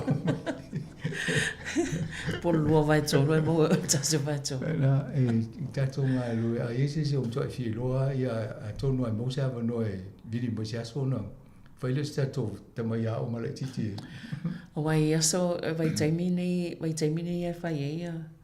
E te alwatu pole mall ia la et tu mai tanga tana wa fai lau wa tala mai lau. Ia ona esa on leia na whai na lo tanga tai e Charles sangam fa fai ngofio na mo ato ile o lau tupe nai nun o le lui tau le I mato I alon whanau a wha pela wa o le kolisi maurunga le taimi nei I a po le university fai sawa te tanga e wawa I pe wha whiana whai le mea lea tu sa o le sina na project nga la tu e po le whai mea o ngana la fai sawa whai le si mea le ia wai e lolo ia na so ni ale le wai nga to e so ni fo tu langa le e to na wa le ulta to masino mati e o lo fai ungo mati e tau na mo o mali city mo le tala fa le tupe e o mai amata mai na so mo a perila tau sang mo vai e o mai na sto tu tasi e o e kale sia tele tu fa tu la to ye le city ile tanga to le kale sia ia na fai lo le o lo tau sanga ile IRD e ta o ma ave I pe pale ia e va be ia to fa fo I mai pe a claim online ta ole ai na si este mi na ta mama to fo I va si te le na wi e tu pe la to ai ngai fa ngo me alo fo po ma diu po nya fa nau ia e va tu ne la li si tu wo pe se fu lu fa fa te inga fa ngo fi ia na fasiri mai lo le text pa mai o fa fe na claim mo se fu lu fa le to le pension o mena e tamu fa ye fi na le ia ye o mo se to ai a fainta ia na fa so le ni so walo to no fa pesan ia wa I pe to fia wa to le si va na le fa ye oi ia na mai le tu pe mo mai o le lo ai le fa pe mai na ta fia le sa ole le e va pe na va va fa la na to fo il te tu pe to e ka le si pol fa la to foi fa mo le si to di di wal fa ngol ma to li city no no winga e fa fo le city le na e na va to mo na cancel la ia wa o kika e va ai la o mana cancel li city e mana mi la mo le original le people na mat e na to tu si mai le o li city fo a fa pe to lu li city e vai lo ele se fu wa fele ina ia tala fia mai mo tutongi o tangata ia e wan mena la o so vale vo ia alba tu nei mo se li city te le ai vai lo tutongi la titi e na fasili mai po fene mo mo ia tu ia mena wa si e wala ina na to tupe vo ia le manilonda. Ia. Ai sa o lele. O ia o tupe ia o tupe a tātou le lafo. A whapela i le tala e le alu tanga te tārsanga mai lan tupe le ofisa la fonga. O fele o lai tau fia le ofisa pe... Pe ia lima tau sanga i tua, me whaina i tua alu i tua le lima tau sanga e claim mai me whapea a. Ia a whapea te le i claim a o le wai whafonga mai po kalame alu to so mai au li siti o le lima tau sanga e o mai nei. Ia na a whatasi la i e tonu o le teimu muli no wha e lima tau sanga toi fo i e tua me whaina whai. Pea lopa wha ia. Ia a whapea o suito e siaki te o sela o tala le ai. Ani tūlanga fisili pe pole alma mau i tū mwhai anu e te tō alu ia. Ia ona whai lole i o lau tau sanga ma tū i tōnu e wawento e mōtu. Na, e lewa whai wai lo pe o tū le si tau sanga wha pia mai pe ana lua tau sanga no whentu a lala mai ma wātua i le si. E te pia tasi a tau sanga, a misi a tau sanga o misi ai nofo mala i tō le tūpele a. Sa o le le. A tū mai wawai fo i. Tū se o le si me alofa le ale malo tū mai i tangata. E wheso soni e la tū whala po tonga. Rona winga la o le benefiti le tangata le na tu tonu lana tupe. A lewa ele malo, ele te tau lana benefiti le whalaputonga wale, ele sana ngā luenga na whai, a le ai tau hona whaisana la fonga. Ia a whai lola fonga, a tato waila ia tindo. Le e fona ia maisi a fwoi whalaputonga le po tangata taito tasi le ela tau foundation ma me whapena. E whai tau miliona na tau polo fiti e mou tau sanga ma tupela ia. Ia a maila se vaengo le tupena e whai la. E whai la. E whio lolo e lolo tūlanga le tātou. Ia wano le stanga te ala na mose pe whapea toi claim pe toi a maila tupa whapea. Le o la ua lafua mole, o lafua mole atua e le mana o toi whapea tau i mai. Ia e ongo e se fo ile. Leo ta tana no le tele o si va ingo le tax le nei am ta u tonua le le nga fa ma pesita Barbara Edmonds. Se tele no se por kala me lumina ina si sile ye. Ya I think ta fu no va fa sana tala o te lo le ta fio fiale parti le pase I la tala le temi o palot. E on sta fa follow mai lo le o la tu ta penanga le fa ye fa fina o ye fo fa nga palot fa tu sina. Ia ai te lo le wawa I umai tua I ngā la whonga ese. Awa ia o pāpau lana ia nā speciality o ia o le loa o le loa ia me tau la whonga. Ia o nai malamalama le o te loa lai e su e fo ia po ato I ngā la whonga lai whai no ese o ke lope e taita tusa matato. Ia na wai le po le ane me tala whengai. Wa nei tau tuli ale mo le la whonga I le ta o le wealth tax ia na te le tupe ia a misi ale tūlanga o le capital gain ia pia whatau le whale toi whatau atu e mawai polofiti ia leo isi la whonga o whaiai ia po mena lai tau wawai mana ia malo e le vaenga le wawai atu I le malo pe o tomu whai e se fufuanga I whai titi ai le tūlanga o le a whainga o a ia inga po to la whono fo I tono whala tonga po o mtanga luenga le malo e taona muli eili pe ao ina whaitau o whonga mo kone karate. A lela e pewe atu, whaitio I nisi o nei pe la pe ia whai nei a mai se lava nei tangata ia ngā lue pe o kilingi po tangata ia ngā lue whapena. Ile whainga malo tōnai, e pe ia la ua mātau. O le leipa, e pe e mafuli lango I le tūlanga o tutongi o tangata. A o le whainga malo le e le o ano te le tūlanga na e wawa ai la toi me se whetu pe la o pisinisi, le au maumea. I tutonu la o tūla whono na amatana whawhau mai ina ia whesoso ane I tūlanga o tupe maua a tangata whainga ruenga. A me se a tangata maulalo tutongi. Le wo mai nei le o lusu tolu tala masene le tonge pe lima sulu sene pe fie tu pe le ni e tonge o le tonge le tu lai tasi a tangata whainga ruang e la veo mai la su tangata adult tangata matu tu o lusu tau sanga melu I o su tau sanga melu I to inga tu pena le wo la wa e le malo le ni Wai, I te tongu tū la whono rai ni, o loo iai ma le awa noa I te tongu es company ia, e le te tongu le ta o le living wage. o mana whatūlanga la tō po le ale tupi talawhea ngai e mawhai ona le e le tau singo le aingo tangata. I o le tau ni taim e maulunga atu le living wage, I lo le minimum wage. O le minimum wage o le tongina le o whatūlanga malmalo sane I la maulalo le tongi tangata whainga wenga New Zealand. Ai au o mana wau ai fo e au whai tō whai tūlanga tamau ainga. Tu whaatasi tu ai ngā tau ese o le soifuanga tangata whamai lola ia o le tupele tauna tongi la tō le temini. I te tonu la tū la whono le malole ne e whatūlanga ia soani I tangata whainga lua. E fitu tasi mo tū la whono la I le ta ua la tō o rules. E la veela ma le tongi o le living wage. Ia le ofa mai. Ia a tele ana mo le living wage lea. E nai tangata kilini. Le o e whaia. O te le lopo la mea laina le na popole. A o nei tangata I o le e mata mo fia. I New Zealand pe so tangata I sao e vai e tu le mana ia. Ia le ua vai e avesi. Ia male mau. I whawhai ngō fia I company. Ona whai konkala te tangata whai ngā. Lenga mai ni tangata le mai whafu. Ia a whapeo tongi na maulalo ai o le mecha oi. A watu alo le tupe whaluina, e o toa te rea o nā tupe ai ne whitau I ma le tūranga o soifuanga I nei. A taula le tangata mai Samoa, lai lima tāla I Samoa, I nei tūla. Ai a veri se fulu tāla I nei. Whapea le o te le tongi, ai le roi le ngā whatia se fulu nā le losu o tolu le ma oisi a. Pe o mea nā le ho whatula I me nei tem, ia se wapa ai po wheo ai whinaunga. Pe langolango ina fo I e pati umale. Staff tolu le o te loa o le act ma le New Zealand First. O te tonua o le leipa ma le maoli, patia maoli, ia ma le green, e le langolangoa. Au te tonu. Le lope fai fo I pipi e Winston Peters wa pe o Winston. E wha ai a mo tupe maua nei tangata mātutua. Ia ma isi fo I so soani e. Ia a le fo la loma le palota e.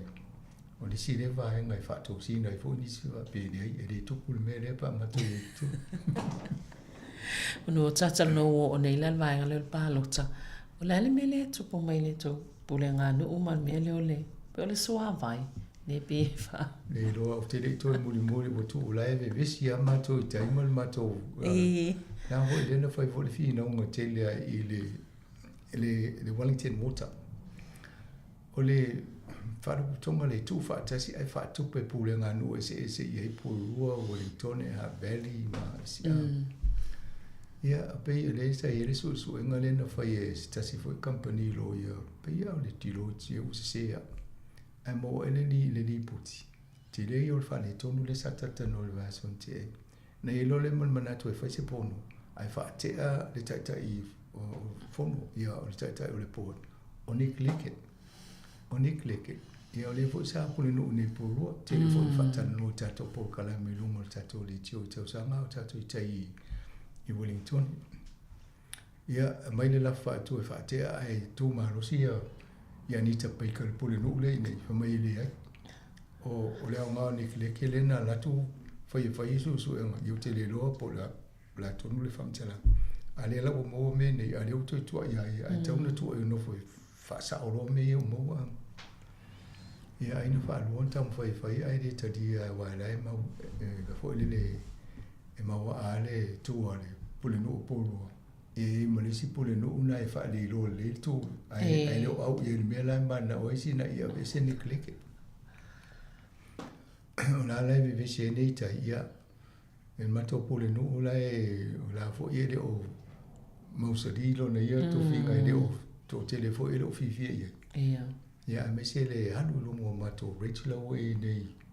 E watu nei ia whamtalanga o le value lo whalele o palasi la lo isi le 4 miliona la walu la lo tau whati. Ai le sue o Rachel o mata o tua lunga. Wane pe no whatasi a alu lunga le tau lo whati. Lo property. Ia, na alu fo le lunga ma Rachel. Ale o whamai e le ai, e le sue le Rachel a le telenga le benga whai. Ale walu la lo tau lo.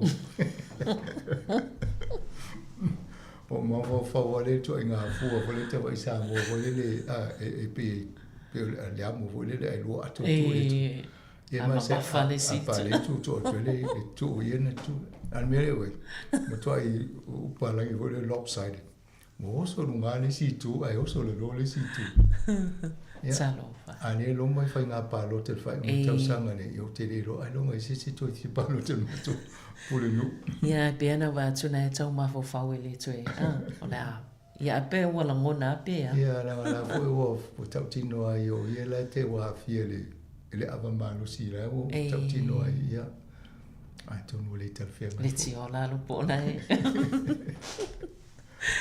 na fai ia tu fai un ia ai o mo le vai ave fai le ava malo si ai le fai le vai ti tau mo fotanga ia tu langa o talonga neva ia so ia tatu e pe va tu mana i mai fo isi au New Zealand neva ia so ia yo na ki ti ale o fa no te le tamate ki ti ale mai mau tato au yo me si la no le fai na me si la ne so siampini wa alfa pele o ina pe au Afrika ma Australia ia vai o tu ko ti nga tu nga mena ia a te lo e fio lo fa se la tu pe mo wo la sa finalist ia ola ka pia la le te no ale o fai nga renga ma le o pepe le o te muri mai fo tau suanga le wa nga le te to a mo le au kila e o tai to le o le lo le pito le lo e so e fa le tono lo tato a o ta ma fo fo lo fa mai nei ta mai wa e ta la si to in de o la amatanga al fai un e sa ia le nga le wa lua au pe au e tato Moana Pasifika le se wa tsuwa li liu ia isi maenga o le tamina mai moi au ye lu no fa pe po ia o lu ma lo te fifia ia ma le o fifia ma lo le awa ali se wo lo ale swing ai o te lo o lo swing ai fo ina le au ne anga ilu Manai. Ia malo, paftai musanga mo po kalame nei tai au, ia ai mole mamalo lau fafonga, ia mani ia tele lavanga luenga o whianga iai, ai toi mau futato fapoponga i lewa iaso, ia ai fato fafa soifua mo nei tai. To fa soifua.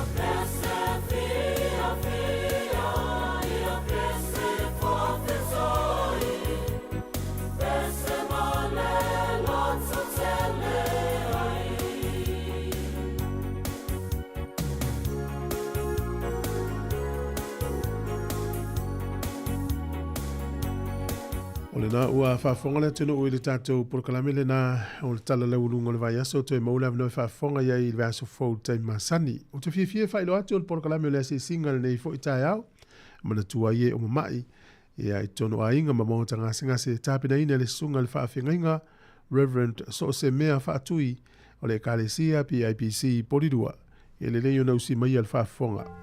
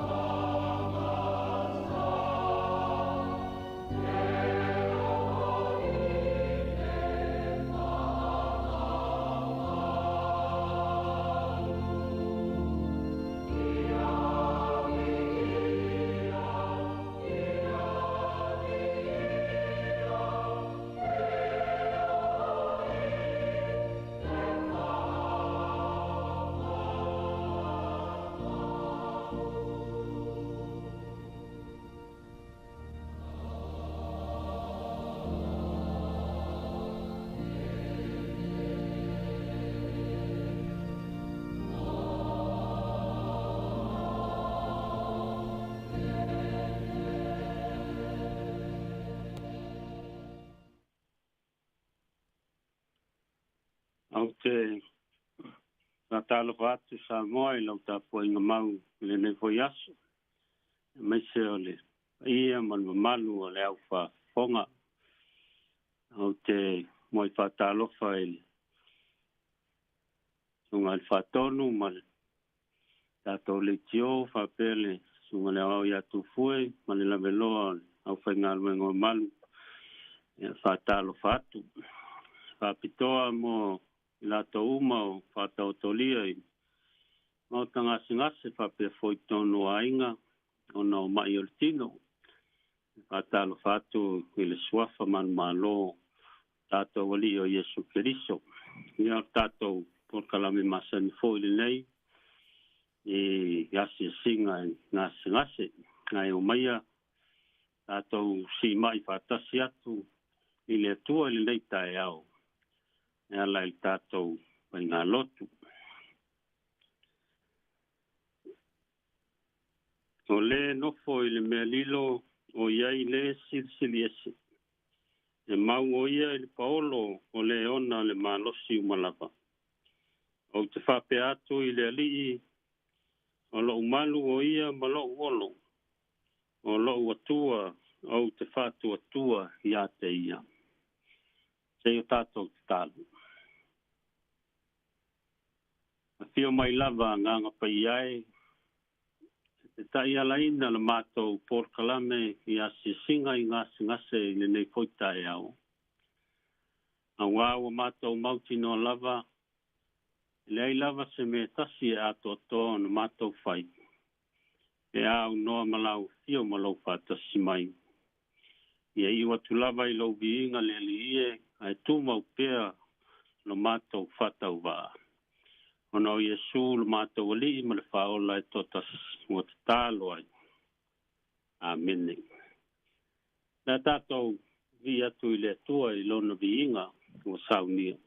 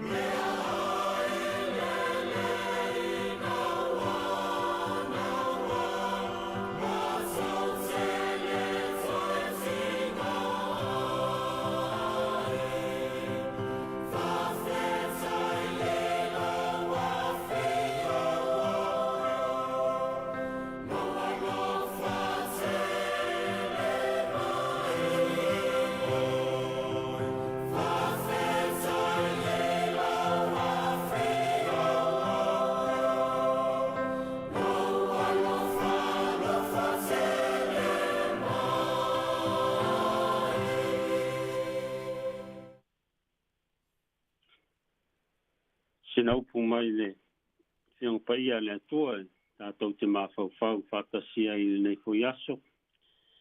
Mo mai le whenga inga fau le vanga li a luka. No nam tau po e sifuru ma le tolu. A whai upo e sifuru. Whangata mai i le sifuru ma le ono. Luka, no nam tau po e sifuru ma le tolu. A whai upo e sifuru. Whangata mai i le sifuru ma le ono. Le au whaita wina. Whafonga mai a ia pionga paia le tātou atua. Sa wa o ia i le tasi sunako i le sapati. Whauta foi. Sa iai le fine wa ia te ia le anganga e vai ai. Ia na tausanga ua sifuru ma le vanu. Ua whanau no ulava ia. E le mawhai lava o na tūsao i lunga. Ua sila fia o ia Iesu. O na vala watu leo ia te ia uwhape atu. Funai ua te talaina lau vai. Ua whae e atu e ia o na ao ia te ia. O na whasa o loa i na lea o ia. Ua vivi ia tu foi o ia i lea tua. O na tautala mai ai lea o le pule sunako. Waita i na ua whamalo lo Iesu sa pati. Wa iane o ia i le moto o tangata. E ono i aso e tau o na ngā lua ai. O aso ia tau te o mai ai i whamalo lo ina. Ai aua lava i sa pati. Tali atu le li ia te ia o tau nā. Tangata whaatia mi o tonu. E le ua taitasi e o tau i le sapati matatala i lana povi po lana asini i wharipoki. O taitai e whaingu. O le fine nei, o le afine o Aperamo. Ua noa tia e satani nei tausanga e sifuru ma le valu. Ua tau, e le te tau ea o na tatala ina o le nei noa tanga i a te ia i le aso sapati. Ia whamanu ia mai le tua ia lai tātou pai tau whanongonongo i ana fionga i a tō maupea i a te ia le viinga e whaavavau lava. Amen. Au te ia whamawhaina se vaenga o whaiupo e sifuru ma le lua. Mo i tātou le nei tae au. Funai ua te talaina lau vai. Woman, you are loosed or set free from your sickness. Funai ua te talaina o ua e sauloto mai lau vai. O lau mai. O le talaina lea Iesu. I le whawhine ua sefuru alu tausanga o sa vali whanau no. E tusa o le molimau a luka. Mai le lua sefuru tolu whamalo longa Iesu o lo whamauina leo whai evangalia. Ngā taio ngā reko luka mai ane. O le lona sefuru i vai leo whamalo longa. E se mai va venga tele na i whaia ato ai male. Tulina o te moni. Au luka lava ia. E se furu whawha malolonga Iesu o lo ia whamawina. Ma o le lona se furu o whamalolonga. Lea sa tātou whaita wina. O le fine ua se furu walu tau sanga o sa vali whanau no. Ua manino o le whamalolo ina o mai.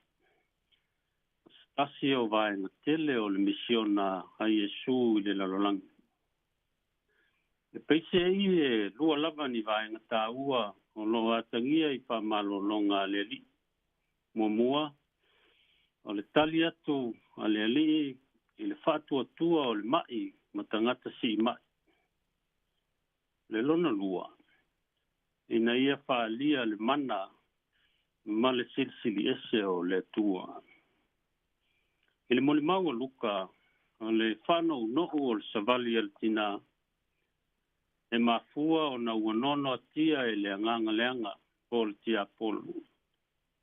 A ono atanga ia na whetala ia Yesu pūnai ua te talaina. Ua sauloto. Ua malolo. E se liso whaola a petalai e whalolongo ia te ia mea uma. Pai mai wai loa o ia Yesu tonu o le malu i le aso sapat. Ona ia walaule ia te ia sau. Ua whanau noo mai le tina ia Yesu. Ona whetala iatu lea o Yesu pūnai. Ua te talaina lau vai. E mawhaipoi on toi whaupu pūnai. Ua esa o loto mai lau maftianga. O le upu pūnai. O se whaupunga whaaloalo e atangi ai whaaloalongia. Ma le amana ia ina o se tina posta maitai i utaia. O le whatua tua o le nei tina. I lona amana ia ina o le wala watu o Yesu. Ina ia watu ia te ia. Ua tau mau alunga ina ai o ia Yesu le li o le ola.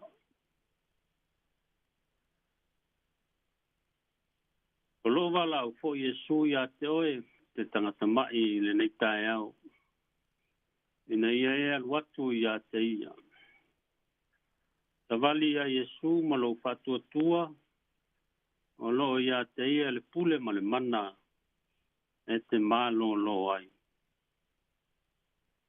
O te whaftai i le nei tina i lona loto tele. E ti ngao na mai. Ti ngao na whanau no'u le savali. Ai lei tau fia i o ia. Mai le alu i le malu. E tā puai ma wai i sau ninga o le sapati. O i tātou te iloa ai whatua tua o le nei tina. E ui na whanau nou lona tino. Ai wasi le fia Yesu le malosi o lona whatua tua ma lona anganga. Ua whae e ao le li lunga ia te ia o na toi sao ai lea o lona tua. O le whae o ao o Yesu, o le whae longa, o le whae unga, o le mamalu ma le mana ua whae matu watu. Ina ia tineia matalai ai no atanga al tia polo. Ai whasa o loto o le tangata maaftia. O le wha o le tanga ua pupai atu ma le ato atoa o le ola. Ina ia wha malo lo ina le tangata mai. Ua suia atoa ai le savali nou sa masani ai. Ona o le mana o le navala umai savali atu. O le whai longa foi o le silisili ese o lona alofa. E le tangata ua olo palaina e le tia polo. O le ola ua whafo wina ina ua pisa ngai ma le li o le ola. O le a whafo wina pea le malosi yaso uma ma taimi uma. A ua whatua tua i le atua o taimi uma. O le a whatupu ina pea atumu ina pea i le olioli ma le fia lo loto. A ua mafuta whatasi ma le ali o le olioli. E vi ai koi e whavavau i le tua. A ua ia mautinoa. E whavavau le alofa o lona atua. O le whamalo longa e le ngata o le fōmo mai o le tino. A ua se vaila aua o ngā hoi mo le loto ma le anganga. E malu o le au whafonga i le neita e au. E mai se lava i la tau o lo pata o tolia i whalaefu ma le apusi o tō whanga. Ona o ngase o le tino. Ua titoe whangu mai e pionga al tātou wali i ala mai le fō mai i aluka mo i tātou i le neita e au. E le ai lava se fō mai sili tātou te si mai i ai. Ua nao Yesu lava le fō mai o fō mai. O a ngase o le tino o le mafaufau o lo feagai ma oe lenei vaitau. O lo vala o mai o ia. O tou o e tinga aina ma mafatia ia venga. O au e malolo ai o tou. Punai ua te tala ina lou vai vai. Amen. Ea tātou watu i lumo le li tātou tār sanga. Au ni whaia tātou talo. Au te wala watu ia i lato uma o lo mawhatia i ngase. Tino po le mawhauwhau. Nei e tūro wa au il vaenga o lo tino. O lo e langona ina le tinga. Au whaia tātou talo i le nei tai au. Lea tātou rifo matatalu.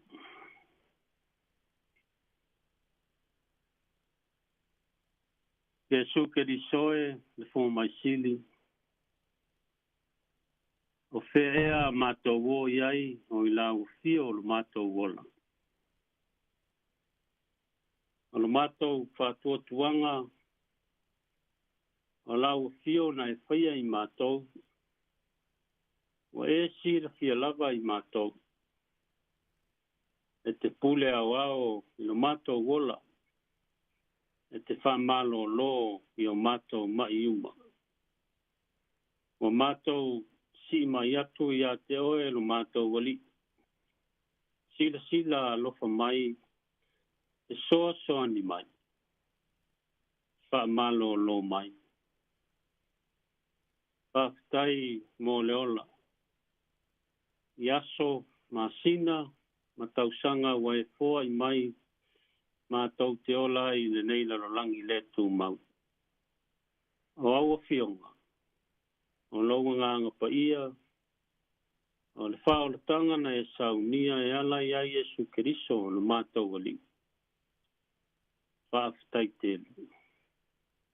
Ia tū mau pēa le viinga i a te oe nei se ia o le whaavavau. Na mā a whai o mātou whata mala i le ola ina o le ola na e au mai. Wha pale mai i loa lofa tū noa. Wha mangalo i mātou e ala i le toto le tamai mā moe. Iesu ke li soe no mātou wali wha ola. O wha lava e malolo ai mātou. Wa mātou sulfa yatu ma le whatua tua i au a au wha ola. E te wha malolo ia i mātou. O mātou mana o nā. Ia whaia pēa lofi na ngalo. A e leo mātou loto. O nau Iesu le fō mai sili o mātou talo maole atu ai. Amen. Nā tātou pesa i le atua i lona vi inga o saunia.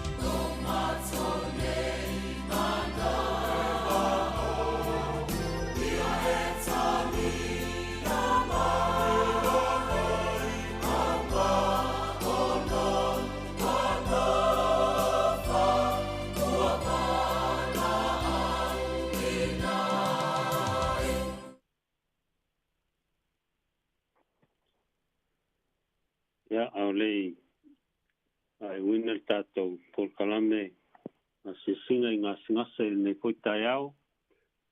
Ia, moni atu le ngang whātai, tungai atu fue man i o tātou le tio. Ia, mō le amanoa fōi le nei tai au. Ia, kawhangia fōi e le tua. E pa ia malmamanu o tātou tunu, lo whātau tolia i mai ngase o le tino. Ia whapea fōi le mawhawhau. Ia iai whamalolonga. Mana whamalolo o tātou wali. Ia utou mawhitianga. Ia ei koilon file mu. Ia ilango malu i nai ki ngā lo whea ngai. Ia mautou le nei fōi vai tau. Ma tau te wina te pea o tau talo. Ia ma mori atu o mātou alofanga. Ia au iai mawhitianga o le tino le koi vai tau. O lea aiu i tātou le talo. Ia tu mau mai ni o mātou lunga. Malunga o lau whanau, ma lau fōwhanga i le larolangi atoa. Le manuia, ma le file mu o lau fio le atua le tamā le alo, ma le angang sa. Nei, asau malava e o whawavau lava. Amene.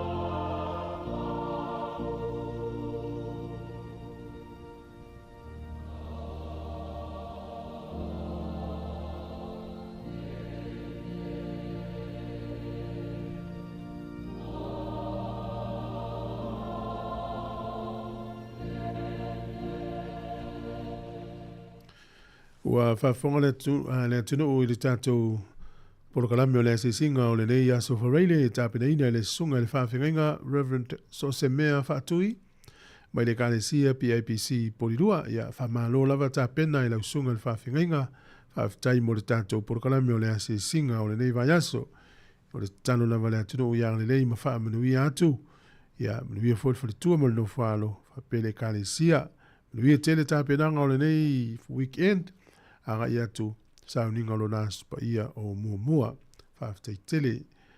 O le taimile utoi 2 minuti ana tāle o le sifuru ma le tasi o le porokalame o le ina ilau atina mata maitai i le tā o le sifuru ma le tasi. Lewe inga o le tua ma le whakasai uru lolo msi usenga a fie inu se tasi na sauia o le wala aulea le li pe o na tusia le perfecta o Isaia. Usmail whafonga lewe inga o le tua.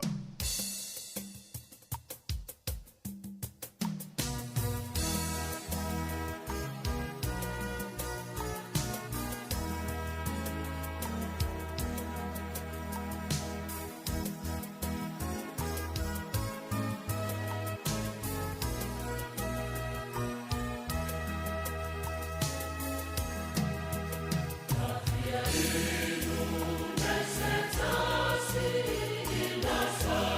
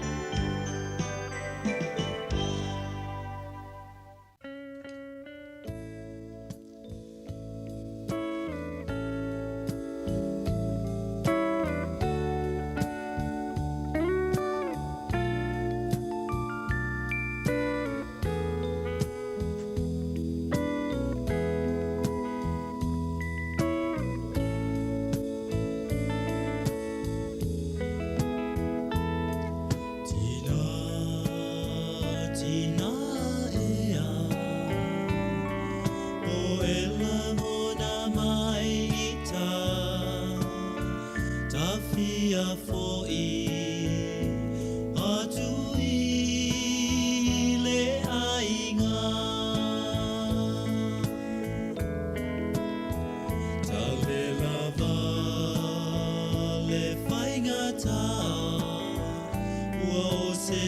mala se pangota le fiva ai atui o folinga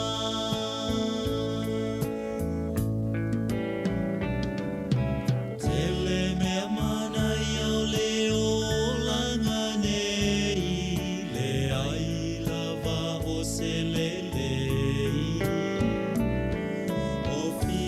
Fianga winga ese malasi ai le suya ai se tali tina ea o ela ngona mai ita tafia foi atui le ainga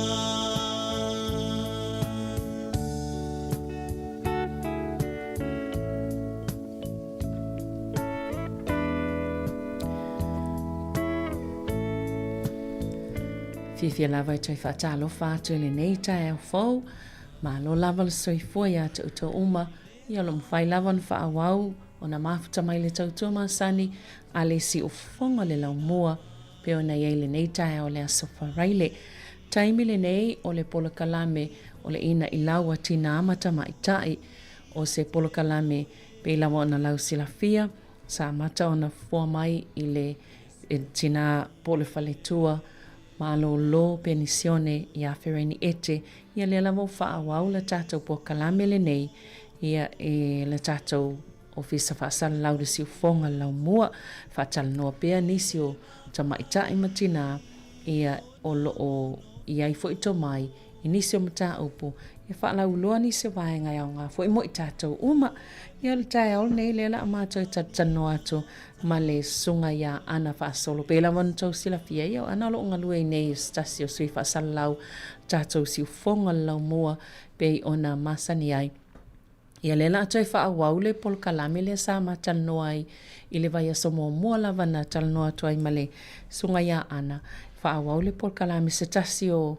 matatao lo uia tau aveina ia au ngā tele mō mātua ma pol kalame nei o lo fuafua mō mātua le wa'ainga le lei ia ma le tau singa o whanau ina ia tuptupua i lātou ia a mwhaifo i ona le lei le vāno no whai o mātua ma whanau ia mai lo fo i mātua le tūlanga i wa'ai le ia alo ma whanau o la iti ia ai le lei lava le tuu atu i le sunga ia ana ua lava lo na sila fia i le vaenga pio nei le tato po kalame nei tai au malo ana Talo fa malo soifua le usa Savelina ia toi fa talo fa fo i le ia mane malo tato o fa fonga masani las faraile ia ai mese fo ia wompa anga o po kalame le ina i lau pe ona amatalia mai fo i ma fitaitunga ia ile fale tua malo lo ia fireni ai malo soifua malo ia o le aso faraile fia o matangata o le au le aso tu ele sto na ia ana toi fo i lava e toi na ona sina tau fa inga mai o le vaenga ta tano i le pokalame momoa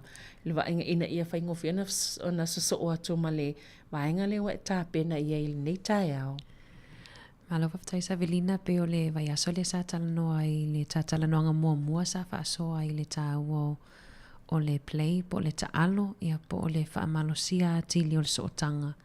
Ia malo ma whanau po le whaataua ina foi leo lo taimi o tātou mātua e whaalu le whanau na le se 10 minute le aso pe sili atu. Sam whai whaun tātala noa i whaatonunga ia pe fia whaatonunga e tatau ona tu i le tamaititi ia tāsiri whaatonunga ona whaatalile i le se 10 le 2 se kone pe o fo le minute ia le process time po le taimi e tatau e ona whaatali se e ulu le leile whaatonunga i le tamaititi lai titi. Tamaiti e tai lalo le valu tau sanga ia ona mawhai leon toi alu atu leisi whaatonunga.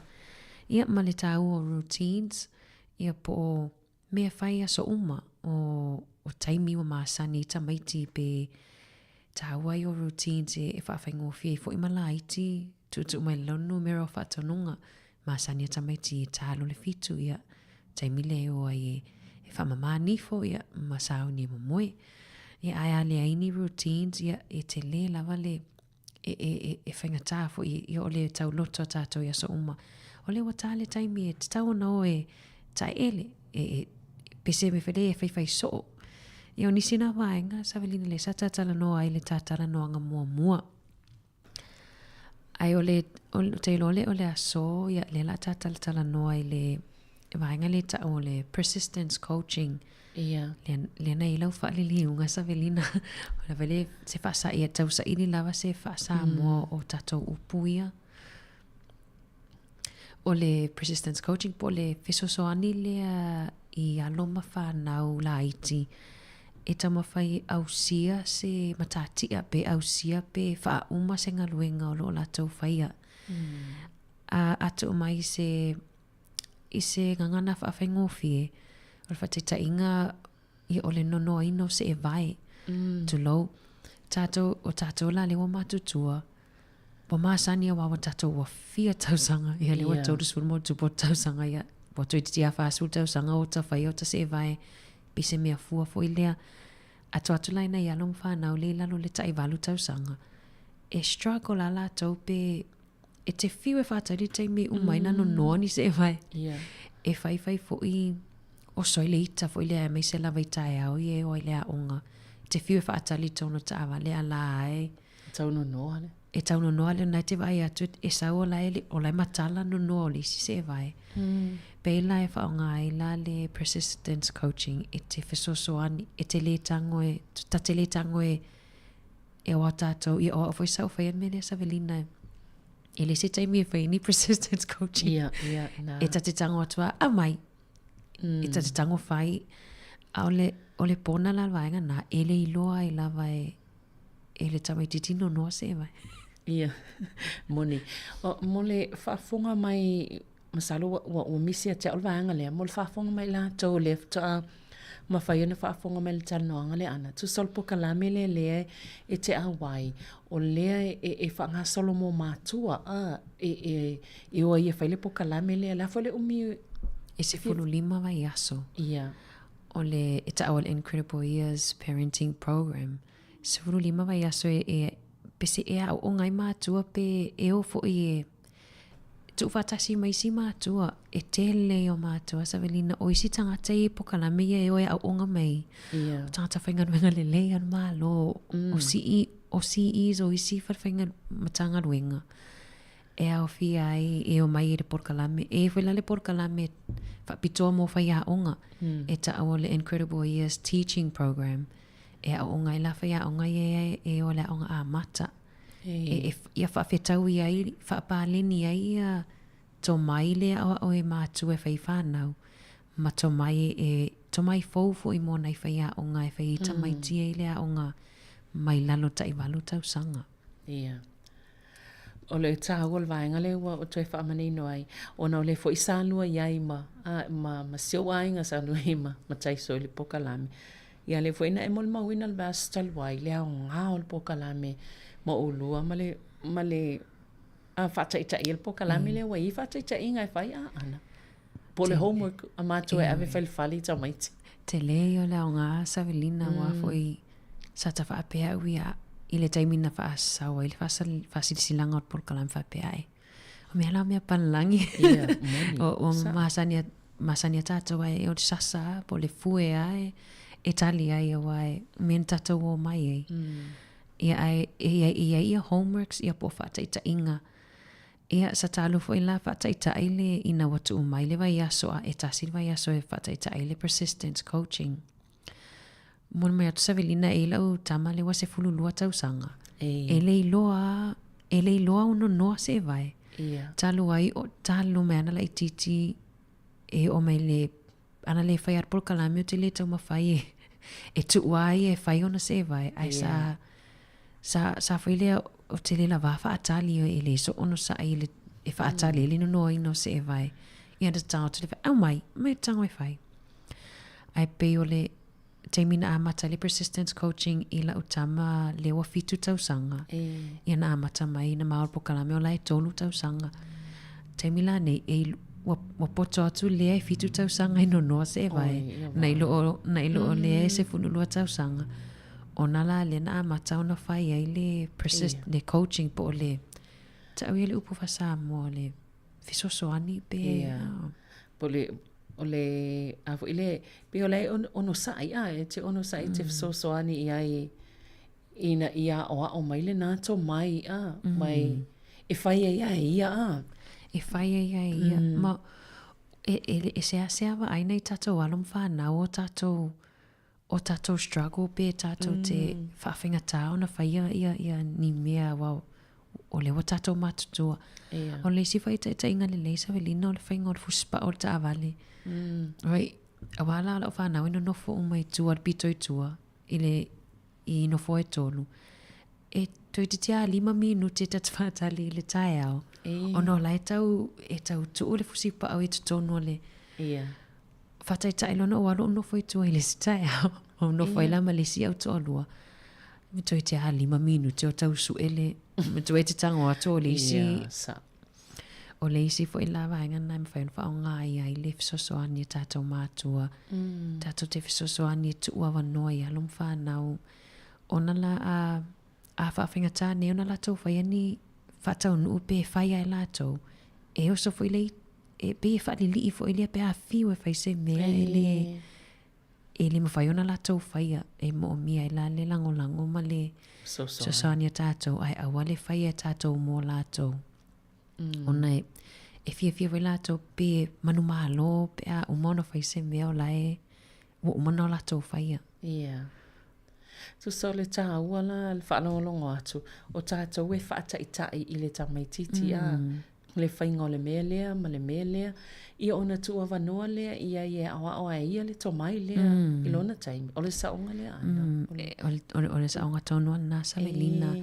ai mai se ato mai o ngā ruenga la i ti tātou te le ma whauhoma mawha e ona lewa tātou mātutua e ai alum whanau la i ti pe whapea la e whai lato ofu o e whai ofu mantai e le tulou ai pe o mai e usi se he pito i luma me tauna pito i tua ia o le si vaenga na ia na whase fo i tai aso ia le usi se o ta ofu ale o wata o mai de polkalame e pau ana le me ngata i le lo tamititi e le malo si tele lato mawhau pe o tātou e awala ni tātou whaape atu e ora upu tu sa velina ni masaini o whaonga we vai lo whaavale valea te pe le upu ale ta o le whaavale valea pie lau le valea o whanau e te le toiloa vai sa au vai whale lo of e whaonga ai le coaching e te fisosoani whai ai pe au le pito i luma na o of na wau i tua ole no winga ole whaonga ngai tātou ole le upu sa o e whai le tamaititi e le ole pe whai le mui na e me se le upu ole wata toi mawhawha wasa whaonga whai ata ita sa melina ia so ia a me se le upu le ole e se whaawalwalea ole whanonoa wata whanonoa taimi ne wata toi mana ona sa ta whaonga anga fhoi sa ta whaonga anga fhoi e la ta whanau le taimi fhoi le i ta tele i lua ia o le si vaenga a o tamaiti te o lato moenga i ua wheala mai le tae au te moenga e le tai ona au sia e le te moenga le tamaiti ti lalo le walu tausanga ia le tatou te moenga e ta telu atu ta whaali i vai atu o la e le o tau ia ilo tamana o i le te ungon moenga e o le si foi o te ngia na whapea we vai le te ungon o moenga e te le ai whaonga ai lai i le coaching po le fisosoani i aloma whanau e au sia le mana onga lai mana na o ai.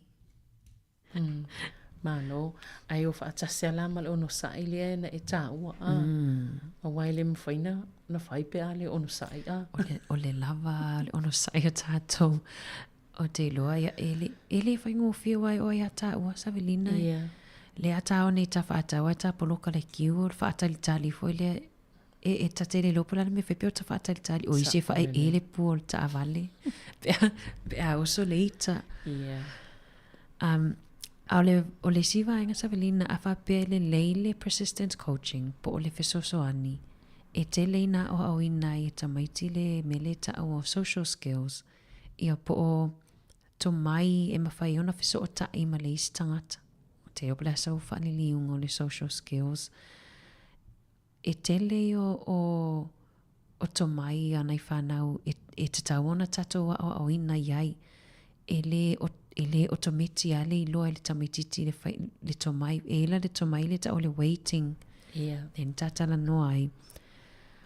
O a whateta inga tatou whainei maa ina i alum whanau e tele i loa whaatali.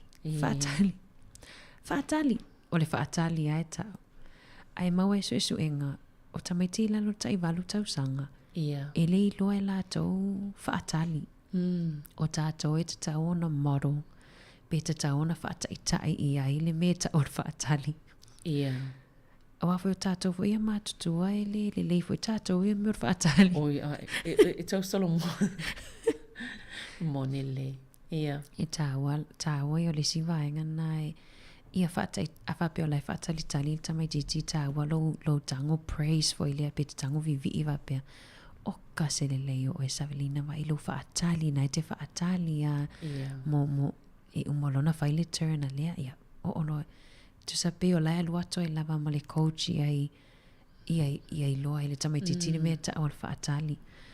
O nona whaataita inga e ai le o pera o lau whanau Savelina a whape le wata alo i alo tamale sfulu wata usanga pe ta alo i se me ta alo ta avale me ta alo ai sau ia luani le fitu tau sanga sau whape mai mama o lo te mana o ta avale la ia wasili tu sa la sama sanion o whaiatu so le avel ta avale ta alo le tama ai wa au ina mai por kalame e le mawhaiona i loa e la ititi whaatali se pe a whape o taimi umai sau ai o te tangot o mai le mea ave ai. O au lau te whai atu i o ia whaatali. To e 5 minute o no o atu le lea o le meta alo ia oe. E tu sa laia au o ia le ai lai te tahona. E ta ua i o whaatali. Awa le lau tango atu nei au mai le meta alo le sa ta al la sa mua o ia le tamaiti matua. Ai le te tau e ia o na whaatali e vai lai e au ina ia ma a alo fo ile a onga. Ele tangi fo ele mana o ile mea lea mana o o ista maiti ele ma e whangata i ona o le waiting po le whaatalitali. Mana ia e vaenga ana o le pe e fōlinga mai e ina i tangata i e fia le stala i le pokalame ia ai se mai ona ta watu lea atono se awale so ta ia tuai ia ana fo ile vaenga ai e sel taua ole mana fo tala no ai ana no le na fai ma fa tai i lana ia fo i whanau po ona alo ia matatono lo na ainga ia le la ia tangia mai ma ua fai ngofi ola le se ta fa solo mal vaenga lea ole ale le swinga te le lava mai le taimi mo ma le taimi nei i le whaanganga la vaenga ia ana wai mo ia le wa ta ua wai sui wa poto atu ia le li le titi le fai ia la le ta ua ingoa la ngalo te lo mai mo tamati e pe ole wa ia tu la le lo le swinga wa ia ma le taimi mo le taimi le nei na wo male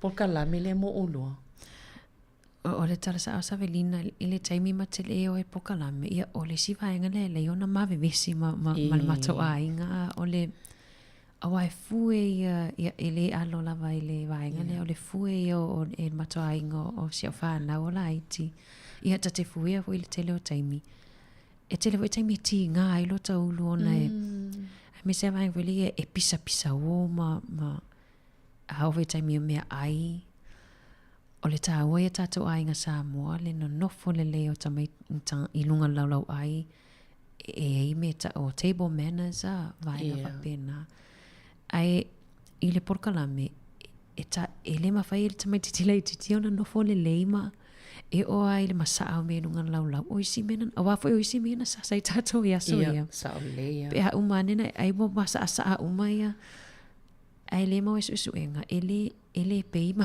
fo tamai tio tātou ele tele se mesi nunga lau pe a o te lole tu o le suinga te lea mo o o le malama i le mafaufa o le tamaititi. O le au mai o lo mafaufa le o toi titi fase fulu. Au mai whapale ni le mafaufa o le tamaititi fitu tausanga. Ua whaingo fifo i wasa le ai ni matou routines sa velina sa whasa pasui sa tele aina e fue pe atu ai ona o e momoe. Aina wa amata fo i routines ia wa masani latou e oi wa oa latou ia wa tale taimi e oi e momoe. Wa o le sisuinga te le sa velina o le vaenga lea pe ala fo le upusa tu low. O ba o le sivaenga lea na mato e fasia ia la o whanau o le pe ala fo upusa e tamaiti. Au le te le o le vaenga o Porkalame e tala noa ai awa i mātua o mai whet Porkalame. O le latou fo ina ia lui tau whai mai e pe e trigger pe e trigger latou pe a palawa vale tamaiti tu low. Ai ona la taimi le matua i ta tamaititi. La foi lo se upu te lea se upu sa ia fasilo e mo Porkalame e fesiri mai do vaenga ia na kini vai na Porkalame ve mai e tau telefoni upu sa pe atou feita. Ia mawalele ia e fesiri mea mātou ia wa mafau e fatu e taimi e la foi le pe ha o valo taita fe me lo lato e tutusa le mal tamaititi pese me foi le e mapu ai ia le sawi fafoleita ia wale toe mafara e lo mafau pe a papea wai e ile taimi e te vai atu matua i lili al tamaititi le ita la folo male upusa ile ile i posto na uso posona wale toe o sola so ita pe a ona la wata malama e pe fe o taita mata i fe rola i upu e la weta maiti e lai lo upu tato te whaonga moi ia e pe o nisi na suinga ai me se la vai sio mato ainga sa velina wa i o mawalina fe o la umai sa moa ia e pau a meno tawa ai ia ole sasa lava ia e wo whaftaile li mo ia awa noa. Ia. Ele ai ase se o tātou ele isa saina wai. Ia e pau lava o tātou lava ia nā tūran tātou ola mai ei e pe o le wale e sasa e angale sasa e whaatonu ai. Nia man tua le fo tātou mai nei atunu e se fo ia lātou ia male soifuanga fo i o nei o le o tātou iai. Ia ai ese la le au ngā o le whaalongolongo atu le Porkalame. Le ngata au ngā mo le tamaititi. Ai pito silo na au ngā mo tātou ia mātua, po o mātua. I le wa ainga o whanau. Ana se ita se pe se pai ia le Porkalame. Ia na toe fo i mai lea whaawau le tātal noanga nei tai au. Malo lava.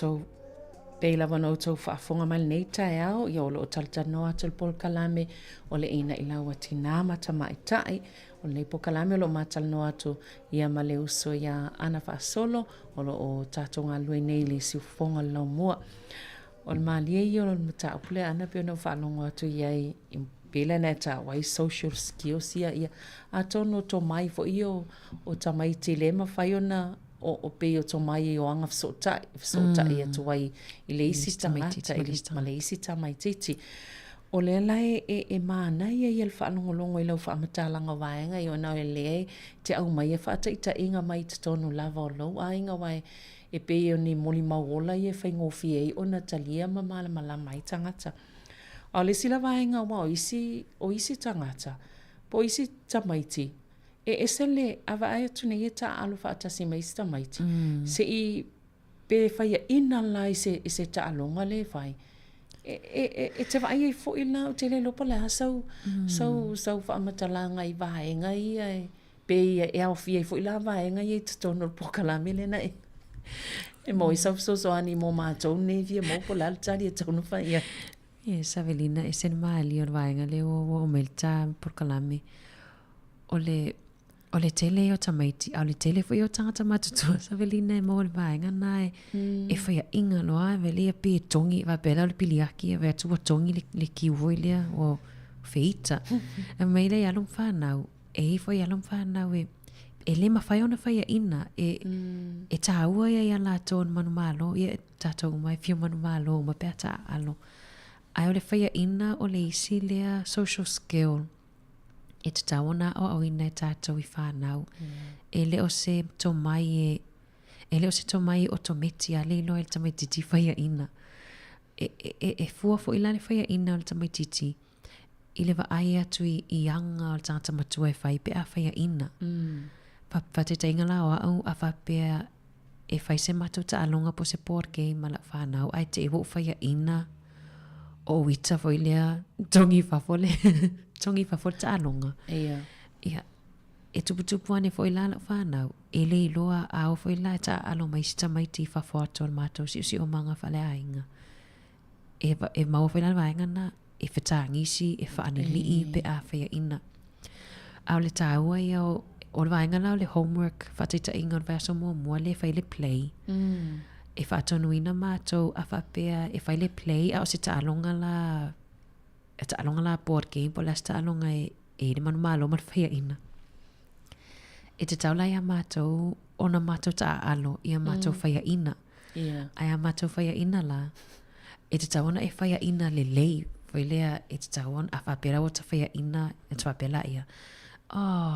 Ia, toi whai le lope te o malo ile. Tu sai te fia pe e whaia ina. E tu sa lai te tango e moro la tu le tamaititi. Le ai la le e te tauon a whaia ina whapea. Ai a whapea lai te whaia ina ai e lafo se upusa pe te ita. E matutuane fo i la alon whanau. E oa i me oa e le mawhaiona la tau whaia ina ona fo i la na wa ai atu e oso leita o tātou pe a le manu malo.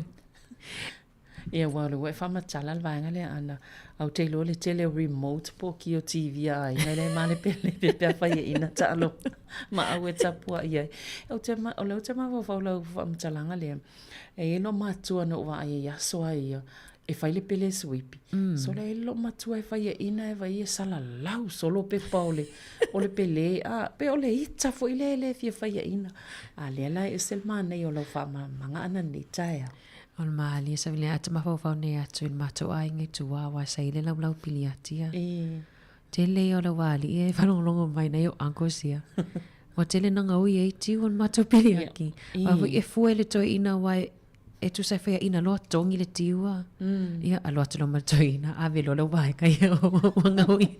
Ai ona o le i loa whea ina o le lema whai ona whea ina e i upu i te whaalongo ai I tala noanga fo ifa mai so o umalan tamale I tale anga pe fa ina ai ona la o pese cycle fo leo life tu fa solo mai ai tawon tatu tau fia I loi I tama fa ona awa o ita mai time fa pe a fa ina ona se tasiuto mai ele fa pe na fana nau mai malato ete awa o mai lato ya tato Malo, ia o lena e tā ua nei ia stasi o tō mai ele I whanau mai malato.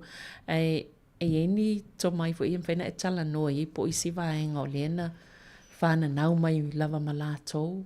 Moni Savelina e le vaenga o Polkalame e o ai le mele ta o te no le lava sila fia fo I le tato atunu I lato I lava tō mai ia vaenga o le temperament ia po se im foi se ati au Savelina I sau pasa mo po le natural tamaititi po le natural tātou tangata soifua na soifua ma feola mai ma tātou many personalities foi o ele ma fai ona suia e tangata matutua e tamaiti matutua ne wa sui e wa matutua na po tai tolus fulmo tu putau sanga ai peo o le esenga o temperaments po le esenga o winga ma mionga ma natural o tamaiti ma tātou matutua ia te Savelina ni tafa asoi tua I nisi fo o nga sa e awai o e iwa ia au tonu na Polkalame o Incredible Years e vai lai nga e wha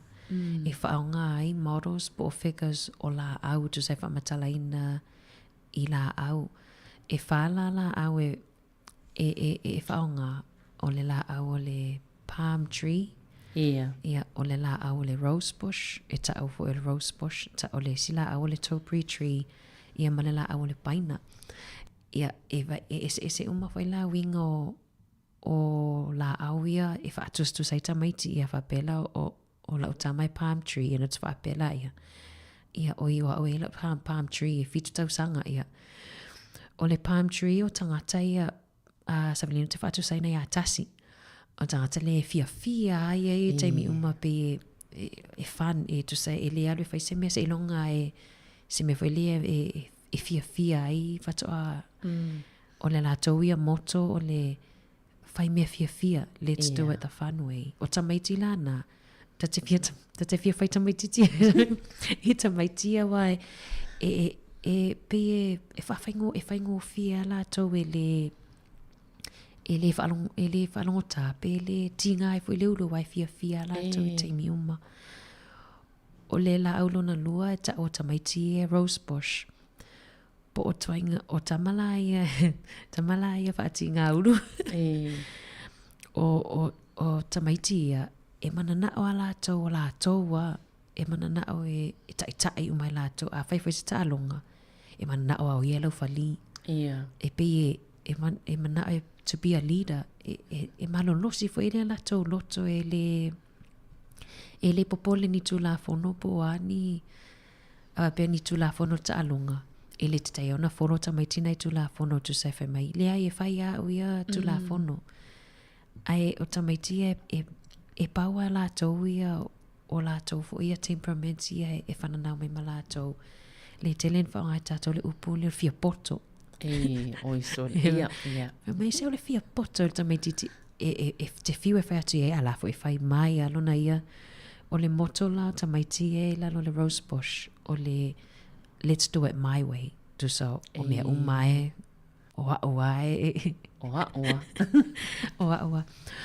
o le topiary tree Savelina ia topiary tree le lalo ta ua o te lo ta ua e tu sa I vaenga e tamaiti tangata fo i e whatu saina lai tangata matutua e tangata a whai ni fono ia e nau naua e awana I tuai tu sa pe 5 minute wai o ele manana vainga fo ele le tamamu e atua a mata se mea o tamaiti fo ila ia e popole a ia tamaiti e mau le Taupo Tree tu sa a ave ia se ngaruenga e fai it's tawana in detail it's tawana tusi umai lano me it's tawana fai ona e popole fo ile mai e hi fo se me fai le 5 o la fo le me le fai le ona la o tamaiti fo ie mawal anxiety e tamaiti e Taupo Tree ona e popole ala to ia e le lato moto whapea e te tauna whaire mea sao. Ia. A ta alola se ta alonga le whale, ai ta alola i se Taupo Tree, ma se Rosebush Tree. E pe e clash fo inga le tama ia pe e white e nai o na la e aluatu lista mai titi whai mai. Sui umai au ia tula whono ta alonga. Ai aluatu la Taupo Tree mai. Le ai o le tula whono sao a lea. Tusa o le isi le mafua angai le ona misa ta mai i te tono o ai. Mana ia, tusa o le te tala noa mai, a lau te mawhau le toa inga pofeo le na e ta ua i vaenga lea a ele mele te la vela. A lau te mawhau isi tangata ia le se o manga ta te iai po tono lo ta inga, po la toa inga la au le iai po ata. Ono le fatus tu sai vaenga ta itasi ia wa e au maia. Wa fo ele va e umantu umailo le homework le vai aso lea. E te alue ilo po ai tangata le te tono lo ainga. O ia vai. Ia o le mahali e pe alu ne fai le homework vai a wai te whapea. Sa ola le tiola. A le tiola a whapea tangata. O le tato la au muli o le pine tree ia po le paina. Ia o isi fo i o tamaitia le ta o tamaiti le lei. Oh, le paina. Le paina. Tamaitia e whaalongo e te whaiatu e le tali mai tu sai e pia relax ala to i taimi e taitutusa ma le palm tree le paina. O le ato ia moto o le let's do it the easy way. Ia pe mana o ala to ia whaafengo fia mea uma e li se me e tate mawhawhawa ia i le taimina whai le mata upule por kalame. O ta mawhawhawa i tangata matutua ia tātou Savelina. Ia. Le tiola e tangata o lo ta ainga ta te loa o le whai yanga tu sai e tuai e wailoa e tangata mai ia langa e tuai mai ai fo ia tuai mai ona la e paua o la tau tu sai leo se whai yanga o le e paua o la tau natura ele tu sai leo se leo se meleanga ai o le au ngai o le mawhemala mai po ai tangata ni te tono lo ainga ai mai se la pea whapea e ese fo i temperament o tamaiti. E o lau whanau e maua umai e sui filo. E whainga tā fo ilana whetu na i mātua ia pea whape ese umai. Tu sa lau le aunga na e alai ona kilivan mata upu lea. Ia target ai pe e work around ai pe ngā lulu e mātua e whaafetaui tu sa pe whaapaleni ai ia awan i ai le ia mala mai whapea ia ele tioa whapea tu sa pe e whaapopula ia matau tātou o mātou i le vaenga e leona misa tamai mai se e leona misa ai mai se pe whapea sau Rosebush ma sau Taupo Tree o lau whanau o lau tamaiti matua e Taupo Tree o lau teni titi lona lua ia e pampe pain e se whai ngofi e vede te whialu ma avi me a mara ula i titi la ia e whilam la lua ia o nai teilo e loe Savelina o lo te ata e isi vaenga i o whaasoa mai le pokalame mata o mai o lefa mai le isi o la mai mawe pia na whaapea pine tree o malana whanau ia e fo istina le ta o mai o ana grandchildren palm tree lesi a Rosebush lesi ia malo whaatala whatua ia makiwita mona le mawto me o kilan ia mana ia e peila le ole mana ia le tala no atu ia le whaasoa mai tangata tu nai o whiana la iela o tama le au whi a le weta ua mai fo ia vaenga le tono lo ai whaftaia ana mo le mai o whaataita inga le au mai whaataita inga o waloma matatono lo ainga. Whengo fie fo ona momoli mai le fe au ai mai sel tā ole.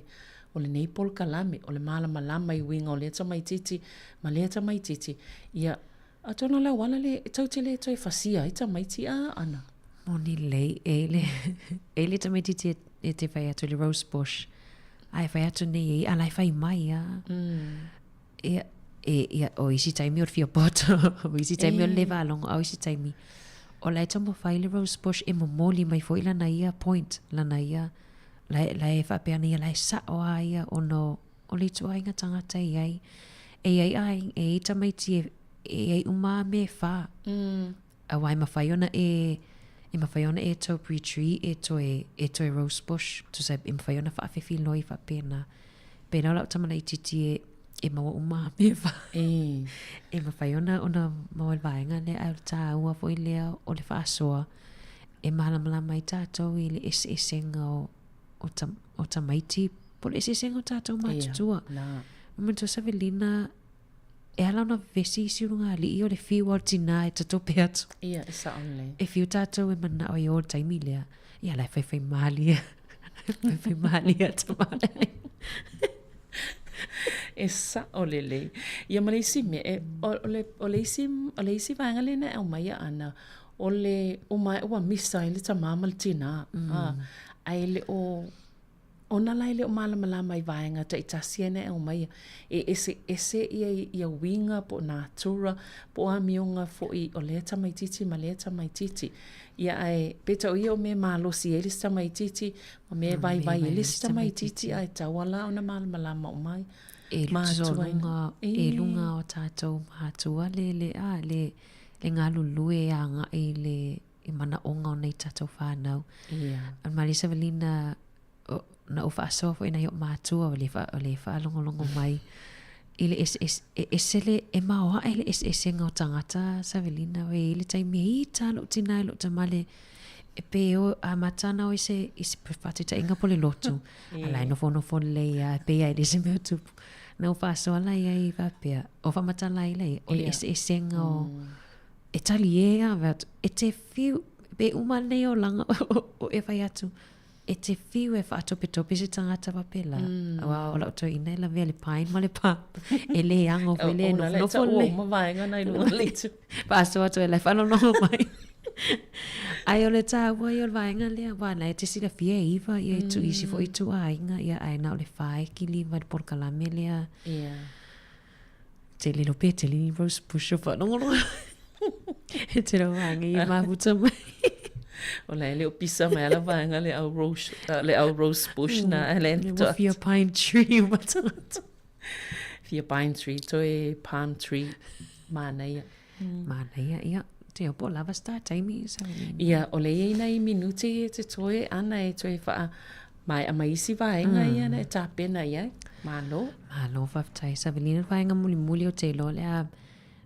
So o toi se spoka la me lumana ai a mata tuai o le upule ta o le validation ia po o le whawinganga pe o superpowers po o malo si anga ia tātou te fisosoani tātou whanau ina ia I loa langona ma whaanongona lai langona I tamaiti so sai e tātou te whaingoa ina I langona o tamaiti lai langona I lea taimi ma lea taimi O le validation Savelina e time e sirena fai ma watu fa tai inga fa fai ko fia no fa matala e time e ftangi se tato fa nau o mai a tato manila to fa fitauli e la time tato te fa pe toi o la me tangi e te fi we fa tali se tali me le tamai titi le ala titi tu sala I le porkalame e liu le fesili so o tato o la me tangi so ili liula ele fa ngangol validation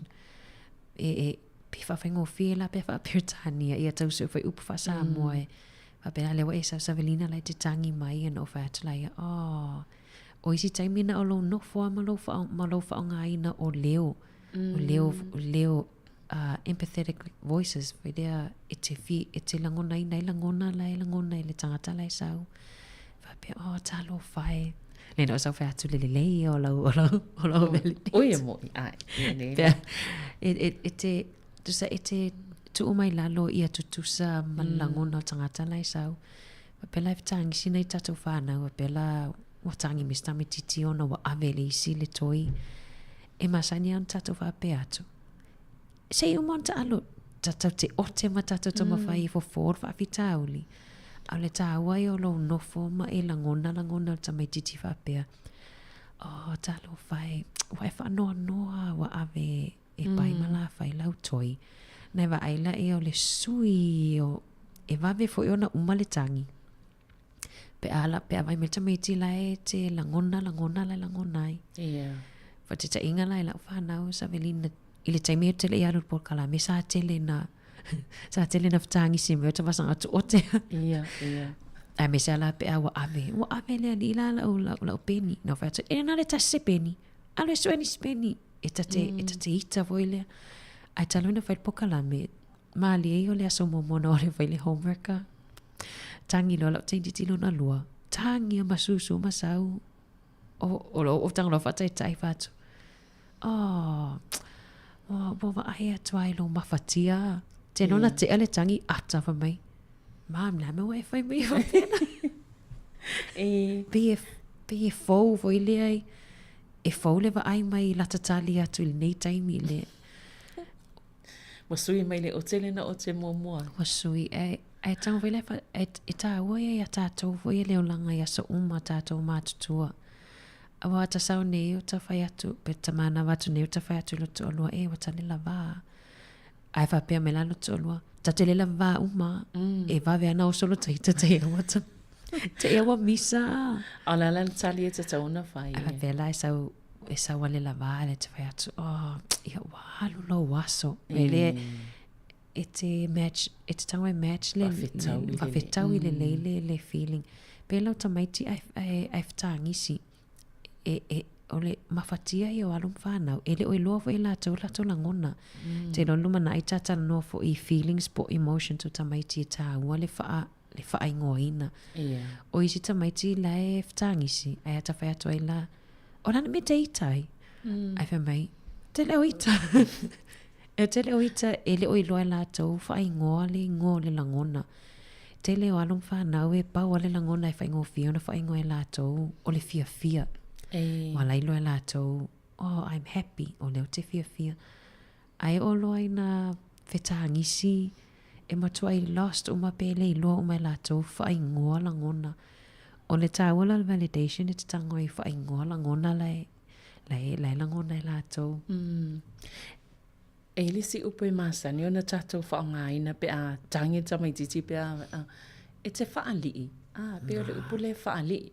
O le ala so soani mahinga le anan. E tamaiti e te whai atu loi ei. E te whaalii. Tili lon te upo por whaalii. Ai, tusa ole a onga mai lawa i el porkalame a whetangisi pe whaalili. A whaalili la tamaiti. E le work la le validation tusa e le mawhai ona e tango e validate te tamaiti fo ile o matua i whaali ia tu sei i siri alo whaatalitali ma e nofo e awa e te whai se tala na olo nofo ma e ona e le o langona e lātou au tala lai whai atu pe a whape wa whaali tu sei e tau e tātou wa flip le led o le mawhau o le whai ai e tāua ia pe a whape i se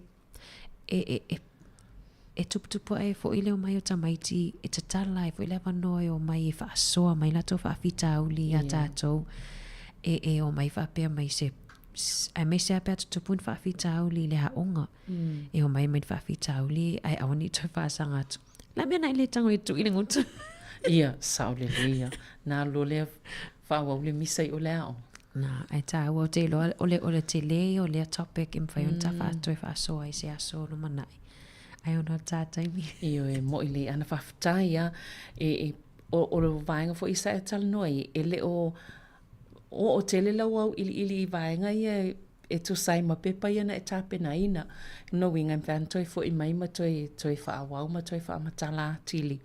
Ia e ona o le tamwhai tuli le taimi ia e pe o le mafuanga nā mo le sila fia lau whaafonga ai whaaftai te leo talitonu foi ia wai ei foi se o ngā moni si o lo mwhen whaafonga mai ia e whaaftai foi la tau leo lo mwhai lawan whaasoa mai lunga le tatou Facebook ma le YouTube ia tau manatu ma tau finangalo.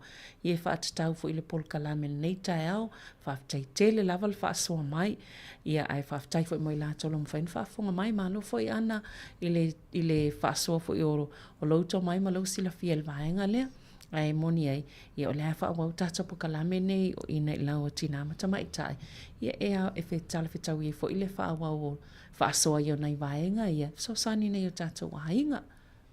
Moni lei whaftai la Savelina ia whamalunua te fwoi pehau i se upua le sa ua sala i lau whafonga ia te loi ei nisi o tata o whafonga i sili ato la to mai i vaenga o mwhaina whaasoa ai ia ai whaftai fwoi le so ni mai fwoi ta po kalame Savelina nei awa uli manuia te le fwoi le whai unga le vai aso pa ia male malo tata o whafonga ia malo whaftai la paana ia o tata po kalame na ina i lau tina mata mai ta nei vai aso ai to e maufo le whaupoponga i le vai aso fo ai whaftai tele le whafonga mai o le aso ai mata ato talafo matala mai Samoa nei fwoi taimi o le awa uli.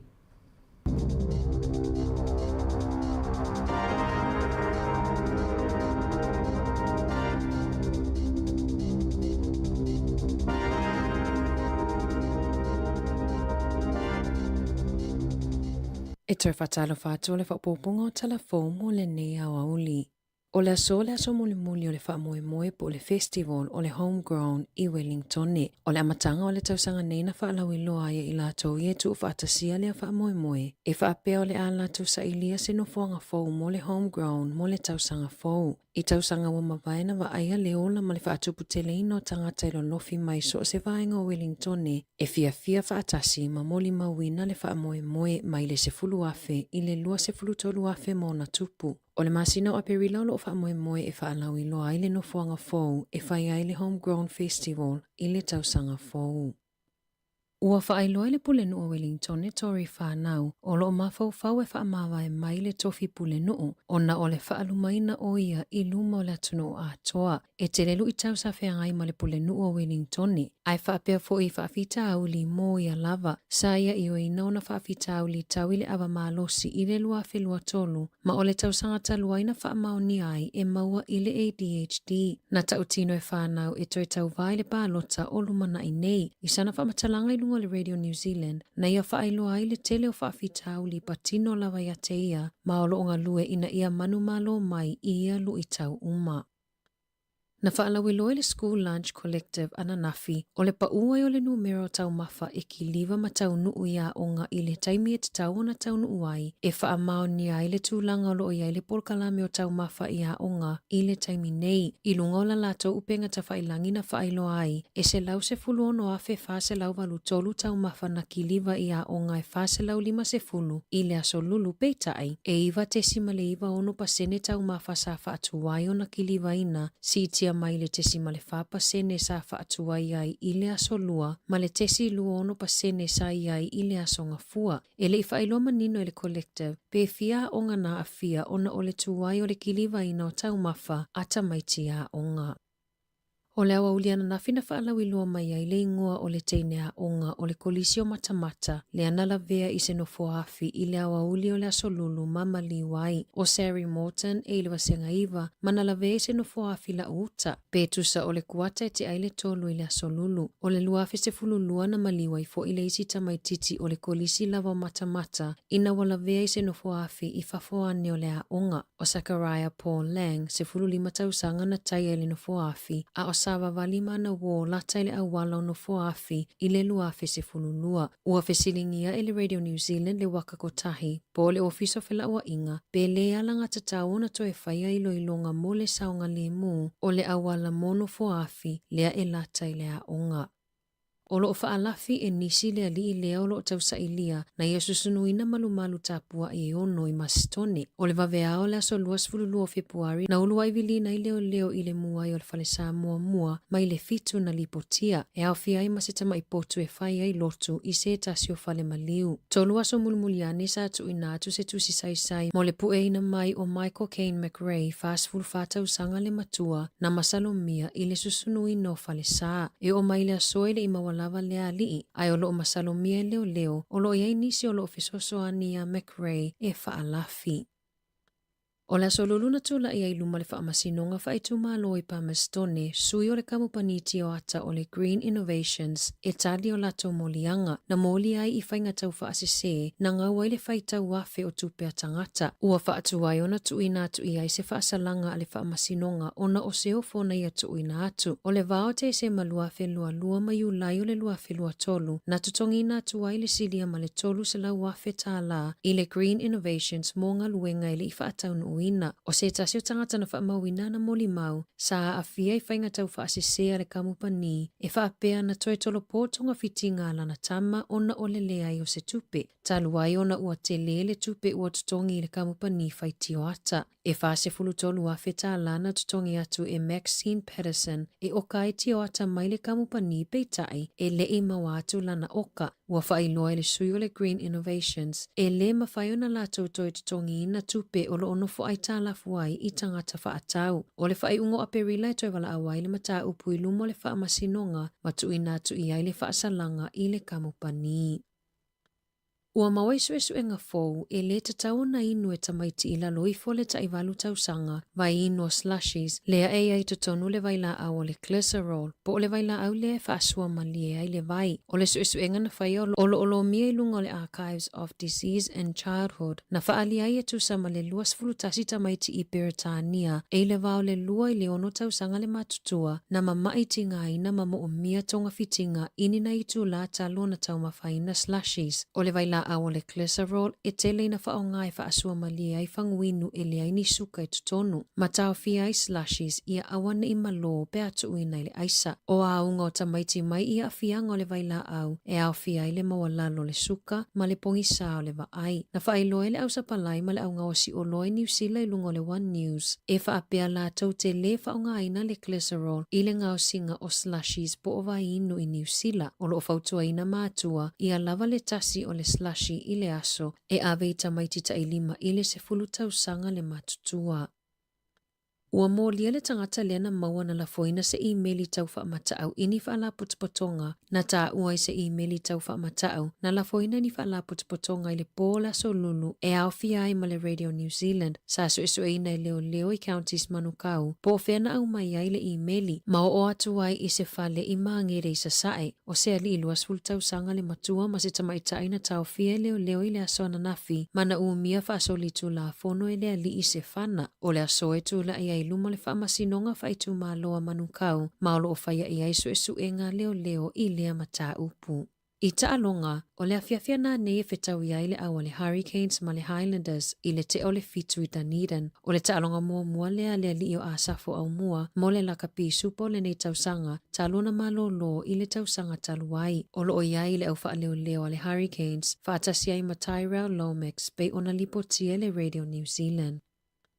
Ua whaatonuina le whaala putputonga fusua le lalolangi le li isia umpini o Alexander Usyk whaapele alo Samoa lupe soli aila au li Joseph Parker ina ia amata whaatala noanga awa se fusu anga I sa ili ai le sia mupini mo le panga mamafa o le lalolangi. E tolu se fulu aso ua tuuina e le WBO ia Usyk ma Parker e whai ai se la malilienga ma tuuina atu se la tali. A whai ai musu Usyk e fufusu ma Parker e fōlinga mai o lea ave e sia le fusi o le lalolangi o lo ia umia. E peifo e ona ave ese le IPF le sia mupini I le tausanga na te anei ina wa musu e fufusu ma Dubois e pui mai le fusi sa ia te ia. Tala fo ia mai le si ufofonga le lau mua mo le newa enga o le awa uli.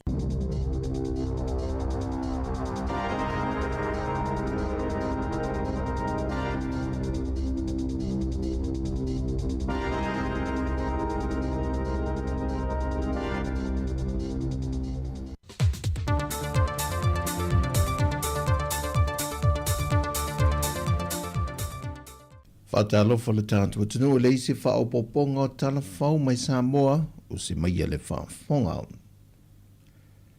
E manatul to te leo mātua Samoa, e le ai tele se au ngā o le tātua ngana I a tātua whaanau, o na ua mafuri atu le laulangi le whaonga ina leo le ngana Beretania, e wheso ta ia I mea umalawa e mai se le tūlanga tau iawa o ngā.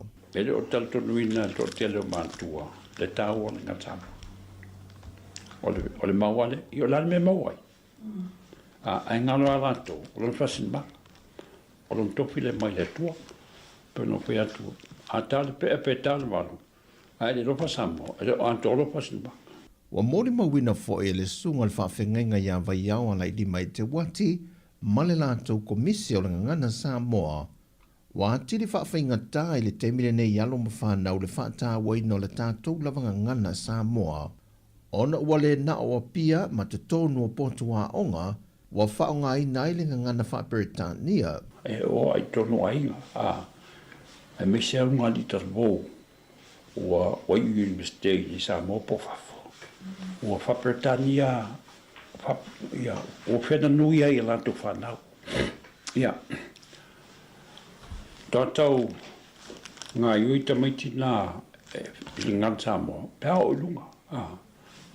Mai ai lango, e whena nui ai o lantu ainga. O le whengatana, e le ngata la mo Silvia, e le ngata ia pian melea. Ai hoi tua. Wala matu sa ni linga. E o a isa pai. O le whena nui a tele o a inga, o fwoi mai whafo. Wa o ina, whena nui. Whao popo atu e ma le whaonga ina o a wala wha teknolosi le nei teibi. Ia masini lai e hoi at. Ia whora te maiti nanu e sau masini ia. Ia, o le mea nā le te e tamaiti. Muli ai nanu i mo whena nui atu e lapa. E le inda tu poto amba pena. O le lai fuo le ngan i le komisi. E wa ai mena. E waisinda tautā. Ai, o le hai whao yo i malo po sa i fo ini so di mai business. E whai ai me wha pena. Ina ia lua. Ma po kalamea palang. O le tausanga e lua fese fulbale whaa. Na pasia e le panemene, e whatuina se komisi o ngana Samoa, e whatawe nei lopor kalame masile le tūlanga o le ngalo ma leilo ato o ngana Samoa i au ngātu pulanga whaiae. Peitai e le lua tausanga taruai, na amata whatu mai e le whionga le li puleo le Samoa Capital Radio o le siufonga le laumua, le whionga afmasanga te alu moresi, le ngao sia le maritu whaata sia, o se api wa fifi loi uma i ai vaenga ese whaonga i nei alum whanau i le whata ua ino le ngana Samoa, mai wa mai a foi ona whaalau i loa le tausangan te nei, mai wa whaonga i na inisio a onga, moa o a onga halo ma whanau la iti. O le app o le ngana Samoa, o lo ma whai ona e maue lunga o peng te wha ilangi, wa mai a tāpene ina le siu whonga le lau mua, i le whata ua ina o le ngana Samoa. Wa avende o se whawhitau li tu ngai mawhawhau o tangato le atunu, le whawhitau li o le pē so o le eletise, o nisi o teimie pē whaalau se so, au nisi o teimie whaisi o mie moto si ai le eletise, e maota malawa o ainga te tasi.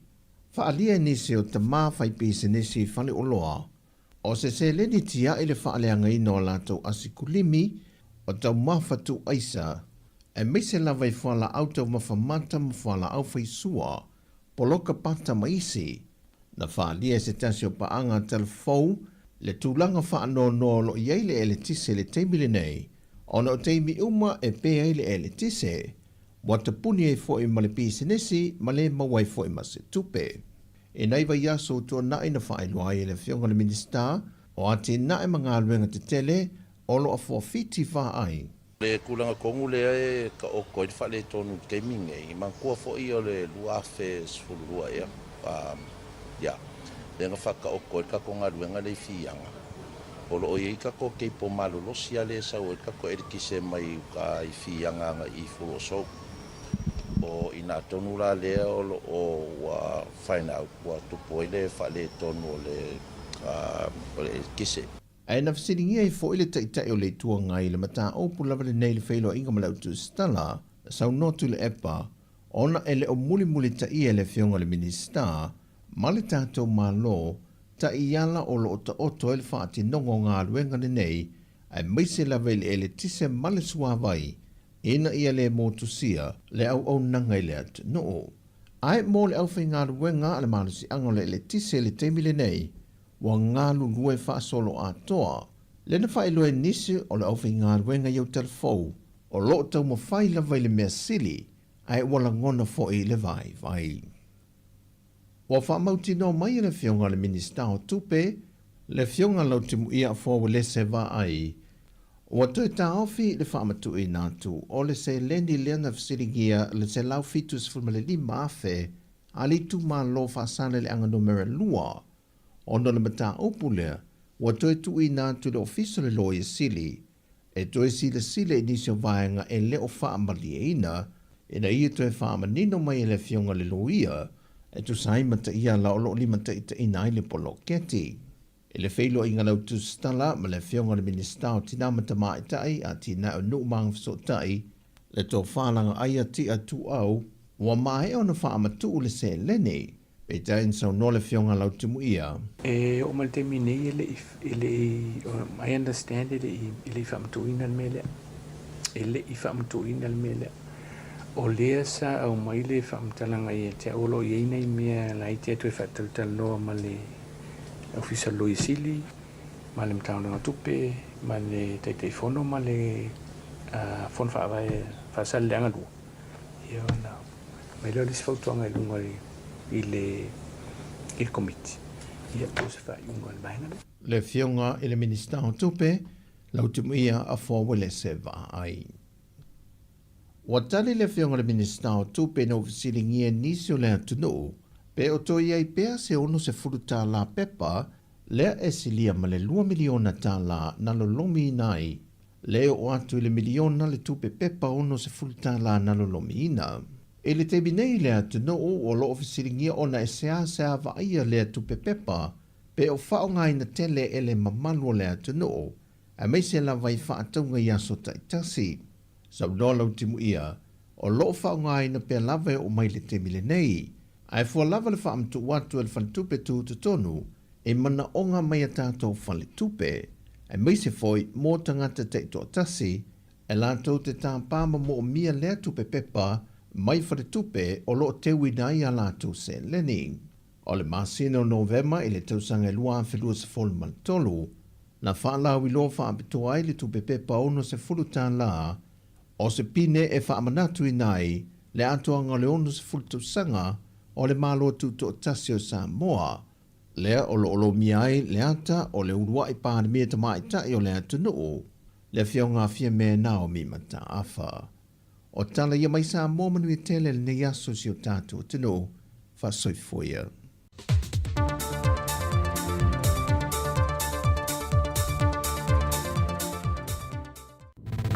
Sika o malo longa ma tau mafutanga o leo au li si fofonga o le launua.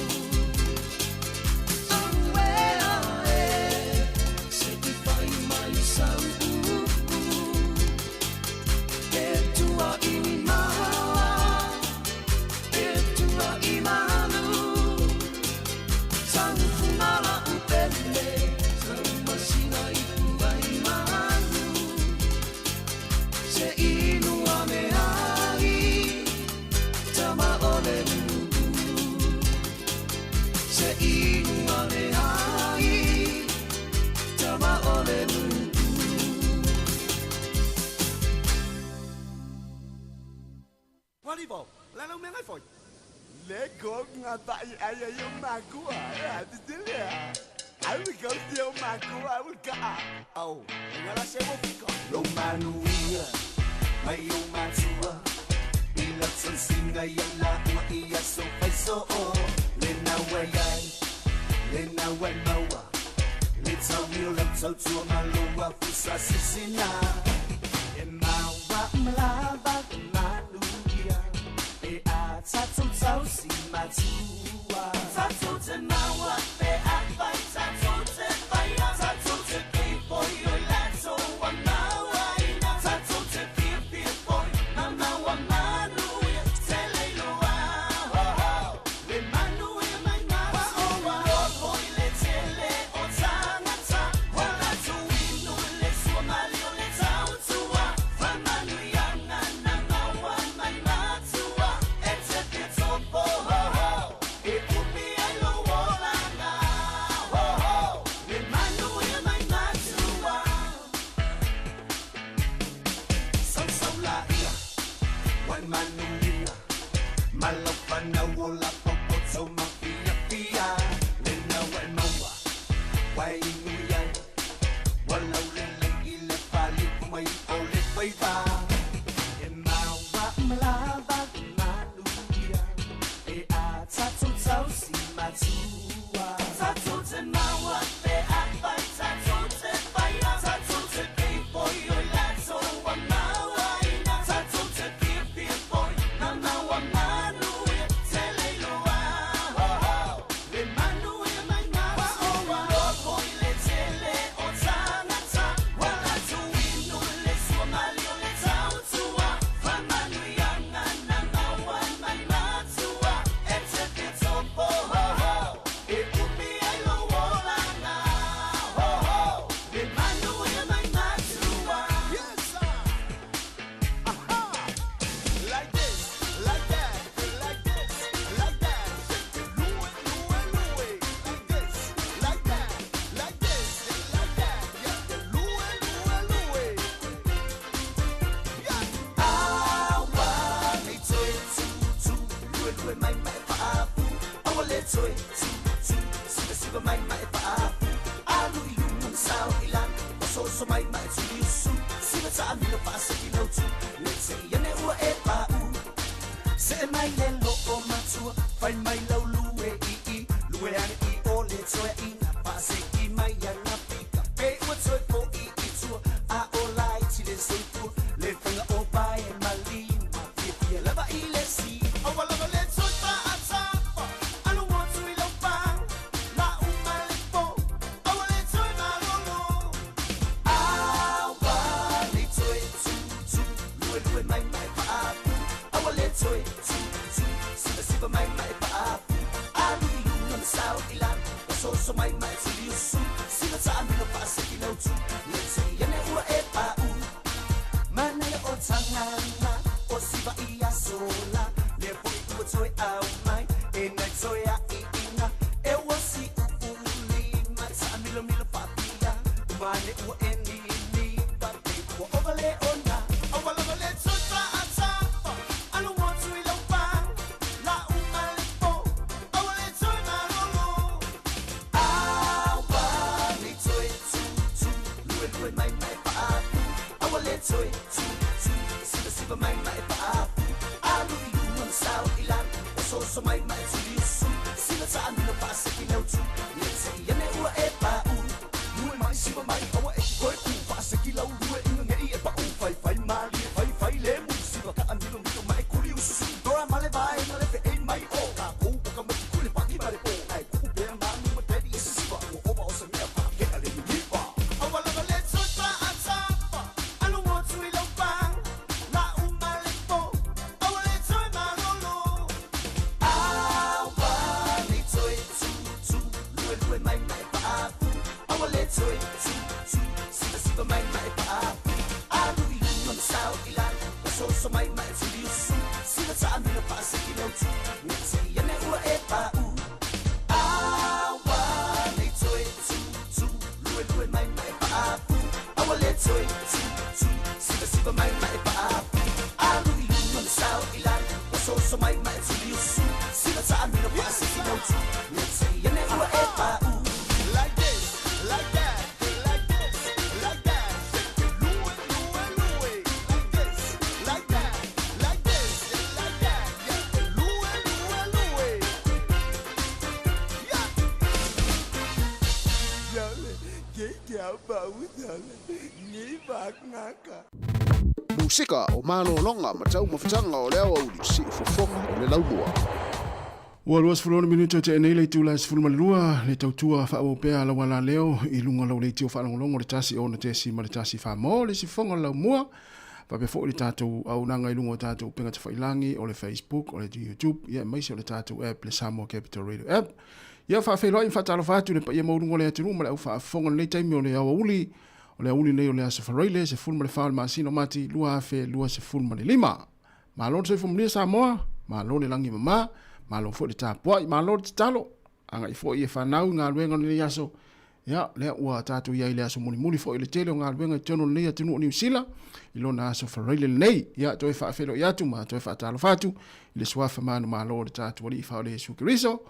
Ia, ma lola fo le tapuai ya mai fo ngā luenga lo fenga yai le tatu tinu taimi fo masani fo nei o musika mfa fianga se filoi e fa no file mu e fo le nei taimi o le uli ya a o fenga yai fo le to tele nei o tatu le tatu tinu ai mai se la fo nei o tatu mo to tausi tono ainga ya itali ngā suo nei taimi mai se fo ya tono mo tanga sengase mo to tanga tama tua fela fo se no fuanga ya o lo tausi fa pitoi nei o tatu mo to tausi Fatalo fatu nei taimi o le uli ia me se foi o le nisio o ila tolo o nganu ai ia I tono na o nanga luenga ma lo lava le onasai ma lo le fa ma lo si ma lo fo le tawatai o le o se mai fo fo wa fo le fa wino le tatu tutua se pa ia le tulai lima I le fia na nei pe ona tu ia tu me fo le to maftanga ia ma le sunga le hao ia tu fo fiso ma le tau na le la ia se pa ia mai le tulai se fun ma le lua ya me se fo inisi la fainga luenga e pe ona yai na tu fa fine se vila kasiano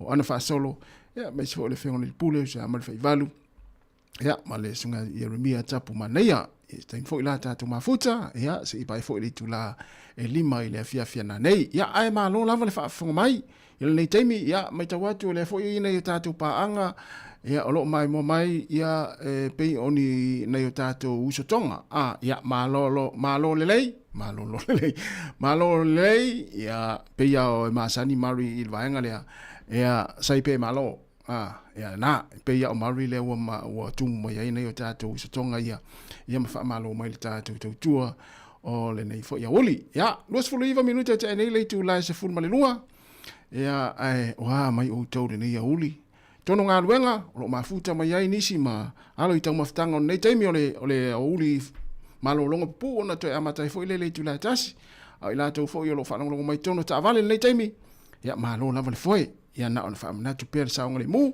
ia ma whaaso atu le tātou Facebook tātou mafuta I le nei aso le tātou tautua malo lava le mafuta mai ia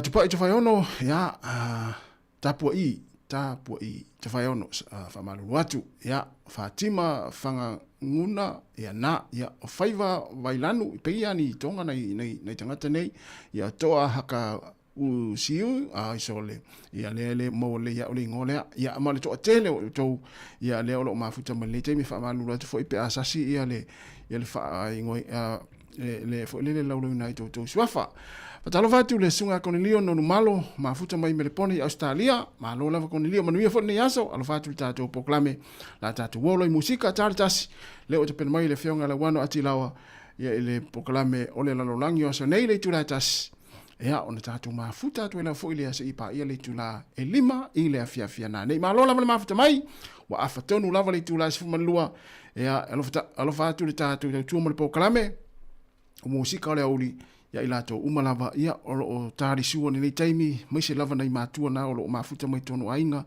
ia mana au kuka tau fui ona ta special au kuka latou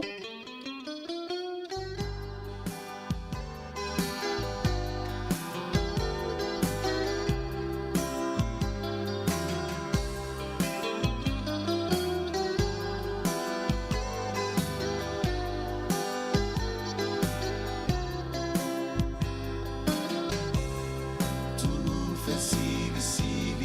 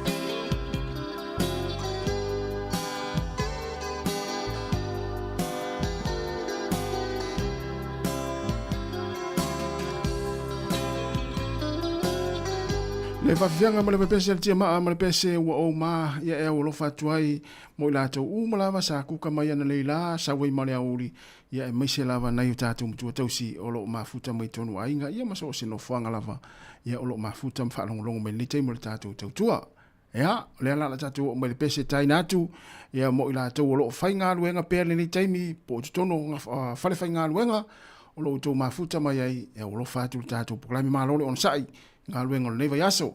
Pese nei, ia taina atu mo utou. Malawa nā o lo whai ngā luenga o lea, o le ofisa, o le company, o wharenga o si o loa. So, se ngā luenga o lo e ngā lue ai, a o lo e mafuta ma le tautua le si whonga laumua, e taina atu nei pese mo utou, ma whaamalo atu nei taimi.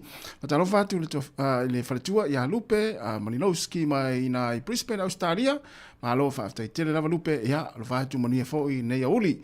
Matalo whatu le sunga nati fo malo nati, ia whaaftai tele lava le mafuta mai, e mese fōi le usako ne liono no malo, ia o lo mafuta malete, ia male tō tere o tau nai le o talatanoa mai, a ua halu ala tau whaalongolongo, ia i pese, ia o le nei taimi, ia, mafuta mai pe tātou musika, e le tele e se pitol tu leina tu o tātou musika, ia lala luatu, pese tuai ia e fie i tātou, ia le lala so mai pese lea, ale matangi mai sae, au lo whatu ai mo o tō umalawa, o lo whiangai mga aluenga nei taimi o le aso.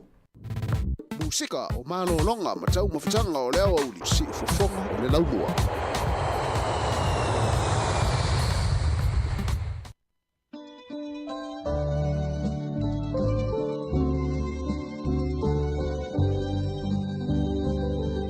Ele se pese te ono o toi alu ele fale.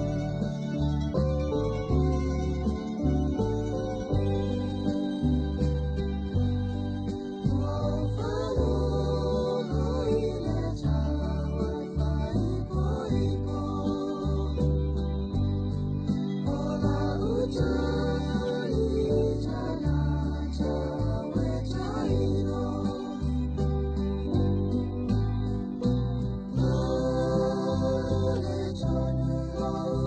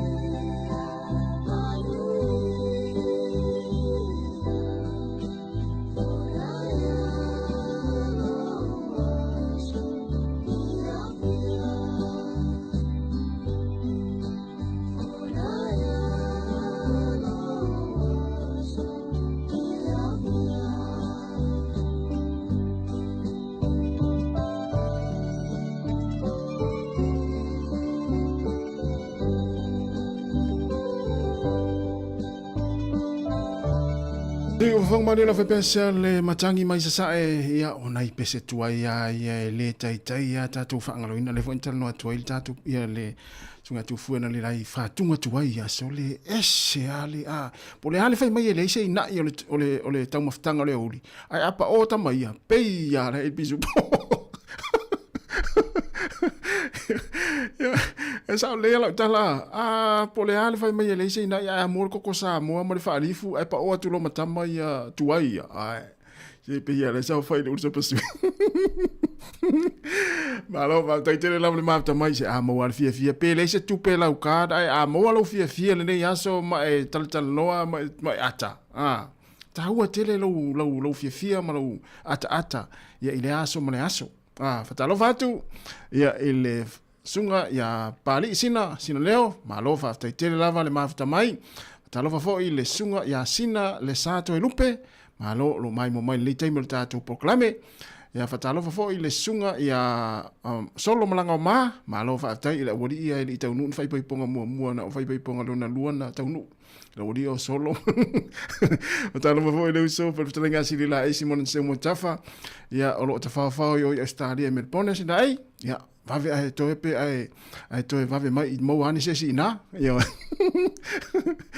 fatalo fa fo ile fionga ia fa mo sili si anama te vita kio si anama malo fa tai tele lava ia le mafuta mai nei taimel tato proclame si dai ia fai ai mai to mo ani fo si na na mo fo ia nai le umane watu nai australia ia malo va tai tele lava le mafuta mai tato tinu ia le la awa wa beta to fa fianga tare tasi leo te pena mai le fionga la wano ati lawa ia aware tato proclame ole lano langio so nei ile tu lai tasi ia ai tau na sa ngale mu dunga awala ile fia i fo tato tinu inga luenga ma fuafuanga o fa inga fa tau ma tongi nga piri nei yaso ia pia ona fa yatu ia tu ile lava ile fo se mela ile fia mai fa no pe afa pe saule va tu le kadal tama o lo le a to lo na tongi ia wa tele ai tato me tato tina tu lo lava tina tato tina pe e solo tu le caro ile li tono masini e vai atu ele sau a to le tongi tama ma ai la le toe vili wala te vili te minei wa te lo po ame la tupu o nga luenga po la se me fo ile wa ia tanga fo ile lo naso o fa nga luenga ile fia ona o me fo ile tupu o nga luenga wala ta te ula ia tongi pidi o te vili te minei to le se e alo piki mai na nei te me mana vai nga luenga le tolu ia na tau no mai lo le fale au fo te fa masino ina ia pota ma fo ile fale ala wana to sudu atu le kara tina vai atu le atu lon tongi ne vai aso awala te alu fo ole le piki mai le afiafi ia ona e fesiri lola ia le taimi o lesa uta fale to le lesa i o le tono fale o ma navanga luenga ia tarta no le fesiri maria ia au fo ne oi au fo tenga me fo le tato o feo ia vai a tona fenga no ma so fu aso luas o taule loa ia ngo aso vole le tope alta no mai fena ia vai na fenga no so fu aso luas tofias frele tele ova ale vai tu lo ele to ingala ngona na ele to inganga ngana na fu le tala no ai tonu ainga ana moli mloi ya na saule ya tala noa mo moli ile leo malu fai sawa ye tet ele se vai to nila o kale ele o mo mai lo so nga fu le na o vai fa nya fi pena o fi fo to nga fi fo le vai le na o la so fu na mana vale ono ale te ma ale na vidi mai nga lunga to mana vale fu fe la ye le fu va via le na mana vai le o mo mai o tu la li mai na o vai fe na o vai fe na o vai to nga fi na ele to nga le ona te fi si ai me se fa ngo vai aso ele mana o mien mon me vesi ile mana o mien mo vesi tono ai ngel fa ngol vai aso ba fo ila wa mai anga luenga wa mai afia ia le se me fa le tonu ai o mai lola mai nei mata upula hiti ale ono vesi ale matua fe e tato tono fa le fa no ta bit peto ifo musika o malo longa matau mafutanga o leo uli si fofonga o le laumua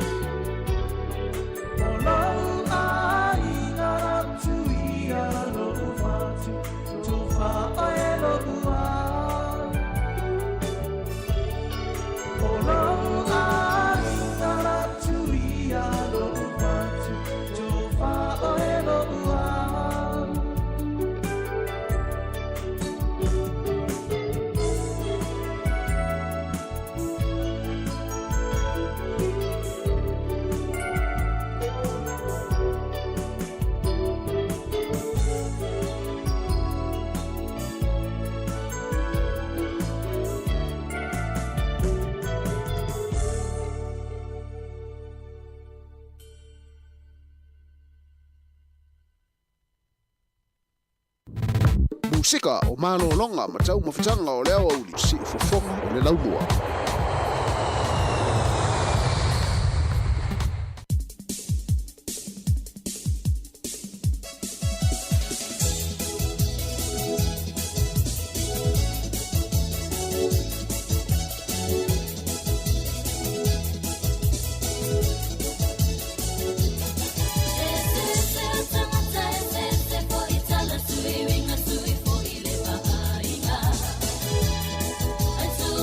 Dance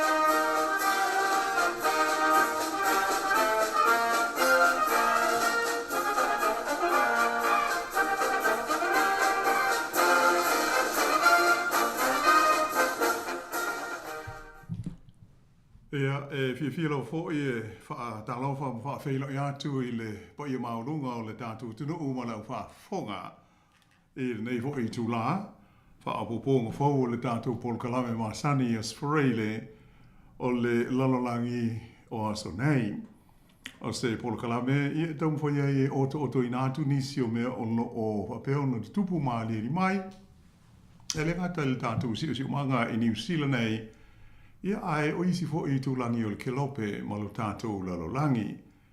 Te leo tūlanga pei o na mōli mawina i nei o na pō, ia i le mau whaale tonu ma le mau vevesi, ia e whape nao na a fiailu tu soi fua ma tātou uma i le aso ma le aso, ia ona o me tupu i whaai unga whai, whaale malo, ia ma tūlanga pei o na iai le tātou lalolangi nei. Nei vai aso ia e amata tu fo i sina o tutongo nai mea sa tupu mali ni mai ia pe ole tupu isi o tatu o tunu i New Zealand nei ia a la vai le taimi ia ona tatu se atwaile isi vai nga o le langi ia wani si o me tele sa tupu mali ni mai i le nei vai aso fo i wa fai wiu ai momo na manto fa dalo fatu i le nganga fa ralo pa ia maurunga o le au whaafonga i o na muli uma SS e le ngata i au te ronei ia ai whapefo i isi a tunuu ia o lau sila mai mo mai ai a wale lunga ofisa o te inga tele mawave mo mo i o na au whaelo atu le sunga ia tasi tui torawaa le hefe so sani mai ia wale tu inatu o le tātou whaasa launga nei me lea ia e fifia ho e fa dalo hatu i lo so tasi ma lo lava le on se mai ho il tatu nga ruanga mai se le lango pea i le nei fa o ponga o le au ona nga si fonga le mua ma lo si fua ia fa talo fa foi malanga fa lo lo fionga la wano ma lo fo so fu la le le yaso ta fo ile mo fu tatu ma ftanga wa fa wino tatu proclame ia le va yaso manuel proclame aftai ma lo o le tatu tala mua la i le fo i fa o ponga o le tātou por kalame le nei sa o ta ua i talafou i le amtanga o le vai aso a le si ufonga le mua ia le fa o fina atu le i te tono o le palemene i Wellington o se pili ia pe o se tulafono tau fa o fi mo le fa moe e teu ina i le tulafono ina ia si tia i le fa tau sanga le umi o se paia inga a le palemene o New Zealand i le lumanai. E pe ono si le fia le mamanu o fa fonga o le fainga malo se o fa tasi le tu nei le foe i le pulenga o le malo o New Zealand o le fa to a se fulu ono masina talu ona papale mai i lato i le taita inga o le fainga malo. Ia mai kono winga pe toe se furu varu masina ia o lo toe nei o le latou no fo inga. Ia ona toe whaia fo i leo whainga pānota e fili ai tai mo se isi whainga māloe so ai e le tino mo le umi e tonu tau sanga e pei ona masani ai. O le palemene fo i New Zealand e pei ona sila fia e toe pauale nei o nai palemene to oititi o lo te toe le lalolangi a toa o lo tu mo pea i le toru tau sanga ia le umi o ala tau no fo inga po pae inga.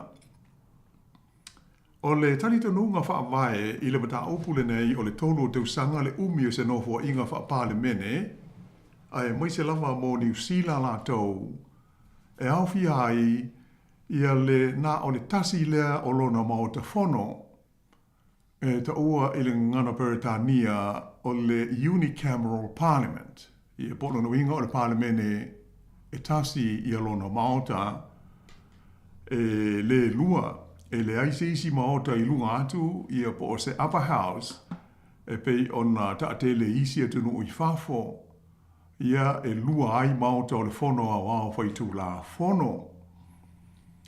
Ai elenga te lea o le tūlanga whaatapu laa o le malo si anga mo le pule o le upu whapeletania o lo o maiva pea o le limited power o lo o iai i le whaamasinonga a New Zealand. A toa ai foi ma le ai lea o se whaamai tusi o se tasi o le malo.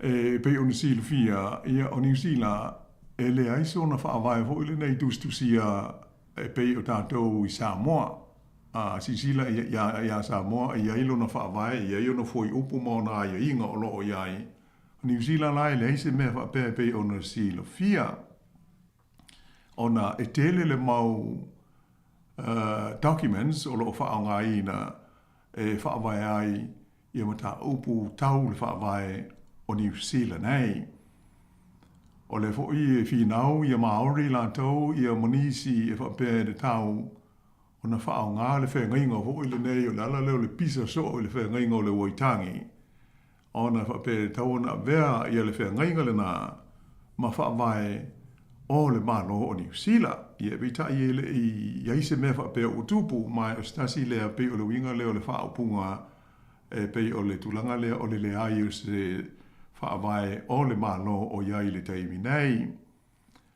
e manatu nisi o tulanga ia o lo o fa pe na uti ai mai titi a vanoa e ma fai ai ona siaki ia ngai winga ale pulenga fa tonu po le executive le o lo te ita ia ma fa ulu iai ia le fai ngā malo o New Zealand.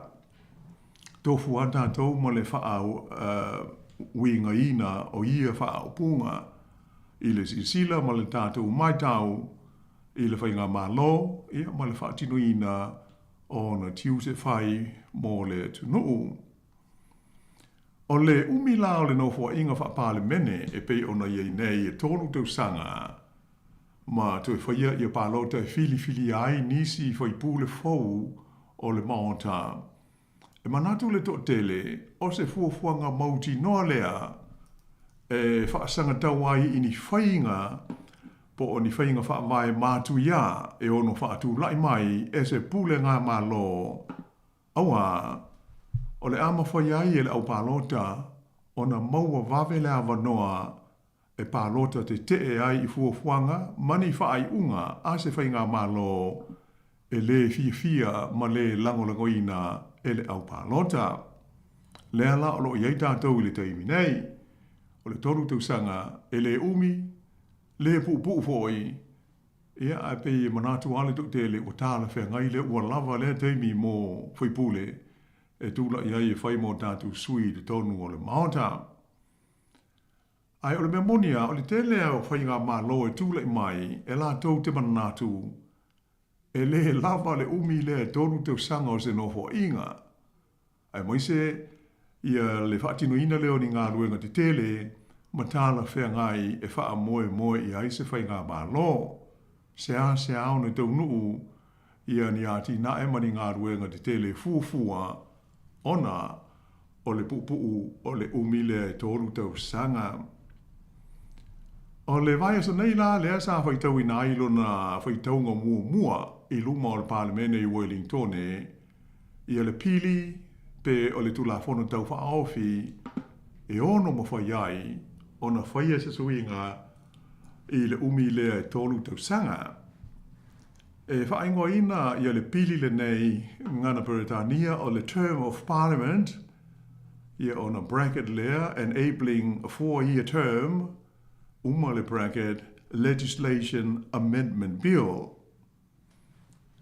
Ia pe o lono winga pe a tau whaaliliwina i le tātou ngana o na whapelea. O le tūla fono tau whaaofi e te wai le tūla fono o le umi o se nofo inga ina ia awala ai le whātau sanga. Ia pe o le tau whaaliliwina a tole na o le pili ma le tūla fono tau whaofi lea o umalo na whaitaunga mua i le nevai aso. O le pili na whaofi lalo o le swafa o le li whaipule o le parti a le National e ngoa ia Paul Goldsmith. Ai na whalia e whapea o se pili na fua mai i Talanoanga a parti ia o lo i te tonu o le whainga malo so whatasi po o le coalition government lea o loo tū nei i le foe. Ai peia o le parti po le vaianga wha upu whai le act, lea e whapea sa wha po ngai ai. Ia mai o lona winga wha maoni ai le naunau o le teitai o le act, ia David Seymour ina ia wha popo se isi tau sanga se tā se wha ai tau sanga o se nofo inga ma paia inga uma le pale mene le lumana ai o na o lona tali tununga e le lava le toru tau sanga o loo iai nei. E maria la ona o le pili le nei e le lango ina e le partia le New Zealand First. O stasi le au vaenga wha au whai o maa lo e toru ia o loo au fia i le tonu o le whainga maa lo.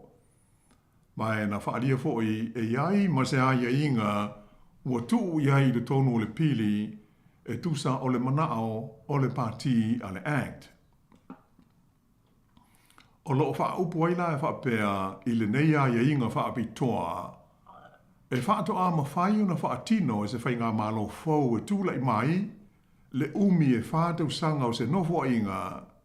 Pe a whai la tau te talia ia le manao o le act e winga lea i le filifilia o sui o komiti o le maota po o komiti filifilia ia a le pāle mene. E le o au ili ina mai la ia le manao o le act e pei fulinga e manao la tau i tau teleni o la tau sui i le tonu o komiti filifilia nei o le pāle mene i le rumanai. Ai, o le vaenga au tu o le pili, o le tu inatu leo le fesili i le mamaru al au pālota o New Zealand. E awala lei se pālota whaapitoa po o se referendum pe la tau te talia le whātau sanga pe le ai. A o whanga solo ai la talanoanga ma le fe whaalia inga o manatu e tusa o le neimata aupu. A lea ua whailo mai whalau i tele e le partia Maori, le te parti Maori. Lo lātou matua te te e malosi i se fuafuanga e si iti ai i le whātau sanga le umi o se nofo inga a le pāle mene. Ua whailo mai e le tasi o taitai o le nei parti lea Maori, o le lii o Rawiri Waititi e whapea. O le umi o le taimi o se nofua inga, o le umi fo le nao le taimi e whaatau ngā ai e se whai ngā mā lo, i a tangata Māori o le tino o, e pei o na mai ta wina i le taimi nei, ma le mau whaafitau li ia uari li mai, taru o na papale mai le whai ngā mā lo so whaatasi o loo iai le taimi nei. E le imanuia le tau mawhainga a le te pāti Māori e tā fia ma te ena le neipili i lona whaitaunga mua i lo tonu o le maota. Ai o lea ua whaai mai e le mauti noa i a le langolangoina o le nei lewa pili e le pāti a le National whaapea i fo i male New Zealand First pe a tuana ai i a lona whaitaunga whaalua. Ai o le Labour ma le partia le Greens e fo linga mai o lo whaatali tali i le taimi e tala noi nai le pili o na wha toa whailo mai leo la ua manatu malangona e tu sai o le langolango po o le langolangoina o le pili e pei ona ta ua. Ea, atono la tātou ma te tū la le whaasolonga o le nei fo i tū la whono tau whaofi e pei ona iei nei i luma o le maota o le pāle mene i Wellington. Ai o le mea mautinoa, o stasi le nei o ma tā opu e tā ua lo tātou wa a fia ai. Ai mai se ale ta imi e tuina mai ai le fesili pe a o ina whaatino le pālota whaapitoa lea po o le referendum e māsani lava o na au mai whaatasi i le fesili whaapea i le taimi o le pālota tele. Ia pe una whaafonga mai le pe toe se fulu waru masina ia o lo te toile no fo inga ia ona tātou toe foi le whai pālota a tonu o le taimi le nā ia pe a whai e pāsi ia le pili le nei o le a au mai aila ma le fesili lea i le referendum o wā le nei mata upu tāua. E pe ala na whaataua, te tau ia tātou na whaataua awa o tātou umalava uana nofo i New Zealand e a fia ai pe a whai e whaapopo ia le tausanga i na whātausanga ai le umi o le nofo inga. E le whapea na o Māori po se vaenga o tangata o New Zealand e a fia ai, o tātou umalawa ua no nofo i nei, ea, mauti noa le a whai na ai o luinga, te tau o na tātou a wai, pe a o ele taimi au mai ai, i ele fesili le nei, pe tātou te talia, pe le ai, le wha o te usanga le umi, o le nofo inga a le pāle mene. O Aotearoa o New Zealand nei, ia o le tunu o le ua tō alala ma wha mautu, ia mau tātou no nofo ai nei vai tau le soifuanga, ia mai te li tonu li tātou Paul Kalame, tā ua lo tātou a fiai i le teimi whaatino inai le referendum. Ia usi mai pēle wha fonga.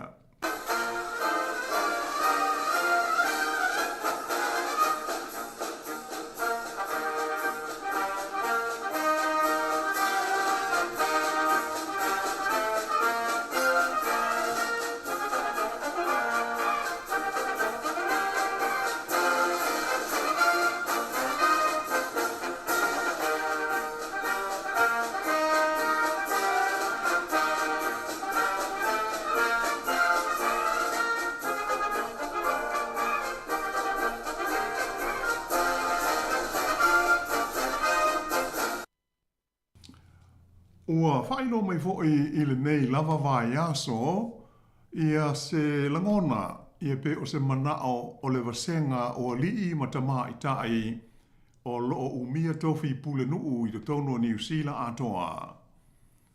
E whapea, ua te tau na whaamuta e aua le toe whaia, ia ni whainga pālota ia e lafo i le meli po o le postal vote, ai ia sui le whaia o pālota i whale pālota e pei ona māsani ai.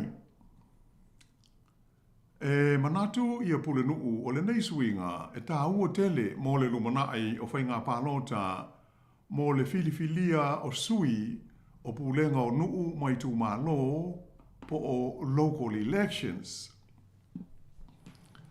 O le teimi nei, o lea o tu ina mai e le pulenga o whainga mālo whaaloto i whale, po o le whaalabotonga lea a le mālo, whaingoina o le Local Government New Zealand. Ia se pepa aloa ia ua iai se ata whaataitai, o suinga ia ua whaatula i mai. Mai lua se fulu la whaio ni whautuanga o loo fiai, e te tau o na whaongaina mō whainga pālota i le tausanga e lua awhe lua se fulu ma le valu. O le anganga au tū o whautuanga nei, ina ia wheso swani lea e si i tia ai, ma ia mauti noa, e to tele la whaio tangata ia a fia i whainga pālota nei, e fili ai sui mō pūlenga o nuu, ma whainga mā lo whaaloto i whale, local elections. Whailo mai ai e le teita i whono o le komiti o le ofea ngai, ma le suasuaina o ia swinga o le tula whono whainga pālota whaai tū mā lo, o le li pule nuu o le ai o Nelson o Nick Smith. O lona talitununga, ua le o toe mana na o tangata pālota o New Zealand, e whaau au ia le whaia o pālota nei a wala i le meli po le postal voting. Sa whaamamawhaina mai e Nick Smith, o le se atu e whaatino ia pālota mo le filifilia o sui o pūlenga o nuu mai tū mālo i te tonu o whale pālota. A tonu o le awanoa o pito i sili lea e whaamautu ai le tāua o ia whainga filifilinga i le manatu malangona o le au pālota i le anga i atu i le lumanai. Tā ua foi e le li teitei whono, e da tau ona tutusa le tā ua o pālota nei i manatu malangona o le au pālota, ma le pālota tele lea e fili ai foi pule o le pāle mene. O le ata whaata i tai lao swinga e pei ona whaailoa mai e le komiti, o lo whautua i nai le whaanga solo o whainga filifilinga nei i te tonu o se teimi e lua vai aso, pe a whai o le apasia ma whaia i e le swinga. Ina ia mauti noa, e lava ma to toe le teimi mō tangata pālota, e whaia aia lātou filifilinga. Sa whaai lo manino mai e le teita i whono, ia Nick Smith, O le whaafoina o pālota nei, e awala i le lafoina atu o pepa pālota i le meli, ma to e lafo i le meli pe a uma ona whai le pālota le tangata. Ua mauti noa, le tele ai o le mau whaafita hauli ua a fia matu la i mai ai, e pei o le lei loa o pusa meli, pusa pālota e lafo i le meli, ona o le mawa e o la whainga o meli fe a vea ai, mai lea i tū, ma lea i tū o le tunuu. E ui foi ina sa tele ia langona ma manatu whaalia i le te tau leo na whaonga ina o whesota inga tele wawave e whaatino inai i a pālota nei ai o leo ua tolu se furu tau sanga o whaia iai whaata ita inga ai le monuia foi. Ona o le tele o ngā luenga tau le pui puinga po le security e mana o mia ai le ngatai lea o le tau mutaa. O luna winga, ua le awa la fo i le whaia i lunga o le online po o whisota inga tele wawave o whai ngā pālota nei po o local government elections. O se tasi o whautuanga o lo whaatula i mai i le ata whaata i ta i le nei mai le committee e pei ona tā ua, e haafi ai le si tia lea mai le tolu tausanga i le wha tausanga le umi o le nofo inga a pūlenga nei o nuu mai tū mā lo. Ai ta ilua tau sanga ma whaia pālota e fili ai i o lātou sui a wai. Nā whaalia mai fōi o loo mana na o le vasenga o pule nuu ai mai se le pulenga o le whalapo tonga le nei le local government New Zealand. Ina ia tu inatu i lalo o le waainga ma le pulenga a le komisi o whainga pālota a le mālo e lātou te whaafoeina i a whainga pālota nei mō pūlenga whaaloto i whale. O le tū sili o na whaapopole nai, o na o le teimi nei, wai lalo ifo o le 50% o tangata ianga waa e pālota i whainga filifilinga nei, o lo pālota ma awai i ia whainga filifilinga. Ia pe o se whaapunga whaingo fie, e le atoa le awha o tangata uma e te tau na pālota i local elections o loo maita wina o loo whaia lātou pālota. Ai o leisi vaenga to tele si lia i le awha e le pālota. O le aso sfultasi o ke topa o le tausanga le nei e whaia i fo isi whai ngā pālota nei wha loto i whale. Ai o whautuanga le komiti ia o lo o tu ina mai e te tau na amata whaatino ia le swinga le nei e pei o na manao ai i le taimi o isi pālota i le tausanga i lua awhe lua sifuru ma le malu. Ia luna winga o le ia i le taimi ia e fufu ai ia le whaia o ia swinga ai pei o na mai tau mai o le whaafitauri au tū lava o le pālota o tangata. O le taimi nei la, o loo wala uina mai e le komiti le mamalu o le tino o e mawhai o na whaalia ni o tau langona, ni o tau whinangalo e tusa o la tau whautuanga ia o whaatula i mai. I swinga e le tau na whaia i le tula whono o whai ngā pālota whaaloto i whale po o local elections i te tonu o le tino. Ia, ma o le fwoi e whaalawa i tele mai whapea e mawhai ona whaalia ni whina ngalo i le mata upule nei, pe a whesota i atu i le upenga o whesota inga a le Local Government New Zealand, o le ingoa leo le whaalapo tonga lea le malo, whea ngai ma whainga pālota nei, ia po o le latou e-maili o le tuatusi le nei e whaapele tā nia, o le Electoral Reform, tasi a le upu, Electoral Reform at lgnz.co.nz.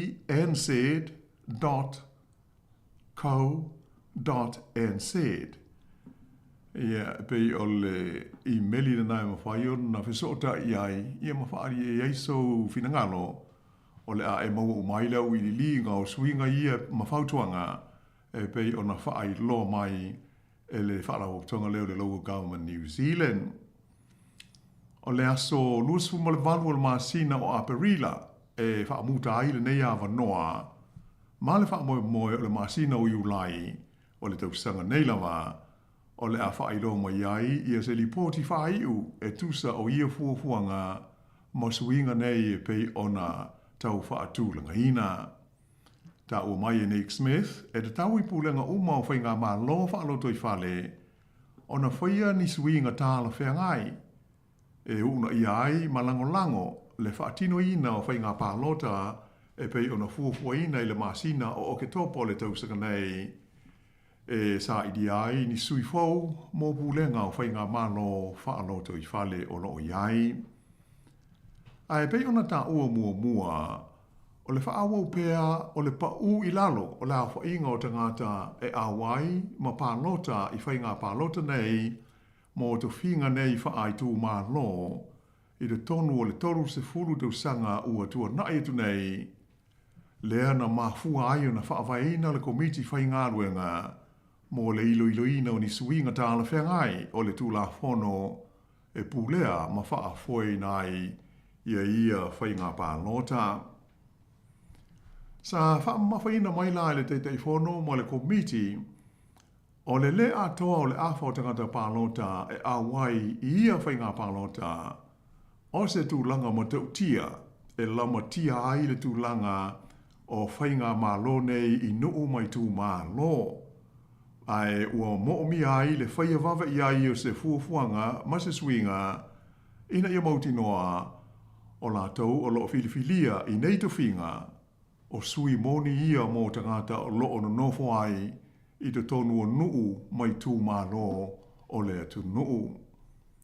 Tā ua mai fo i Nick Smith o le pepa lea na whaasara lau e la tau komiti ia o ke topa o le tau sanga te ruai e tu sai o le neimata opu e 5 la whainga o manatu tusia po submissions sa tu ina tu iai mai ni pūlenga whaaitu mālo e se fuluiwa la whai whapea fo i le pāti po le vaenga whaupu whai a le Greens o le komisi o whainga mālo whaaloto i whale whaalapo tonga o whale meli po le New Zealand Post whapea ai malemtanga ruenga mō tangata i le ato o toa le malo si le tino ma le mafo whau.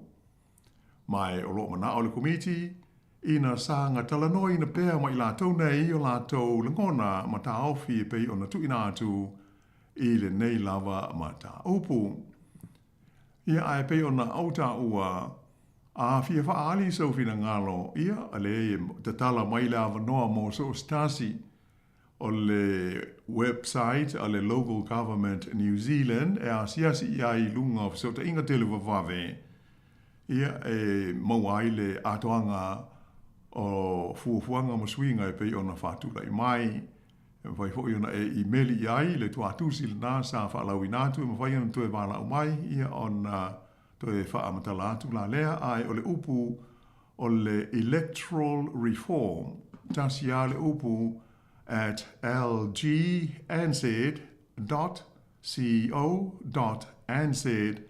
ia o email address le na e talanoa iai ia mo fesota iai le nei mata upu ta hua ia pe foi ona whaafonga mai o swinga umanei ia mo se afo i le vaenga daua se a ona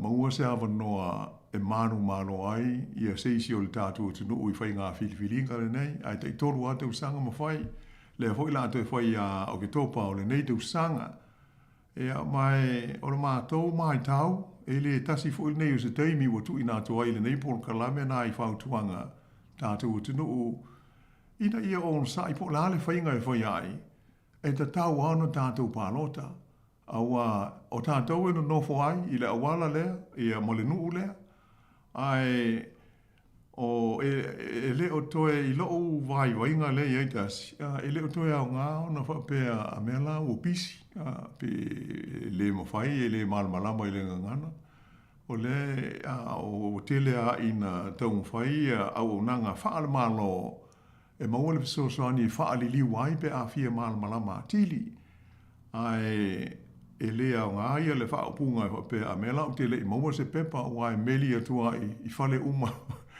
o tātou i a pepa nei a lela e whaulinga mai a whai o le lua valu whaatino aini swinga alano winga o le pānota o le tausanga le nei i a o ki tōpa e lafo atu fo i le meli Ia ai pe ia ona masalo mia o le to te leo tātou. Ia ele whaia. Tu ua ho i lunga o le laulau. So oi mo lea ngai i le bin fo i nei o le o tōta. Ia ona la fwa i lea ai le whaatumu mo toi wha fo i le pepa. Ai o le mātou whautuanga. Te le i o awanoa nei tātou te whaalia atua i e whaia tonu. O le tātou langona. E awala i le pālota mō sui. Tu sa lawe pēn tātou te le, ai tau mawhai po ai, tau mawhai tātou te whasotai. I le sui le fia tū i le tātou pito no. Ua e sa wale lisi fo i le nei, ia manu mera e whasotai ai. Ina ia e manino ai ma tātou loa. Po ai lea tangata o le a tū e whai mō tātou leo i le taimi e whai ei whai, unga whai. Ia i tūlanga o le pūlenga o tātou nuu mai tū māno o tātou lalai. Ia pei o se whaawaponga le i lewa ainga tasi ai usi pēr le whaafonga.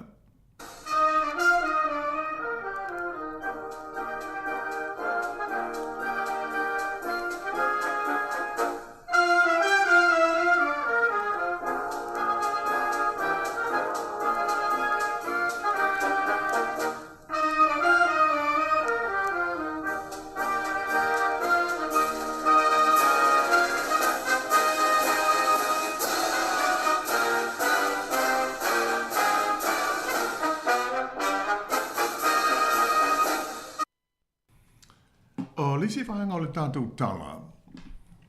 E whaau talaina, e whapea, o le ngaoi a le ngaoi.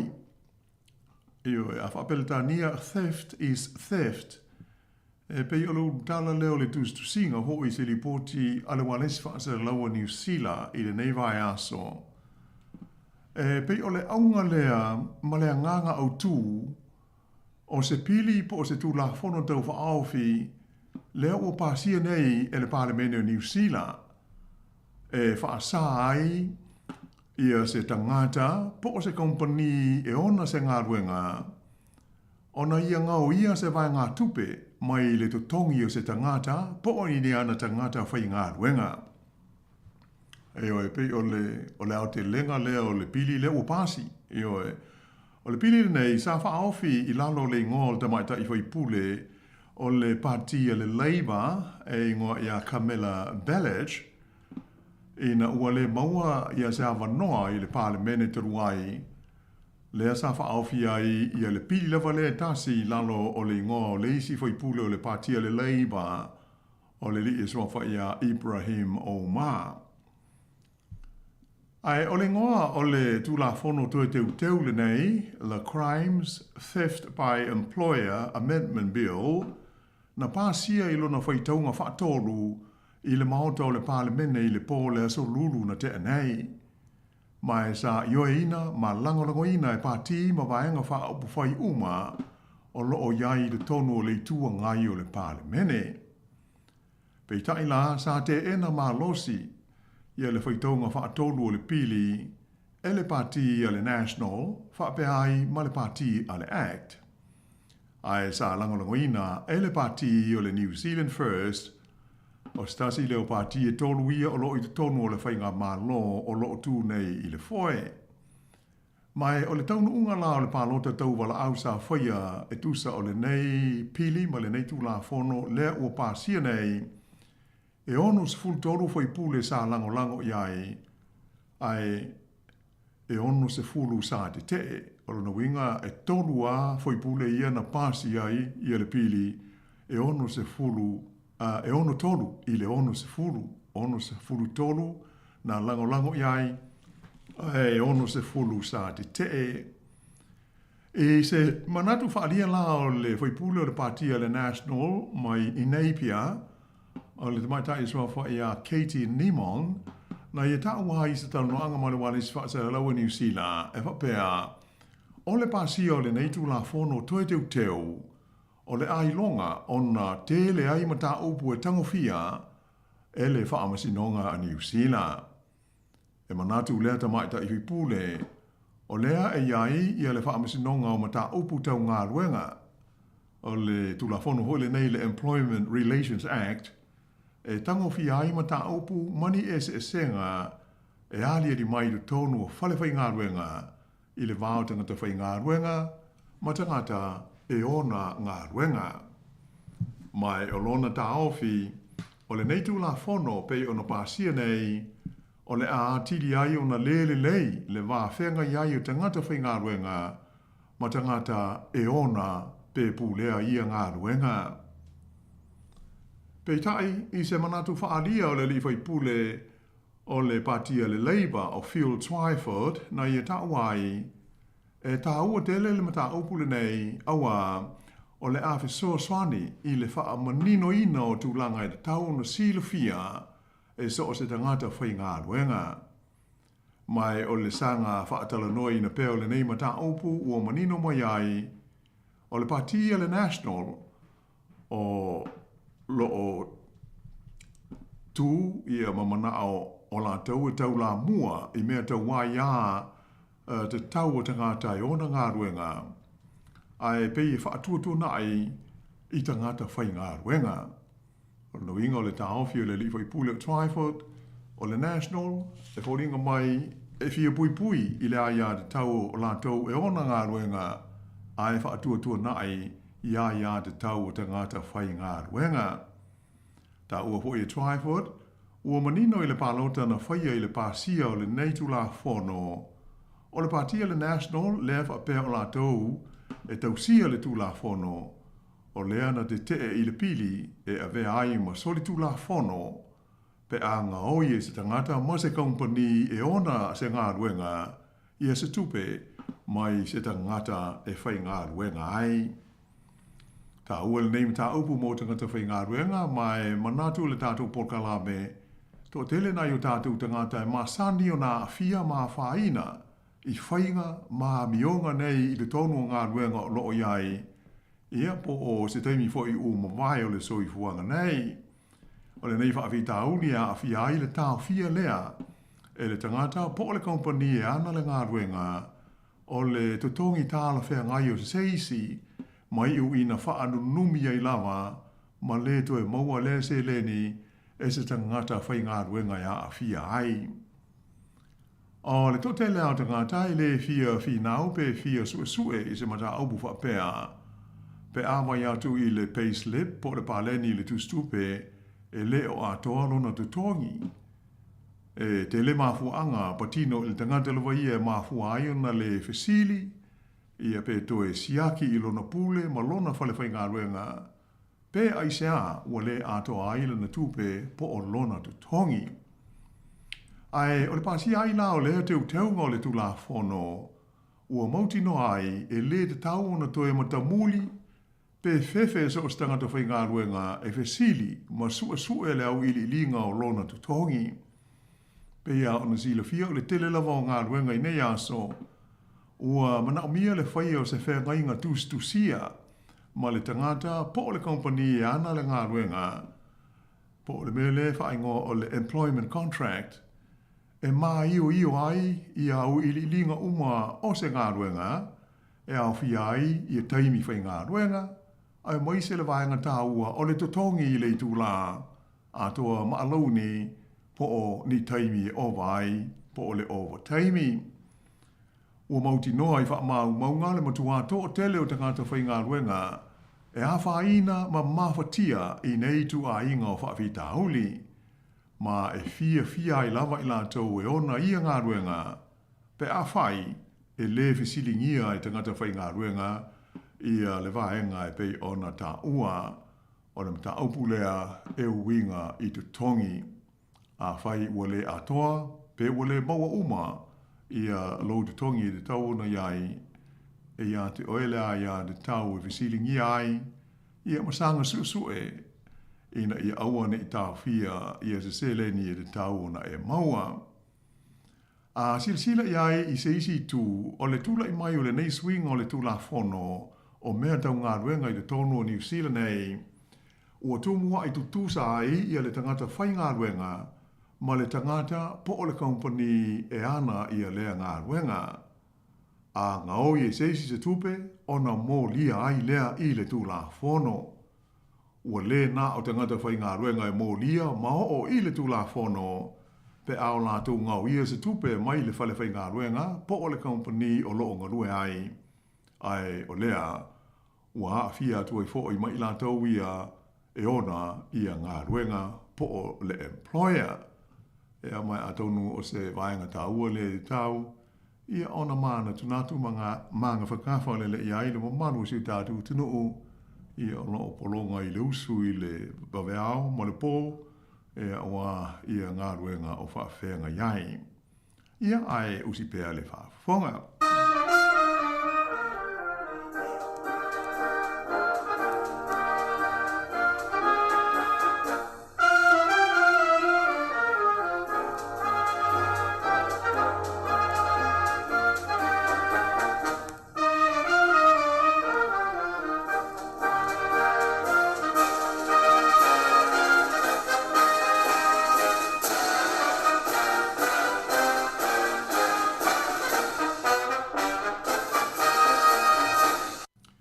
Ia e pei o nai tala nai me tupu fo i nei vai aso a wale sila fia i te tonu o New Zealand nei, ma manu si tātu tunu umana au whaafonga.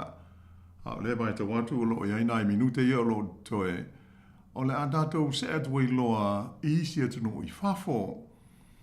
O le asa tofi ana nafi, lea na lipo tia mo iai ele whaalapo tonga tau whaasara longa Europa, e ngō o le Euronews e whapea, ua molie le Palestine o le malo Lucia o Vladimir Putin i le fuafuanga a le malo Amerika, e tau fia ai le pāpau whana i le lataua mo Ukraine mo le umi e tolu se fulu aso. Pei ta ina ia ta ua, e iai vaenga e mana o mia o na sanga wha manino a tili o lea fuafuanga. Na whaalia e Putin i se whilo inga ma le autustala i le lau mua i Moscow, o le tau fia le malo Lucia, e ta tau i le fuafuanga le nei, mo le tau fia o le pāpā whana po o le ceasefire, o na maua mai ai se while mu moni a to toa. Mai te tau o na fo iai, i le vaenga ua wha amatalaina le malo Lucia, o mafua anga autu o le nei whaafi tauli ma le taua e pei o na iai. E le ngata i lea, a e sa ta ua fo i le li Palestine o le malo Lucia, o se whenga inga mautu o le ao lātou ioina, e ta tau ai i le malo Ukraine, o na tau fia umaloa le whe awea ina o lana fita, a toa malo lātou waawawina, po le whaia leo ni Paul Kalame whaale awa onga a le fita a Ukraine. Mai te tau na whaau pōpo iai, ma le tuunga, e le te tau o na toi tuina atu nisi fisosoani wha military mai whafo i le malo Ukraine, i le taimi e wha mamaruai le tau fia o le pāpau whana, e pei o na tau wha mautu ina i le taimi nei. E tele isi vaenga o lo fia i le lisi umia le li o Putin, le Palestine leo le malo Lucia, e te tau o nao fia i le manienga, mo i tu e lua, e tau fia i le taua, mo le umi e tolu se fulu aso. Ta ua wha apito ai e Putin, ia le tūlanga o le vivesi lea o lo tula i mai nei, i le tu malo Lucia, lea e wha ingoa ina o le Kursk region, lea na amata mai a au kurso le tausanga ua mawae lua afe lua sifulwha. O na whaia iai o sa whainga, ma no whaia wha malosi e le fita le malo Ukraine. Pei ta ai o na iaso ua tuana i tunei, na lipo tia mai ai, le toe whaoa e le fita Lucia o nisi vaenga o lea lava i tu malo, mai pulenga fita Ukraine, e au fia ai ma le ai ngo Sutsa. O le fesilia le li Palestine Lucia sa tu ina ane i le autustala. A whai o le atao fia le na fita le pāpā whana mo le tolu sifuluaso. O le ale winga moni o le tūlanga. O lo no winga o le ao ese umaloa ma le file mu fita ia o lo o i lea i tu malo o Lucia e au noa mo se taua.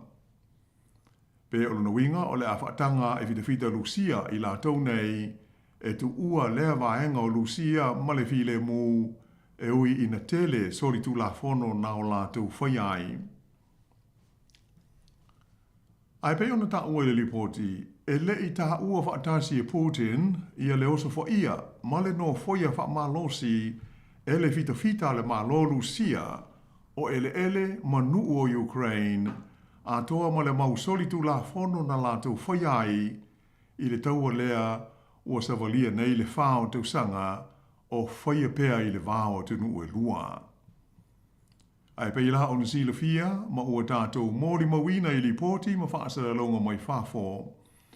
O le asa lulu na te nei, lea na ioe ai le malo Ukraine i le fuafuanga le nei e pei o na whaaponga ai le malo tele o Amerika i na tāwhia ai le pāpāw whana i le la taua ma Lucia mō le umi e tasi le masina. Sa whamawhaina mai ai e le Palestine o Ukraine o Volodymyr Zelensky e ioe matalia e lona malo lea fuafuanga pe a whai e talia ma ioe ina e le malo o Lucia.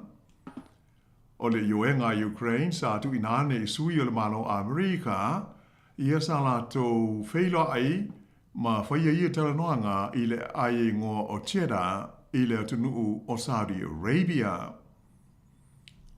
Ai o la stofi la nafi lea sa iai Moscow le lo mua o Lucia ia le sui whaapito o le malo le United States o Amerika o le li ngō ia Steve Witkoff mo talanoanga ma le Palestine Lucia o Putin e tusa o lea lava mata upu.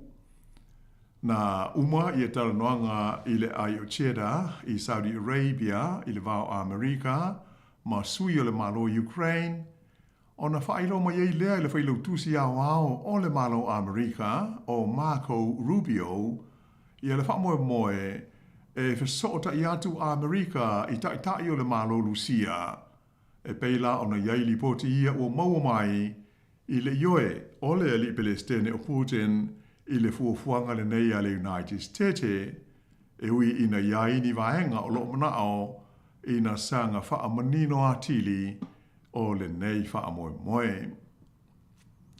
O le tau fia o le pāpāo whana i se taua mani vevesi e tūlai mai o se tūlanga e pei e ua māsani ai i e tau mwhainga wha le vāo mā lo mo le sa i linga o se file mū. Ai sili o na tāua o le tau fia ai leo le whasiotia ma le mali liwa i o tangata e tō tele o i tū e lua ea fia i se FSS a inga. O lo lata mai nei se malienga whaape nei i le vāo le malo Israelu ma le Hamas i le taua i Gaza sa whaaponga iei nisi o malo ma tunu o Arapi lea na tau fia ai le taua ai whaafesuia ai pāngo tau taua ma la tau sa tau fia whaamalosi e tu e lua. Ai mō le teimi nei ia o lo o talosia e le lalolangi o le ama whai na maua se file mu o le tau le nei a Lucia ma Ukraine e pei o na ua tele mea o ngā ua whaatafuna inai mai ua whano ai ma le soifua o le fia se lau afe o tangata o ia atunu e lua mai whapeo na te le ai ma se awhaina o le tūlanga wao o le saunga le mu ma le pui puinga o le atu Europa ai whape ai maisi atu nuu o le lalolangi a toa. Ia se i vai foil nei vaenga o na toe whaawo toi leo le tātu tala.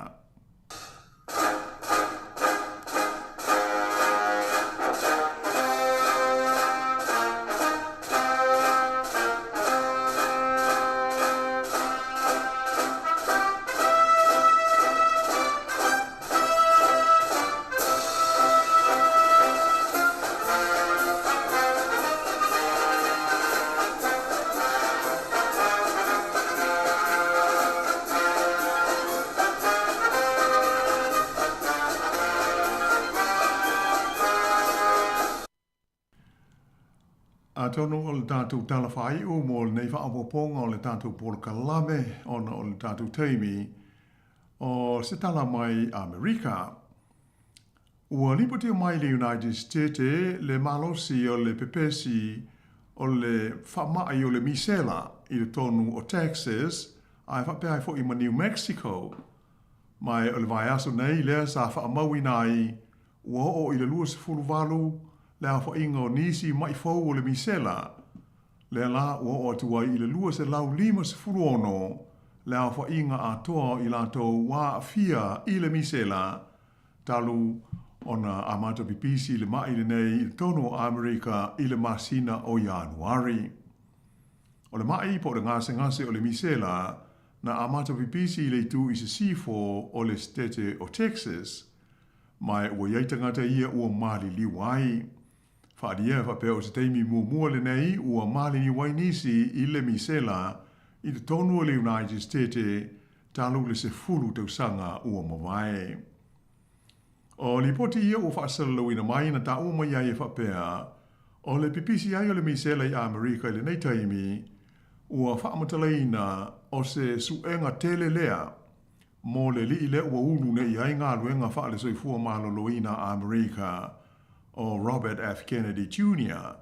Lea ua ave o ia mawhailo tusi a wao o le soifua maloloina, ai o ia o stangata, e longa lona matua te i le whaonga aina o le waila au mo le tui pui pui. Ai wila ina to tele ngata ua whaapopole ina i le pipisi ai o le misela i le United States i le nei taimi, ai o le ua whailo mai e le vaenga o le pui pui ngā wha mai i pipisi, le Center for Disease Control and Prevention, po le CDC a le malo tele o Amerika. E le te tau i lau whinga luenga fō mai, o nā tua tu vale pe whaapopoleina, o nā olo la tau taha ofi, e la ititi ia se awanoa e mawhai ai o na wafe le pipisi atu o le misela i isi vaenga o Amerika, o nā o lo tūlanga le lei mamalosi ia le lātou polkalame o le tui pui pui e pei o na whaanga solo ai. O le mai o le misela o se mai e pipisi, ai mawhai o na pui pui a ngofie, e mafua le nei wha mai i se vailusi e pisia ngofia ai so o se tangata e awala lea i le mana waina o le ea.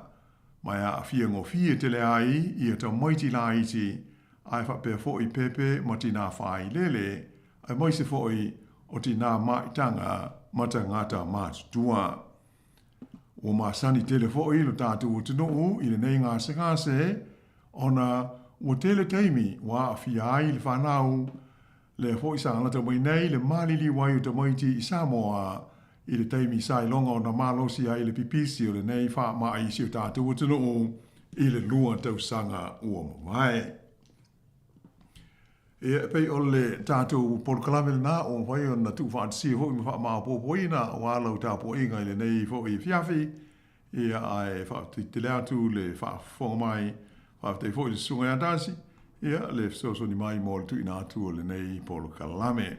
Ai tātou tāmsia le vai aso, teimi la vai tasi, to e maua se wha au poponga, ai tau ina monui tele le whai unga le vai aso, wha so i fua atu mo le nei teimi.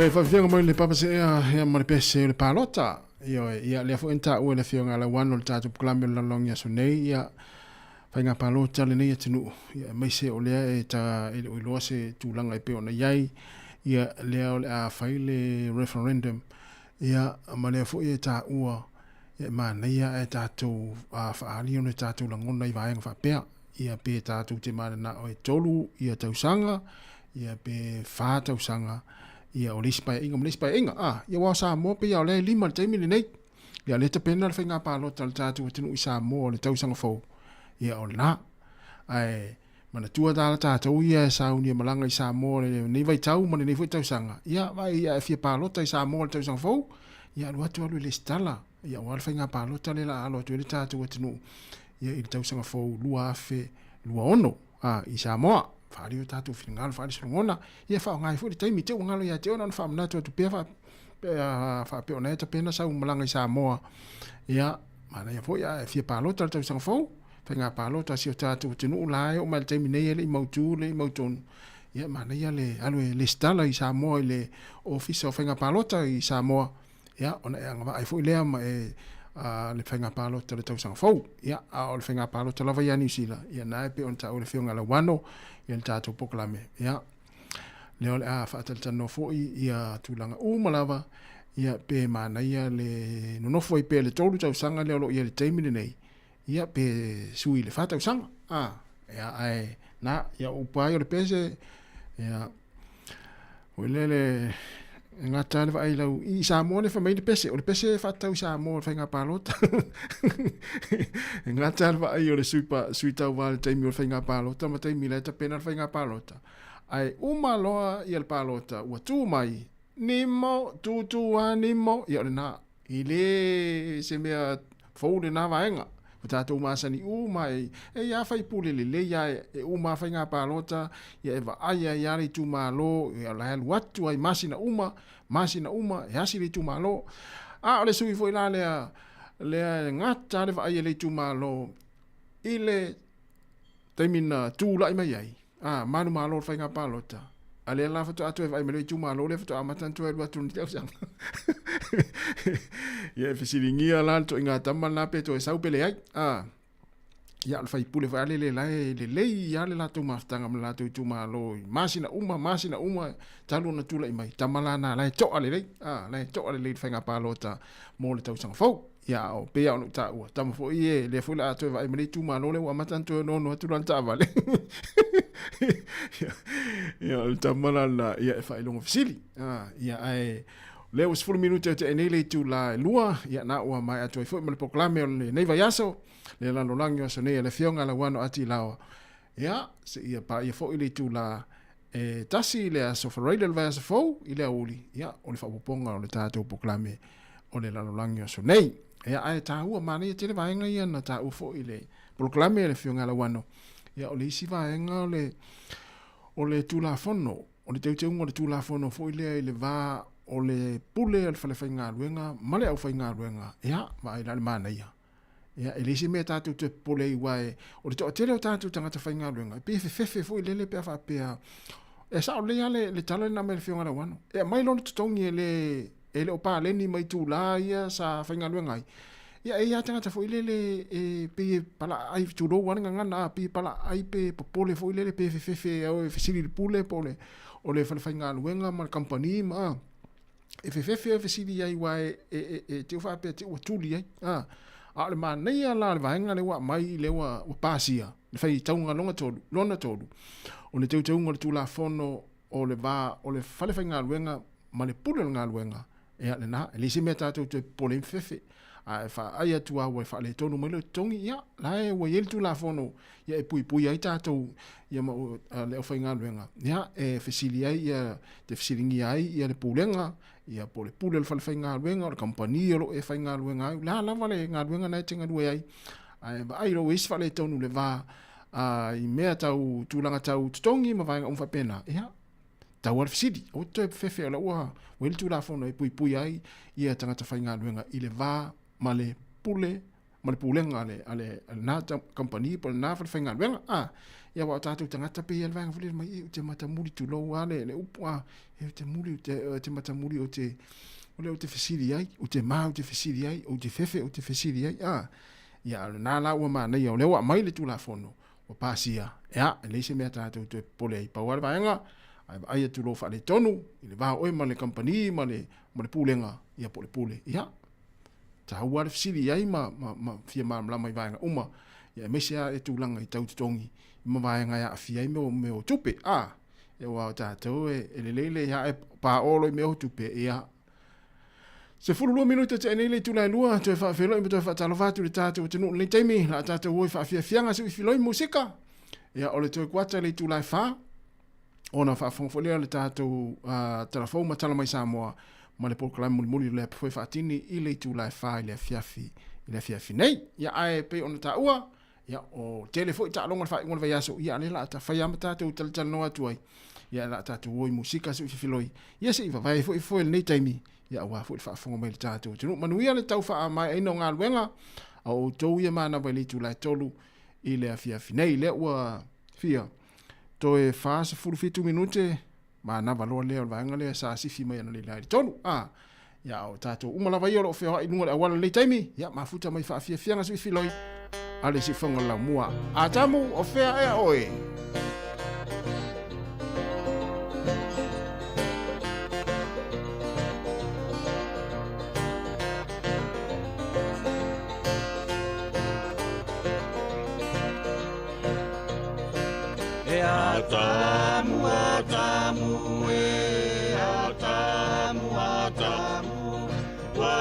so lai le va e atamu wa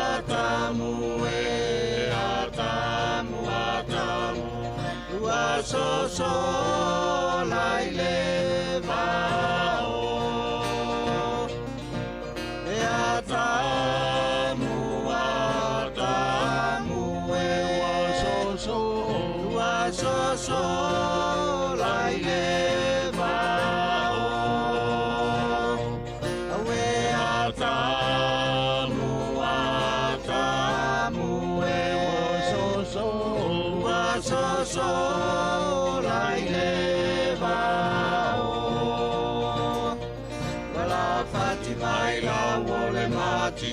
wala Fatima ila wole mati wa faya yola titi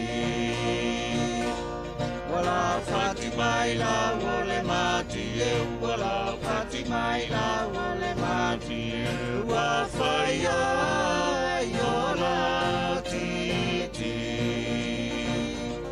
awe ata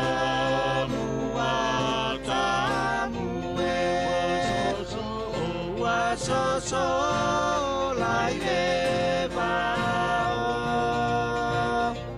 awe atamu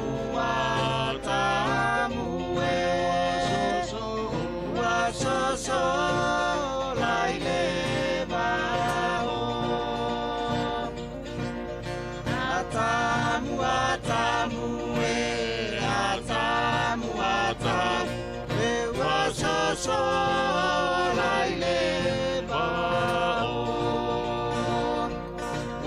Fatima ila wole mati wala Fatima ila wole mati wa faya yola titi awe atamu wa so lai le va awe atamu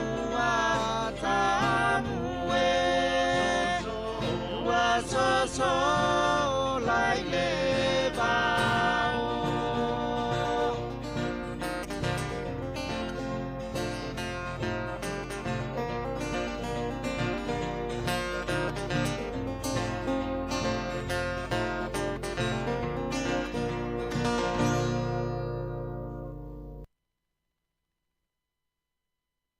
Ea, o pese fo ni te mo le uli se full 50 minuta te ni le tu la lua na pese tu ia sa fa mo e tato ia sola na tato matua. Te mia ta te fa longo fo afu elele ia la fa mo se pepe. Ia ai pese ala lo matua to nga pese le mo fo le ma si el pepe lungo vai ia ma po lungo po lima ia te vai awe aka mu acha mu leo la lo matu ia sola ka se mana ia na fo ila fa pa war ko lo matu awe aka mu acha mu ia mama mai fasi ulu ia tu mai tato ngutu tu loa ele ia ma se tato ele mama ina ia sola a pese ia sa mama tato na tato matu na tato tina ele ia se mai na mo ai mo le ia o pese tu ia na o ka se mana ia ile fa longo fo ia mai se ala pe pese na ma na tina oka ia o le mana ia ole o loto ma na ilo matu ia sola ia ma taimiana ia ane na fai ia mo me o fai nga laupa ono vo ia le tata mai fa la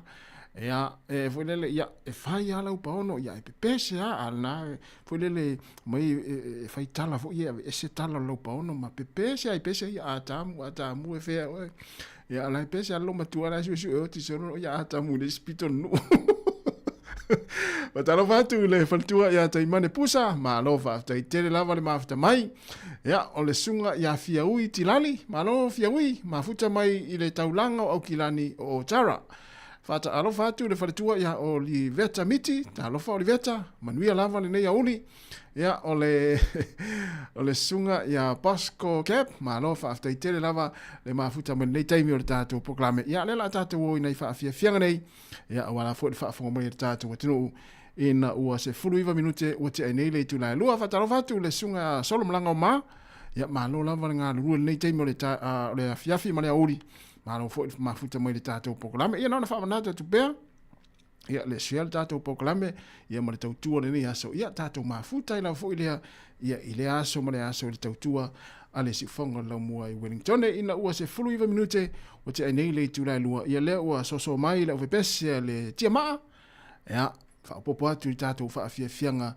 i le nei taimi o le uli ma nei le tau le la mua nei Wellington le sulma tango fia le la ma lu telefoni sa vidi le vai atu i fa atu le tatu fisa fa sala lau ia o tau le fo i mamoanga ma o le uli le tatu tunu o lavo sa uni mola na vao ia o le ma nei le la le ma tango fia le la ia i le mo ino le vao ia po afo i ngā luenga tau na whaifafo vali le fale so se ngā luenga vali le fale mo le vao ia mawaenga malama ia pe whaifo i lau tonga la au o le maa naia ia le auli i le whainga o le tonga la au ma lufo i e fafo mai o le fale ia maa naia whai isa ngā luenga msina ufa maastino e te leo tau sa vali la vai ia i se paka po se vaenga fo i lele te sa vali ai le ai matua lava le lau fa maastino ia i le i au tafalo fale pe afalo tonga la au mola o vama te pena au tafalo fale i oi luas por minuto te nei le tula lua le sifonga la moe Wellington ia le la tatu word fa fia fianga nei mai of pese le tia ma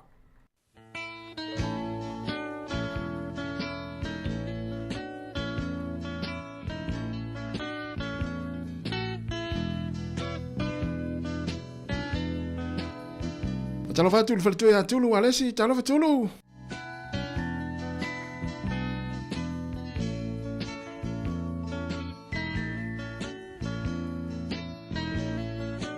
fatalo fatu il faltu au le lava leo se lesa ya e fata ma lo fa taile ma fata mai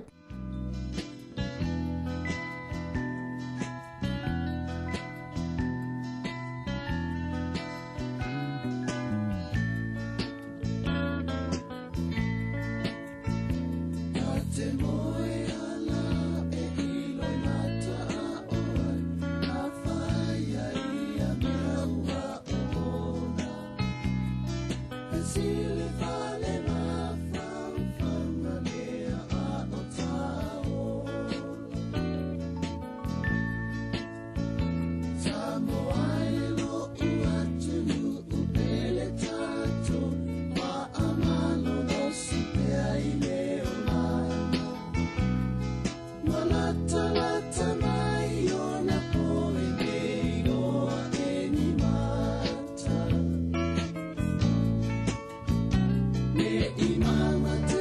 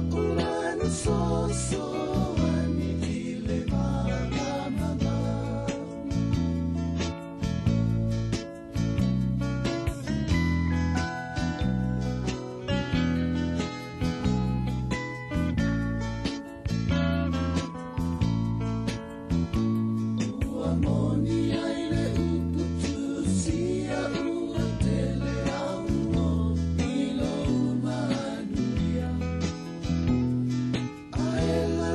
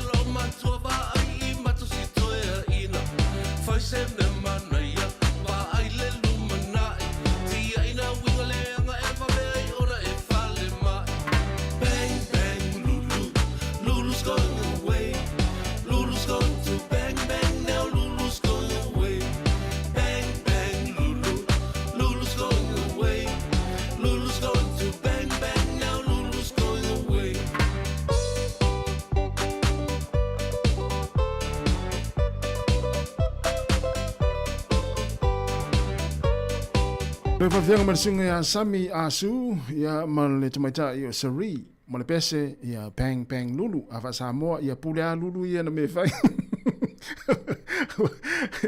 ava Samoa o fika fu elisi ya vainga la ya le olanga Lulu yo ya le Lulu tangata ye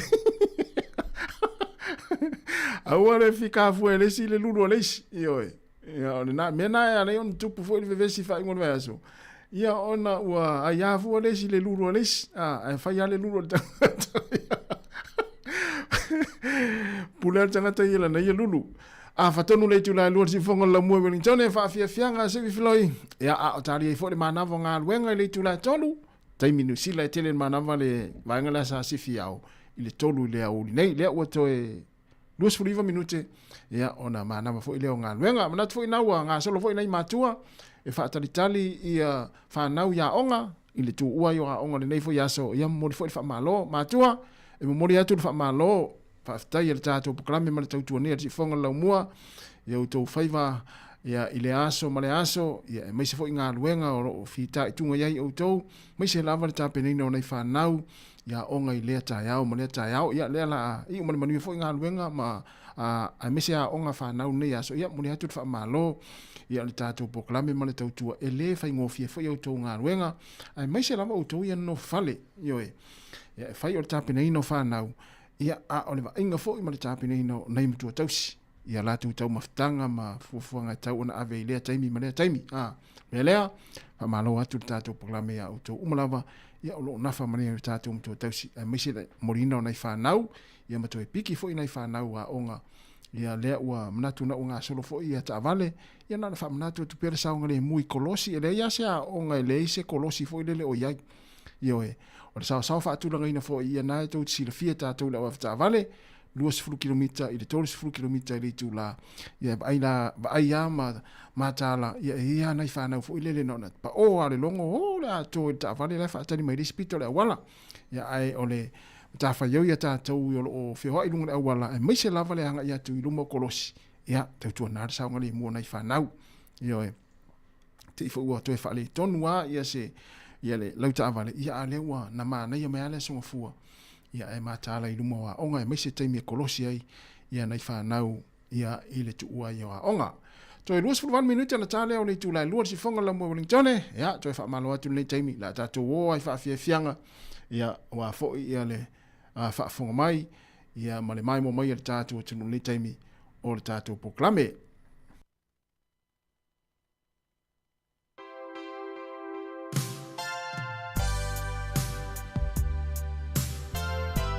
Ia matua ki lunga le ti o le tāwale mai mafuta mai, au anga ia tua i piki whanau, e me se fo i piki martina, por te maore ainga na whainga luenga mai ana leila, matua ki lunga lau le ti o, ia, pe te mafuta mai fo i tono whare whainga luenga le taimi, au e whaataritari mai isi au pele lea lua tue piki ai.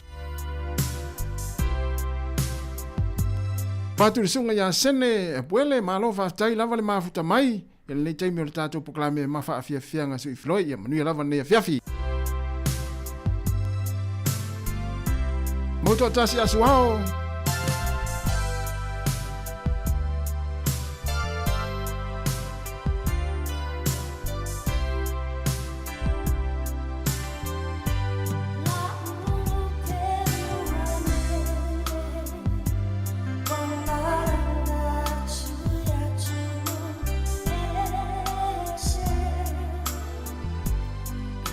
Shiva, oh, oh, na,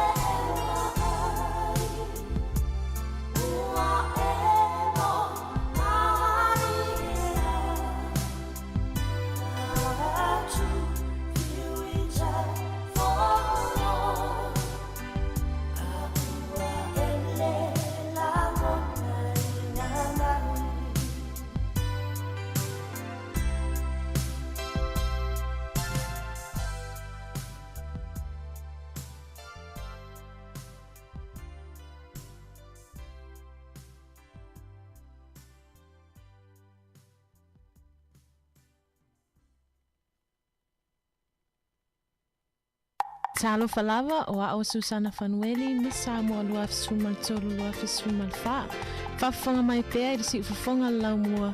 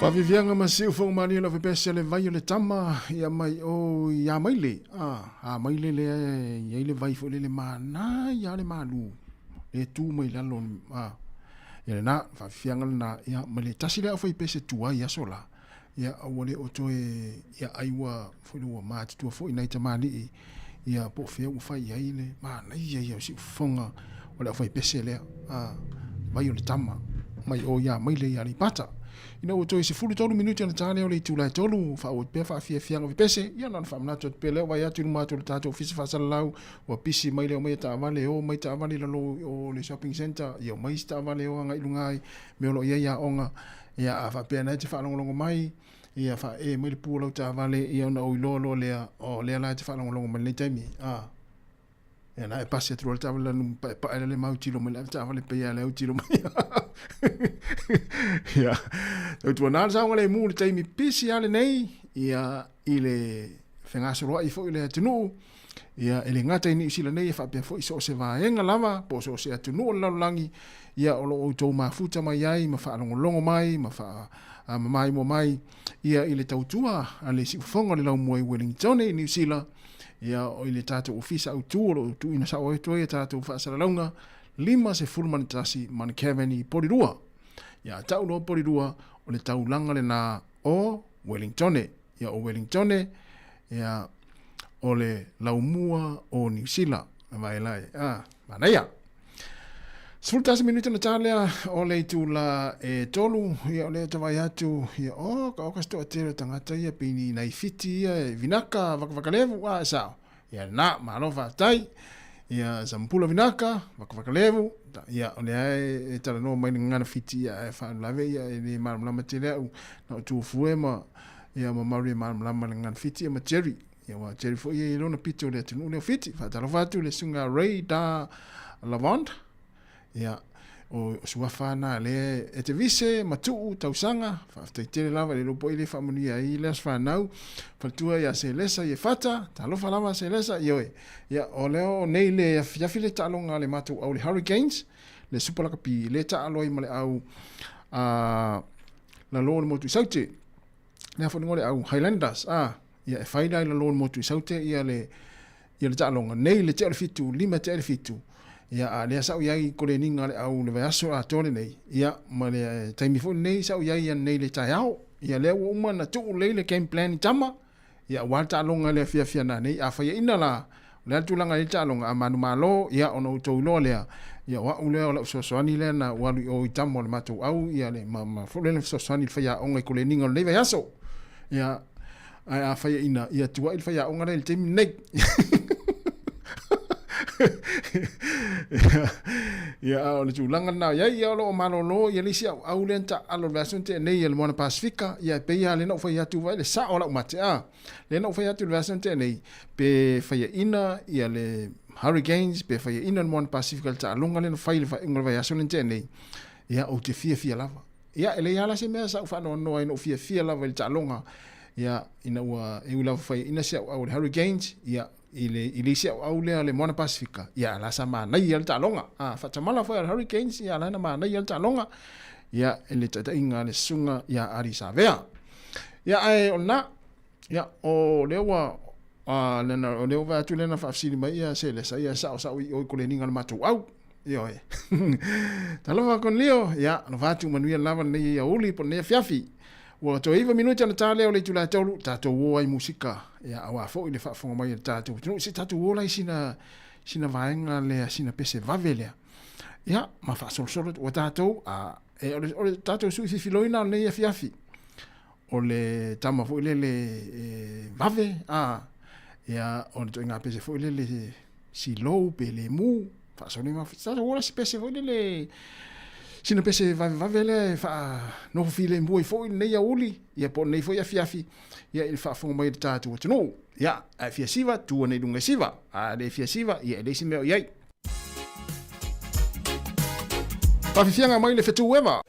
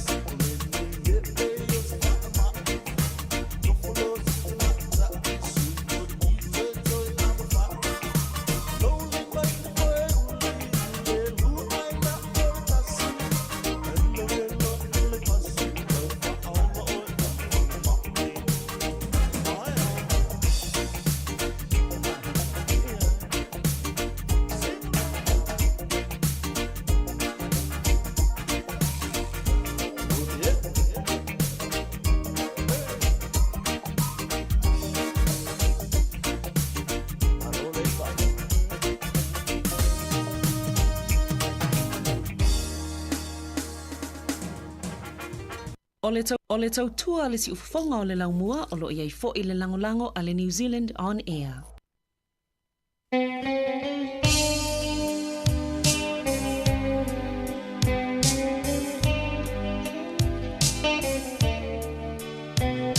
Musika le mana vai o ngā luenga le tūlai tolu matu uai ma o ngā nei whanau le o te tasi minuti na tālea o le tolu si fonga la mua mana whaafia fianga sui filoi ia wa fo le nei taimi le whaafonga mai tātou tino.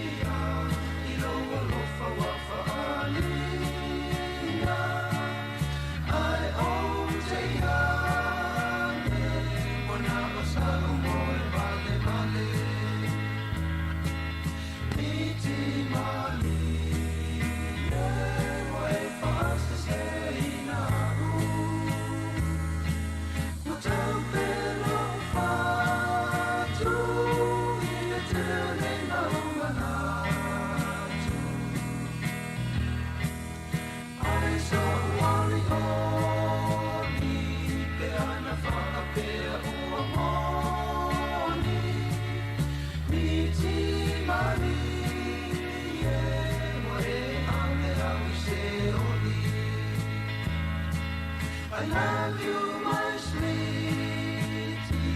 Oh, in love, love, Tennessee. Tiaka ai o wholima. O stay by my ita. O pea se whaanima. Lene iti a oe maita. La o pele se isawi.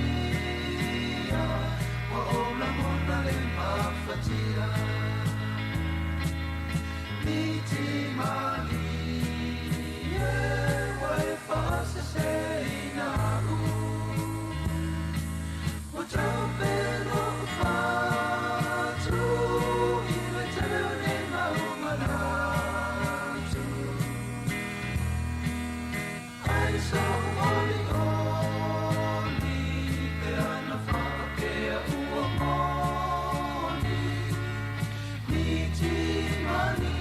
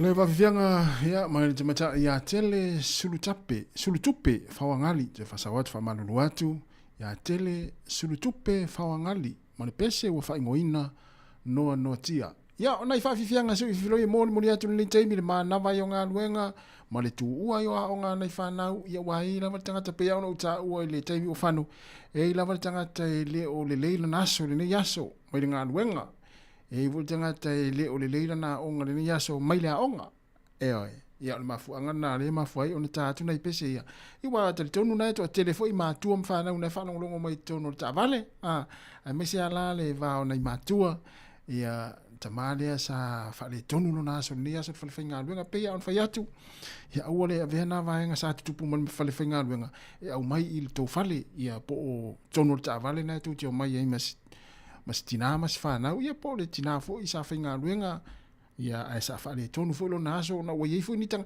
wa ia fa le finga luenga e tu po vai nga fa pena ai a pila ona fa yatu mana ia le tu o fa le finga luenga ia vaenga nana e le fia ai ia se ia o vaso le la son fua ia ona e usu fo ile so ala pule pole ale vaenga tupu ai sau fia nga luenga ma na fia mai ma sau fia le fale ia ma futa ma a inga ma fanau e wole mai le fale ti fu mai to e fa tupu fo le vesi le fale ia ma tele la vale fale tonu ia a le mera tupu mai o nga luenga ia na i fa manatu ia wala ngai ia i tātou e fulele ita ma le whalwhainga luenga sau e tono ta vale tau nuu mai i te me piki ia onga ia la te inai whanau voi lea la ta moe fia ma le ta vale ia aore ava vaula le ava vau toi tātou tope la toi ia a fia toi malangona nei whanau teimi ia i vaenga whapena o le soifuanga pia whapea o nai te tāo fi maua ia i le mela sa tupu mo o whalwhainga luenga poni su e ngā tala foi wa e le asal na me o whalwhainga su e ngā tala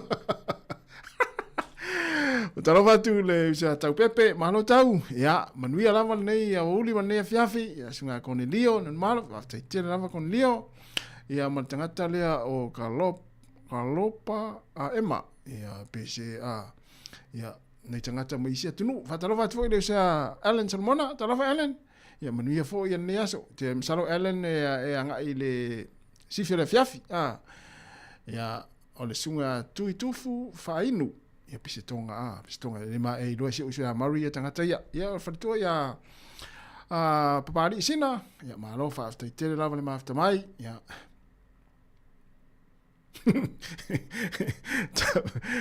tau o te fisili mai mu la o man tau tamma le mu ve tau na fai talonga le fiafia na nei ia fatalo fatu ia pu maris talo fala pua ia manuia fo ne yaso man fiafi a mesilanga ia tu fa ingol va yaso ia i oi male ainga fa tai lava le ma after mai se fulon minuta te nele tu la tolu o le taimi pisia nei lunga le wala ia na popo pel tatu tua pe ia tautua nā saunga le mūma e mātare nunga le wala ia i le whepea le pisi ai foi ia nei taimi o la anga loanga a moe ama whaftai tere lava le mafuta mai le taimi ia manuia foi langa ia tu i le whai unga le yaso la tatu woi musika su hifiloi toi kuata le wha tu nā tu leo tatu telefon matala mai sa moa maripukala muli o le apoi whaatini sifulona minute o te nei le tu la tolu whatalo whaatu foi le whatu e amnia wha moana talo whalawa melia manuia foi langa ia tu ia i le whai unga le neva yaso whaftai lava le mafuta mai whafawina tāni anu malo whaftai le mafuta mai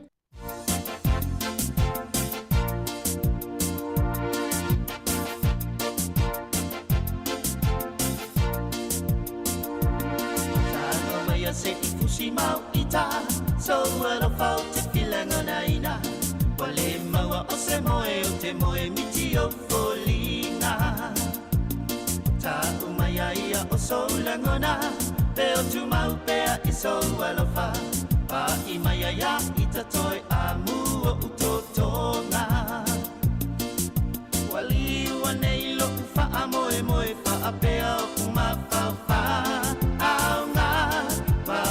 se ie mafuli maya se ie tanumi ayo ita se me ina fainga ta wali wale vai o sina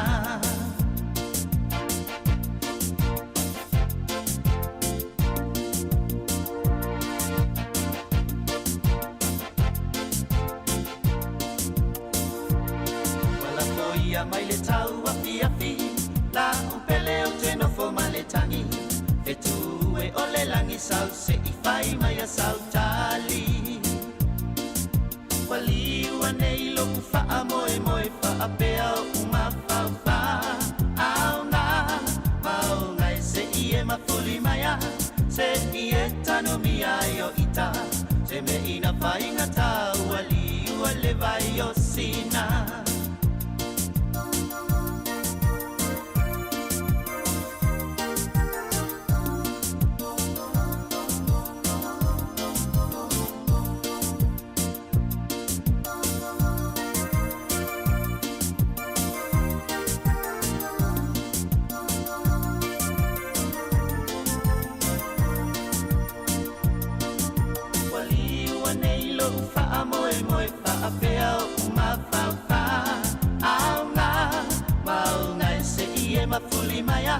Se ieta no miaio ita Se me ina fainga ta wali wale vai o sina Aya fai ua sulu lau foe Ili ufo ilo fa amoe moe Se ua ngau siele potu to sailo ulo toe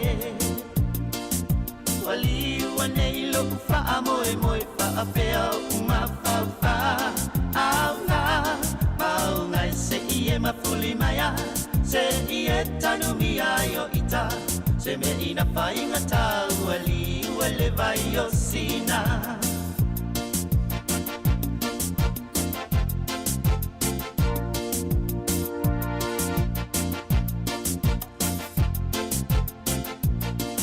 Mi wala vasina malasunga Isaac Pula ina ua 20 minuta te nei leitu lai tolu toe fa talo fam toe fa felo ya tu malo lavra nga lue ya malo fo tau ata i lunga wala nei taimi le PCA le awala ya so se vaenga lo langi fa talo watu ya ina I tatu pa ngai mafuta mai nai America Samoa tau pulenga afualo fa tai tele lava le mafuta mai manuia fo ya le nei yaso ya mai se fo le yaso ya nga luenga o lo tau fa mai ya info fango nei fiafi ya o hamari tau I America Samoa na ngata la ua o I America Samoa le tausanga tasiiva iva valu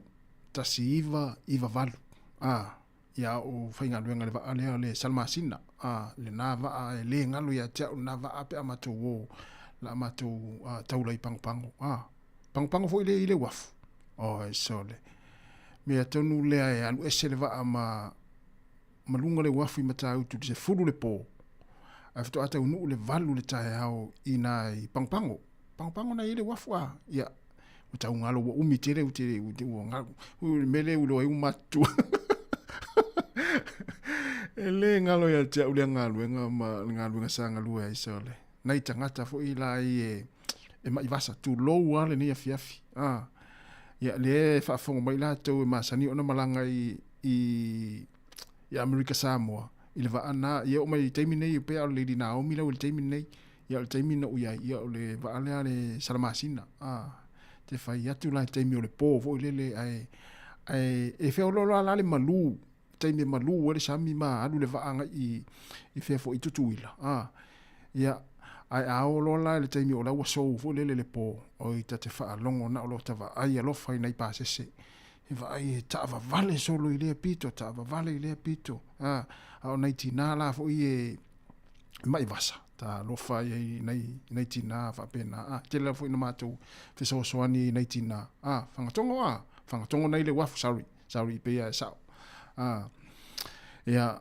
ole taimila na fa ya tu sole ya ole va le tau le va le valu le taia ya ona ua pau fa tu la fono America Samoa se vangana pe tau le va le fitu le fiaf sorry le afo le fitu ya po le fitu le taia o te le tau le va ina le waf ya fa tali ya I lungo le va ya pa se pe ata nu se vangana wa ta le va ya fa ata va ya tu le wa matanga solo mai ya tangata le officer duty ya e ki le va ya o le nei matua le la vavana I pasese na fia tu le soul le taimi a le va I tutuila ya na ngata ina le iva valu tasiva valu la taimi no fenga lu ngai ya ai tati mana tua no I tatu pa ngai mafuta mai na I America Samoa ya lofte le atu ya pion fa yatu ya o mai le tau nai America Samoa ya ma lofa tai tele lava le mafta mai ya Alan Salmona man wi lava le fiafi ya ia na fatalo fat foi se ngafo fa vera sio talo fa jo mai le tau na ifea Brisbane le ya ha mai tau na Brisbane ya mai o tau le fa ya Batman ya malofa tai lava le mafta mai ya fa tai tele oi Australia ina Brisbane jo sio ya fa tai tele lava malo lava ya lo fa tu so ya te mala inga ya le o luas fultori minute o te nei le tu la te si fonga la mo veni tone te mana tu la tu tu ila te le tama ya paso sisi la na le tama me vo le le la iti aso sisi ton o la favor letti ana ya sola tamana eselo fie ai pe ata nu va mana ya la lupe piliati mafuta mai Amerika Samoa ui talo vai ya ana va tu manu ya fo ile na ya so ya mesen ne ya fiafi luas fut fa minute te nei le tula te si fonga la mo Wellington ya beautiful woman ya faise to lua esero o lei uso e van fan tangwai mana vanu ya o ma usaninga ma so le fiafi ana vatu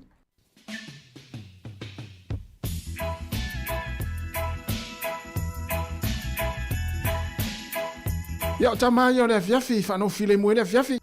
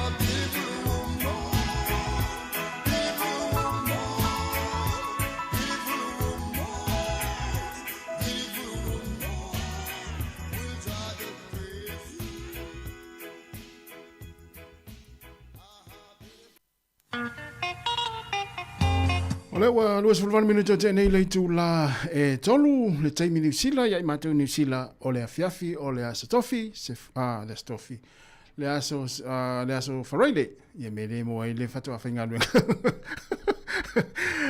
le afiafi le Friday le aso fulman fa masino mati lua fe lima ya malo lava malo singa lu le afiafi la tu fu mana nga lu nga nu ya inga ya malo lava no fa matu fa malo atu ya te sanga lue mai fo ina fa nau ya onga o le ni fo vai aso na we manuia talo fatu sunga tau pulenga afualo ya malo fa afta tele lava le mafta mai ya pe fo ringa mai o la fenga luenga ile company tele ale Starkis ya America Samoa esao ya na ya ma flutua ya lupe apiriati ya fa afta tele lava ya le mafuta mai ia fatua tiresa ene tala fatiresa manu lava le fiafi o tau pepe tau fafta tele lava le mafuta mai kenu skik por rua ele mana ia le mena te mafuta mai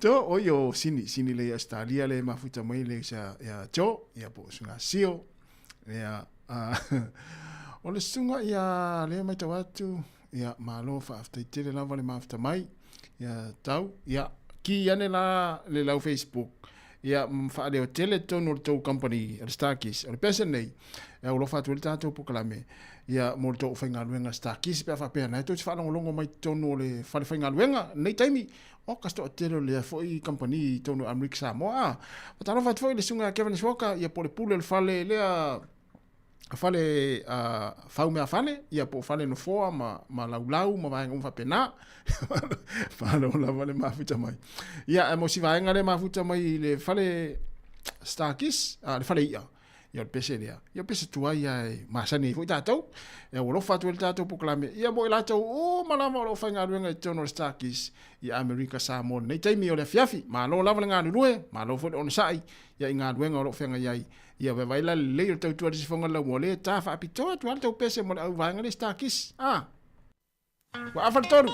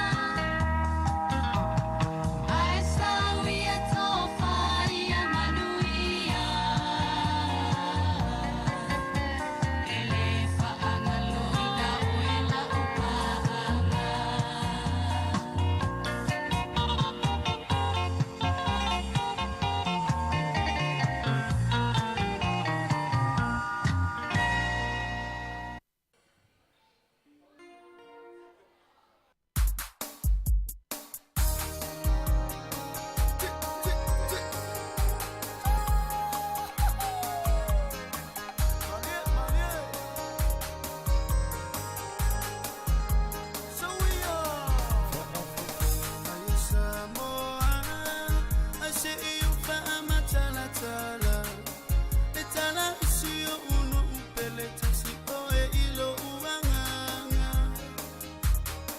matatu upolo uno umoni o te mimita ile neivasa o lela lela yenu meratasil o ale ipata eto atele nisi eto ufesili na tutele osila fia ina osio unu upele tasi oi pa apele pele ina oa le ulua inu o ale ipata ilo tofana itutono lo itu malo epele ilo uanganga firo male uso ali imalala imaota Mamalu mele fale fao sale apanga fa apea fo ile itu wala opa iana o matatu eleva e ale fala o otoma le amatanga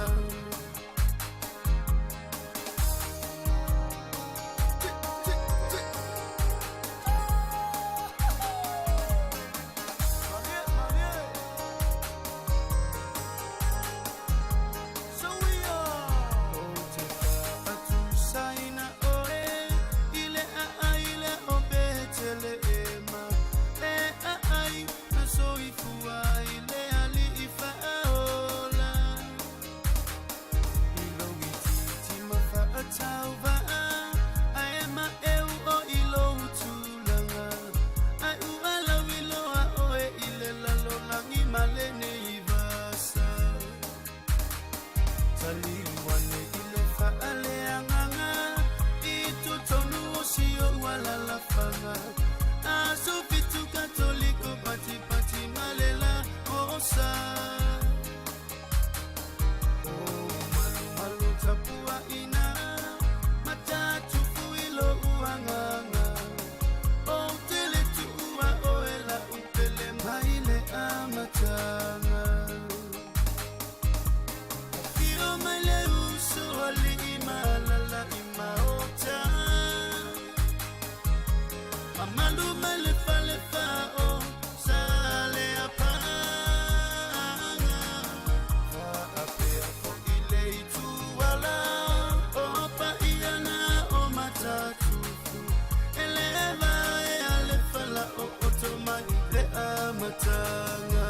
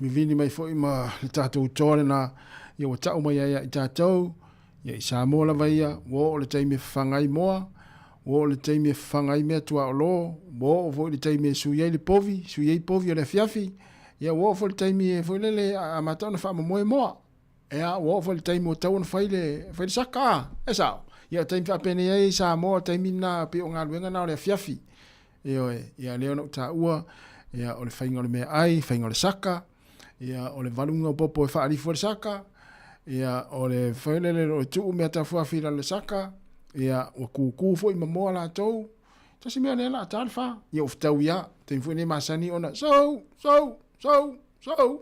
sau i tato pua ia ma kuku ai moa ma valu penua moa ia utile lo po to e tupuna me te mine o tele au me o fulele o fa nga mo me o masini ma upinga te whairangi te mine wa waso ai ma sano na fa pe ia lo pe te wo i tato me le to e fa nga ina le fofonga sau i pua ama mo no po le la fa nga ni vai nga fulele mo le nga i lumo le sau te kon lo silo te mine lo pe te wo le to e kuku ina ni mo pe ku mo le fiafi lo pe te ua fa nga ni vai nga fulele te kon lo si fa ona po nei e vala away mo fa to i foi ia o sau ino pua vai nga umala fa pena le fa nga ai le fonga tangata e fulele sau ai ia ma kuku mo ma nga pena to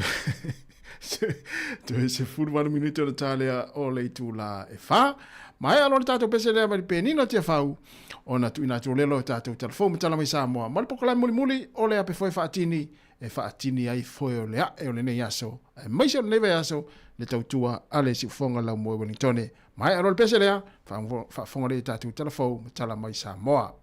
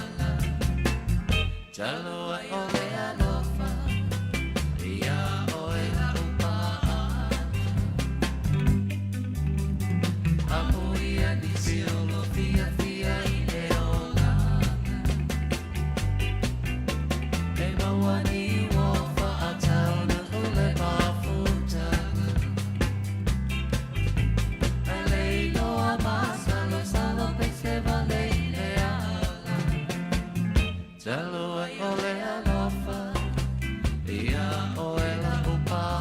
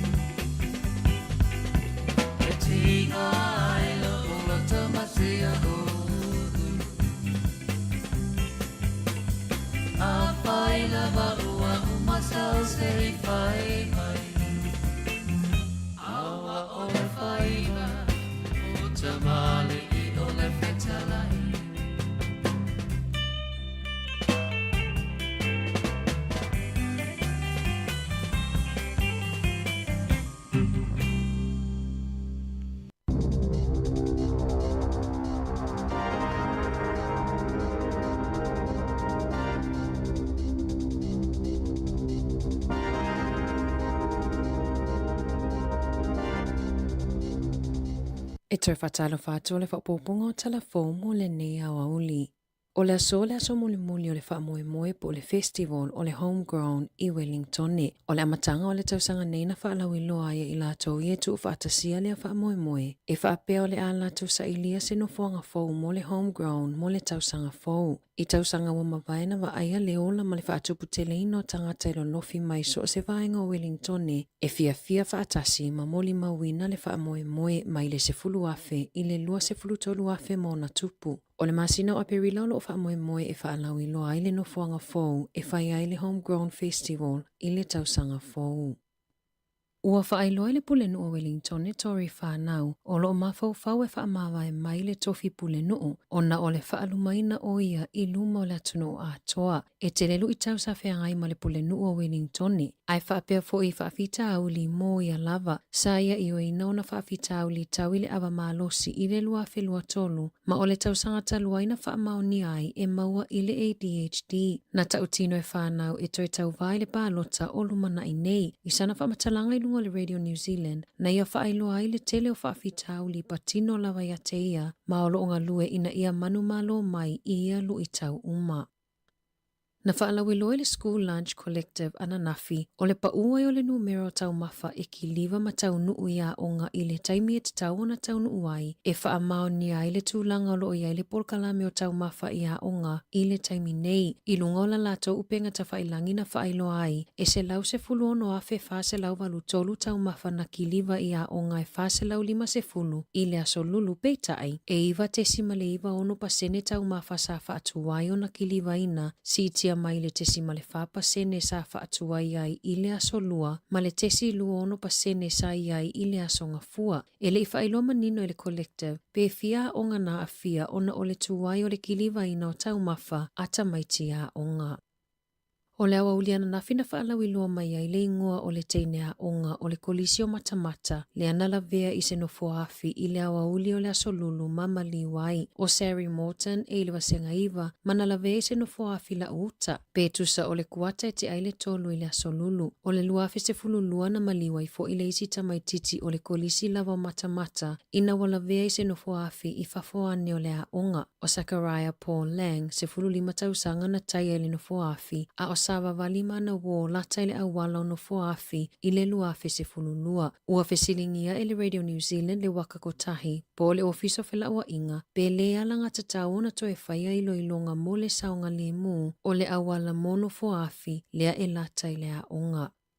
O loo whaalafi e nisi lea li i lea o loo tausa i lia na ia susunuina malumalu tapua i ono i Masitone. O le vavea o le aso luas fululua Februari na ulua i vilina i leo i le muai o le falesa mua ma i le fitu na lipotia. E au fia i masitama i potu e whaia i lotu i se tasio fale maliu. Tolu aso mulmuliani sa atu ina atu se tusi sai mo le pueina mai o Michael Caine McRae fast full fata usanga le matua na masalomia i le susunuina o falesa. E o mai le aso ele i mawala lava lea lii, ai o loo masalomia leo, o loo iai nisi o loo fisoso ania McRae e whaalafi.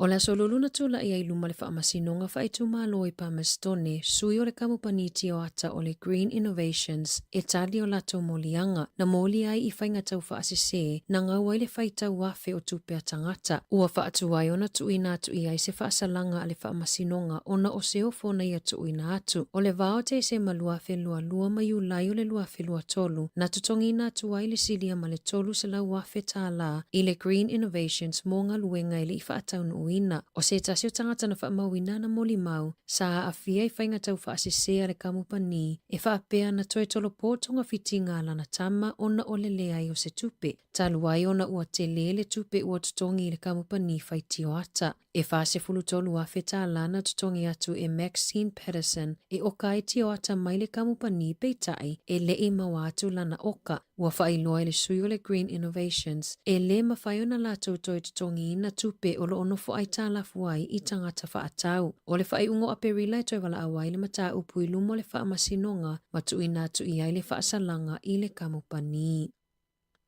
Ua mawaisu esu e ngafou, e le tatau na inu e tamaiti I la loifo le taivalu tausanga, vai inu slushies, lea e ai tutonu le vaila au o le glycerol, po o le vaila au le whaasua mali e ai le vai. O le su esu e ngana whai olo mia I lunga o le Archives of Disease and Childhood, na whaali ai e tusama le luas fulutasi tamaiti I Peritania, e le vao le lua I le ono tausanga le matutua, na mamaiti ngai na mamo o mia tonga fitinga, ini na itu la talo na tau mawhaina slushies. O le vaila au le glycerol e tele na whaonga e whaasua mali ai whanguinu e le aini suka I tutonu. Matao fia I slushies ia awane I malo pe atu uina I le aisa. O aunga o tamaiti mai ia afianga o le vaila au e au fia I le mawalalo le suka ma le pongisa o le vaai. Na whaailoa le au sapalai ma le aunga o si o loe New Zealand I lungo le One News. E whaapea la tau te le whaonga aina le glycerol I le ngao singa o slushies po o vainu I New Zealand. O lo fautua ina mātua ia lava le tasi o le slushies I le aso e ave I tamaiti ta ilima I le se fulu tausanga le matutua. Ua mōlia le tangata lea na maua na lafoina se emaili tau whaamatau ini whaala putupotonga na tā ua I se emaili tau whaamatau na lafoina ni whaala putupotonga I le pōla so lulu e au fia ai ma le Radio New Zealand sa so esu eina I leo I counties manukau po whena au mai ai le emaili ma o atu ai I se whale I maangere I sa sae o se ali iluas fulu tausanga le matua ma se tamaita ina tau fia leo I le aso ananafi mana uumia whaasoli tu la fono I le ali I se whana o le aso e tu la ai luma le whaamasinonga whaitu mā loa manukau, maolo o whaia I aisu esu e ngā leo I lea mata upu. I taalonga, o le afiafia nā nei e whetau I le awa le Hurricanes ma le Highlanders I le te o le fitu I Dunedin. O le taalonga mua lea li o asafo au mua, mo le lakapi supo le nei tausanga, talona malo I le tausanga taluai. O lo o iai le au wha leo le Hurricanes, whaatasi ai ma Tyrell Lomax, bei ona lipotia le Radio New Zealand. Ua whaatonuina le whaala putuputonga fusua le lalolangi le li isia umpini o Alexander Usyk whaapele alo Samoa lupe soli aila au li Joseph Parker ina ia amata whaatala noanga awa se fusuanga I sa ili aile sia mupini mo le panga mamafa o le lalolangi. E tolu se fulu aso ua tuuina e le WBO ia Usyk ma Parker e whai ai se la malilienga ma tuuina atu se la tali. A whai ai musu Usyk e fufusu ma Parker e fōlinga mai o le ave e sia le fusi o le lalolangi o lo ia umia. E peifo e ona ave ese le IPF le sia mupini I le tausanga na te anei ina wa musu e fufusu ma Dubois e pui mai le fusi sa ia te ia. Tala fōia mai le si ufofonga le lau mua mo le newa enga o le awa uli.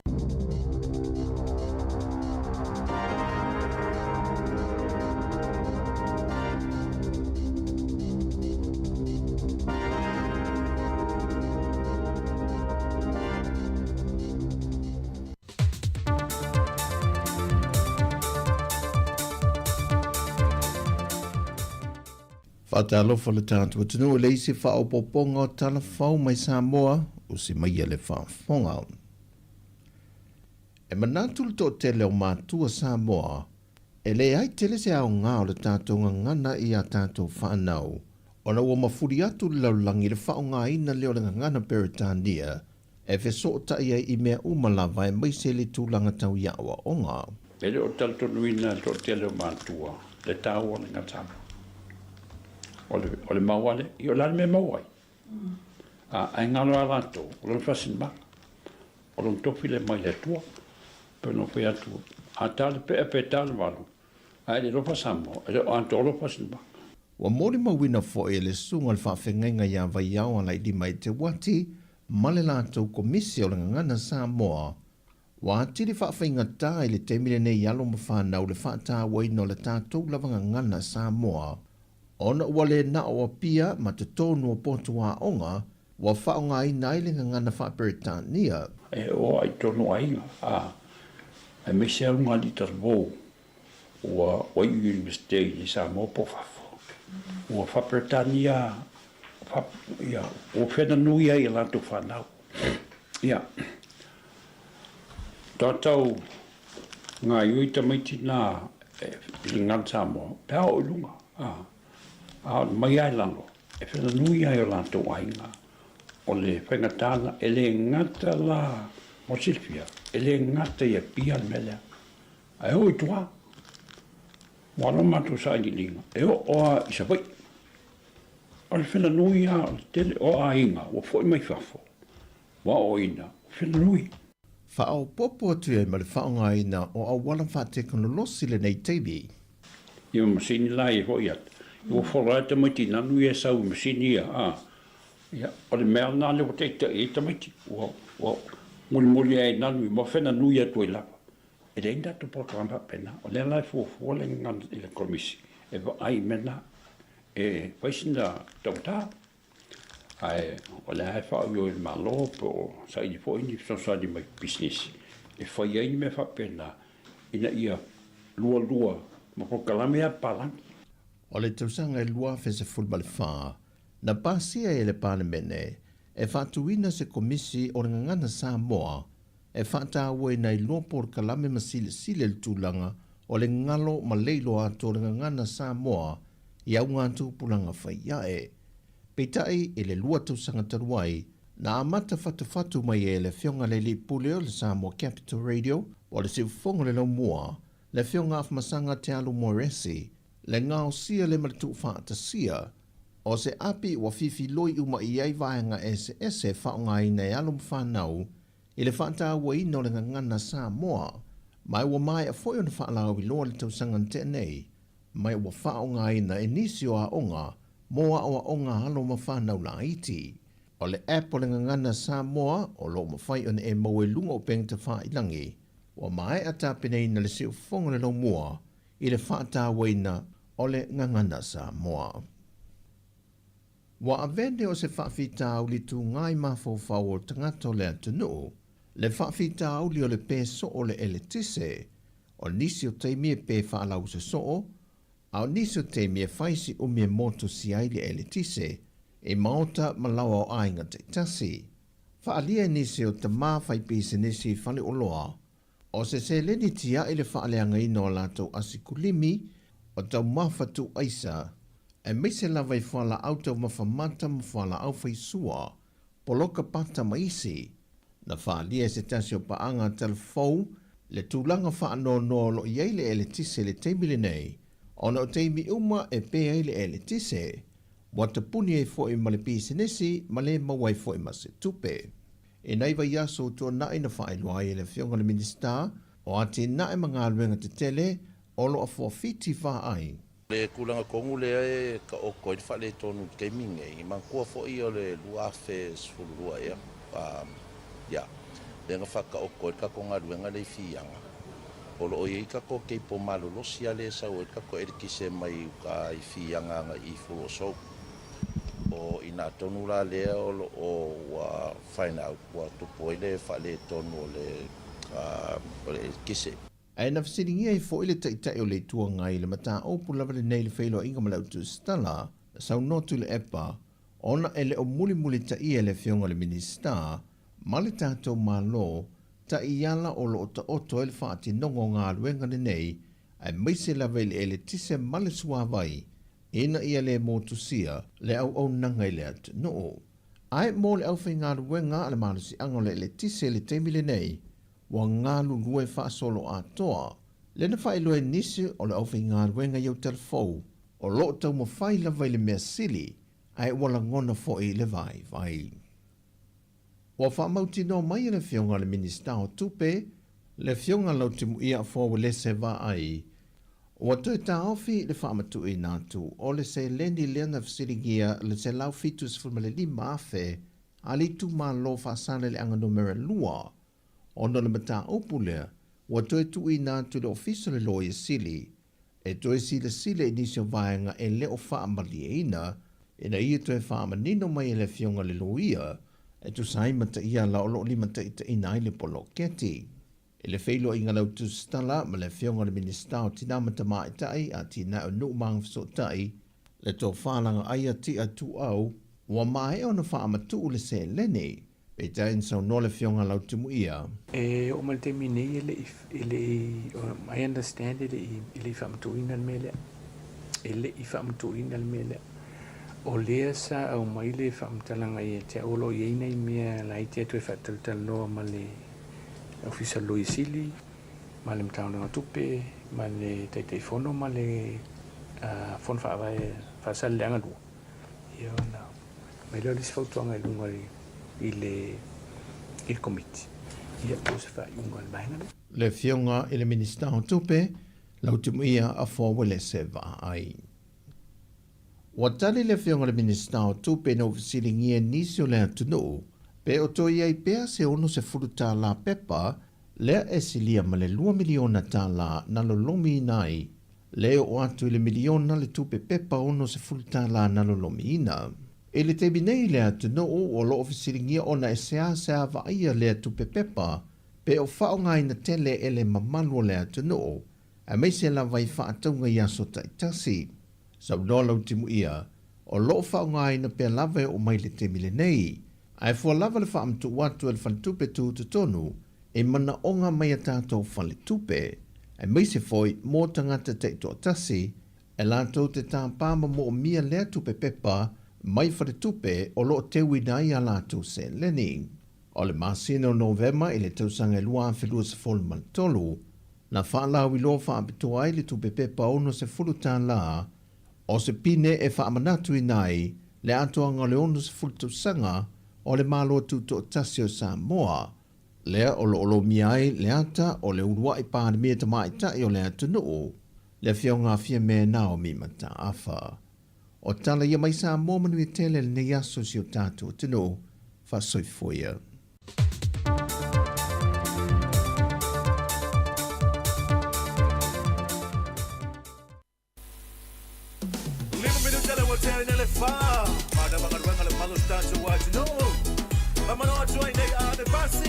Lucia Pira kaya chinai lau ba Lucia Shane Mamalo te koila Lucia Terminator so Agai kala Shack City Ya me se ve mamalo te langa kamo Michael Malva Lucia Wayne Era te lepe puro le mamalo Perry Mamalo te pasi uma fore motele se la faili Ya no ama Tu leo atua le ua atua Ya paso lo nei sa fata Ai ngai le tua ana so no mai tua masanga ya mai tu malo uma je tatu what you ave pasi uma malo milo o nei o le ave pasi o tua tu malo o sa ni o para tapa ase tu yo mai le di pasi se o mai do no cantau o ta pe o al ver o na si o dala pa no le al cruzar. Oki ay le malanga uso, ma ole osay, ole pia fuso. Oki ay malanga boy, ya o kope yung ikaw boy. Ba magkasala mo may, befay mayo ke ang saway. Iwa boy pakaliwa sa lelelangi. Oki ay le malanga uso, ma ole osay, ole pia fuso. Oki ay malanga boy, ya o kope yung ikaw boy. Ba magkasala mo may, befay mayo ke ang saway. Iwa boy pakaliwa sa lelelangi. Apay kiya o nga aba ole pase de kukongi ako pe a e o ku eke eke bi vole jack sale ako ka mo fa aba pase de ale ako ku o e wa kasi e fa mama i ele o kele se isto mo inumale piko e kuwa wa e fa lue manga pangaluwe nga malo na lue o nei o le ave pasi o matua tu no o fa o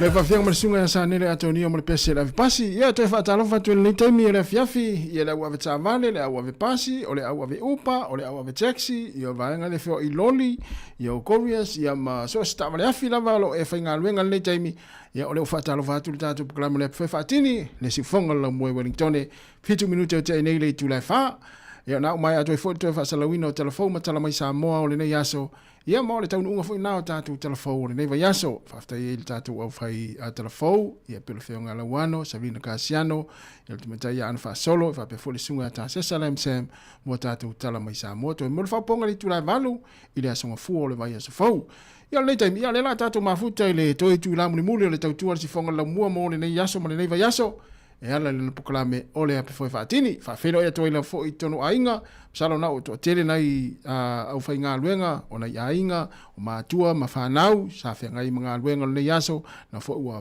tua tu ma o ngā nei whanau ia na ua whai malolonga fai fo i staltan noanga na tau le fiafi ia mwhanga solo i po afo whanga po afo le kuka o le fiafi ai a wha pe o nai te mafuta mai tono whai ngā luenga nei teimi na ua amata lau sifi Fatalo fatu tatu poklame ya mnatu lo mo ol malosi ya walfa wina unga lwengo le fiafi me se vanga le sifipo ya ole tele lava o tele lava tangata ya ole la tu asumuli muli nei unga lwenga ni se fenga lwenga ta ya to tele lava fo ipe ona inga lwenga teno ne teno ni sila ole asumuli muli nei ole tele unga lwenga ya moli fa malo atu le tau atai inga luenga matiute sa fianga yai le nei vai aso atoa mai la vale aso ngafua so ia pa ia mai les Friday nei me se foi na onga nei fa nau tamaiti ia mai a onga nei vai aso sa tu tama le matene le ia le tele o tau ia pe o tau matau ia sa matau to anga foi la onga matau stai fa ya onga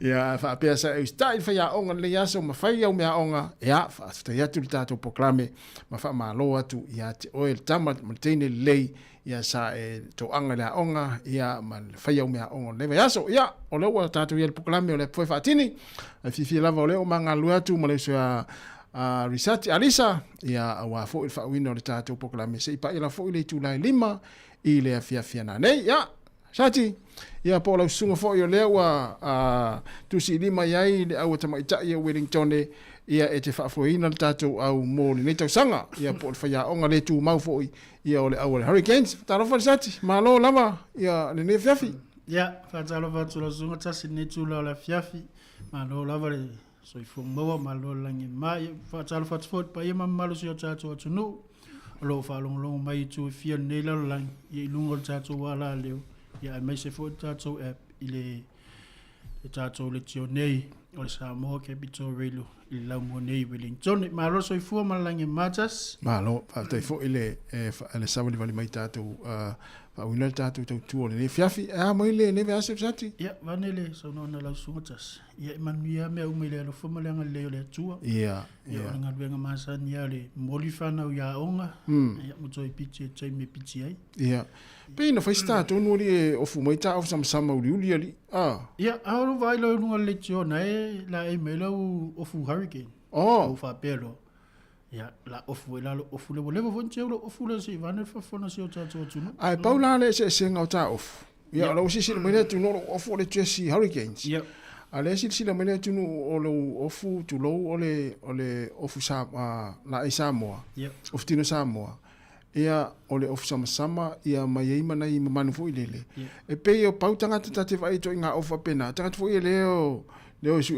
po fele maliu i po fele le usar decide a ver la unico pe ole se nga ta fu ia le se me ia ole la ia mo ofu ta ofu ole lanu le Hurricanes ona ole vas la fia finei le ta alo ta to au mare au ole Highlanders o na ni la fia fine ta alo se ta to au la loita nile ia na ia le malo lo ia se ta to au le Moana Pacifica ia ai o le fiafitai au ia le la ta alo foi le au le matai le Chiefs ia mo le au le Blues ia wa au ia le fa ina mo vason te nei fa ina mai foi le sole la ta sali jole au le o fiti ia si au le sifi ia ta sali jole o foi le au fa ina Brumbies ia fa ina ia Blues la tomlai ia ai o foi le au ta alo vason te nei ole au le Moana Pacifica ia langa o le au ata alo ata ma le auso le uso tama ia o le Pacifica ma le Hurricanes o le auso ia le ana fai atu la utara le vason te nei po ai ale au malo le Hurricanes ma le Blues ma le Moana Pacifica o le tatou awana e lua tatou au ia le lai malolo le tatou au ia le tauna ne le tatou au o le mele o le fasi e lesi au lumo le e foi le lumo la tu mala ele o se mele le ai atas e wano fa longo ai tala to ina yasola ia pe fa pela e fai ta longa tonu le tatou nu pela lo ma tu fa te so ma tu fa pe tala ele mane se me o le saul mo fa no mo fo la ia mi vini tonu mo fa no e pela le ta longa le propis ma plus ia mo me ta sali mo me tanga ta fasi le tanga ta sali fo le va pe ala fasi mo la tu fa le se me le e wele lo po fu Yo atu foi le Chiefs e fa pea la tu fa pea ia le Chiefs ia wa le matai ia fa pea le Chiefs ia fa alo mai ia fiti ia le fiti ia la tu ola tu matai ia le no atu foi ta sali mai solo foi ia le fiti ia nei matai ta no fai nei matai le temi ta li mai fa pea foi la a fiti la tau sanga ia e wa au ia wa New Zealand ma wa Australia tono la tmalai ia me voi le pe matai ia pe le matai ele avelo matai o me feita longa el mena non fa mna tu pea au te alu malo matai te le o me feita longa wa pauna me ole alo so fa pea ta sali solo tanga ia le wa mata foina no mai ia le la vai le au le Chiefs tamale o Kenny mun pola talo Kenny ia malo va ai tam fale o le la vai le au le Chiefs ia tamale o Kenny mun pola ia Kenny ia manuia ia oile au le ta alo o le Blues Blues le ta alo ma Chiefs manuia tau a vaunga le so ataiao le fia ataiao po ifo ila atangi le so ataiao ia wa le o le mele la angi le matangi la lo le motu isauti ali sati ila fia fine ele stama yangi pe o le ani le nani an le savili le malo sile na e wa fa ina yan fa ina twin Hurricanes ta longa u matu ia mo ta longa ia la va ai fu tatu au ta mai tila fa to ai umai le au le Wellington Boys le fa ta ia le fa ta tu sala le ta alu tanga matu ta mai tia o ngai di vitawina to ngata alfa pena matu te le Hurricane le la fa to mata ona wa ta matu tatu au ia si ta sta to peste ia ta se va sile tua ia wa uma neva ia so o tama ia si o tatu ala le no le sunga le o le na tua tu si o tatu pe ise mena pe sa tu dia la sunga pe ia na fasili mai le stanga tano wa tu na fasili me stanga tai lungo le tatu Facebook ia po fesa u ia ile le va so ia wo le va ia ta u le me se atul ta mo sunga tu fui ia le la fa menino ia ona ole tulanga le tamu fainga tu fa single tatu au Hurricanes e me se le combination ale le nei tua e mana o mi stanga ta foi le foi le mafu fau le running o talonga vai for the first 5 le ale Moana Pacifica pena uman mele na amia le tanga ta foi le lo fai tau di talonga ala le asi au netball ia au netball le sai nei ia an mafu anga na ona le sa lu te mi fo le tau fa senga ino le nei tua sila la il ta longa le fine a yese se swinga le nei tua le Hurricanes ia no to lo le mafu anga na le no le finga le no vole le ami mai o le Hurricanes le pole as game plan pole a fo sota inga tamata alo pole a fo ile sa soani le numbers full numerous full le faitau o ta longa le running o ta longa ia le no ia ile na fata o vano ai nei ia le o sa vali mai ja tunga venga ia malo atas ia la tata to pese la tata to pese ia ona tatu tata no fo ile nei vai ngai fa manatu mo tatu fa ingol vai yaso ia ai se ita fa ta lo fa mo si vai nga lewa ia le au la vai ma le au fo le ma le au le ita alo yaso la nga tala tu ta longa mo tau nga funge na lo ulu ia fa ta lo fa tu sunga va le mati ma lo va lele ma futa mai au kilani sunga si nava te vita kio ta lo fa si nava ia mo ia lava le ia fiafi ia o le sunga penina tau tua fa te te lava le ma futa mai penina o supporters ia le Hurricanes le wa mata mai ia o Kenny Muripola ia ole folele ole tasile tangata ole e fai ina ne afa ina le Chiefs e folele e le anga umala to ulo ma mo spuni folele tau ai fafo alo Kenny Chiefs ia le fai ina matino ai pe tolu ni ulo na fafo ne vai son tene ia fatalo fatu le sunga ia Isa Kevin Swoka, mani lava ne fiafi. Ya, na talo ma tatu pese. Ya, foi mai tatu talsa noama na ifa manatu fa ngol vayaso. Ya wa foi sa ngale mo tatu tunu. Ya, ona i pese ngala foi fa no file mo ne fiafi ya research. Taimio mana vonga lwenga. Taimio mana vonga lwenga. E mana o mia e tamalani pese foi le mana ia fa no long. Ya, le la tatu watu pese le. Fa me pese le le rio pese in mo le ota. Ya fa fonga pese le mo tatu ma se no ta fa ngol vayaso.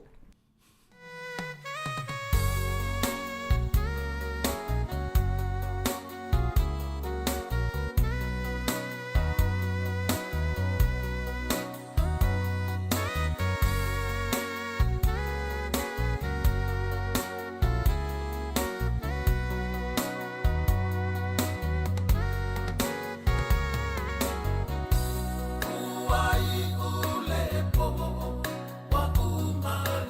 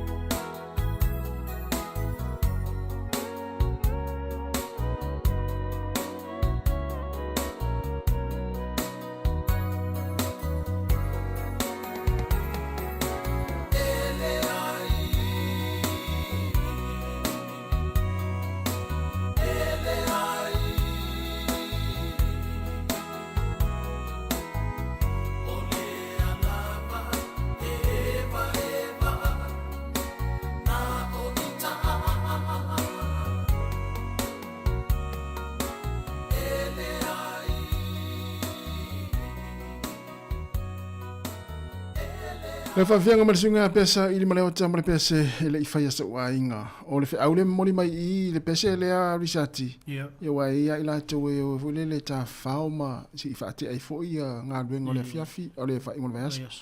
O le whiaule mori mai le pese ele a. Aua lena na ina lau mama whai poipo.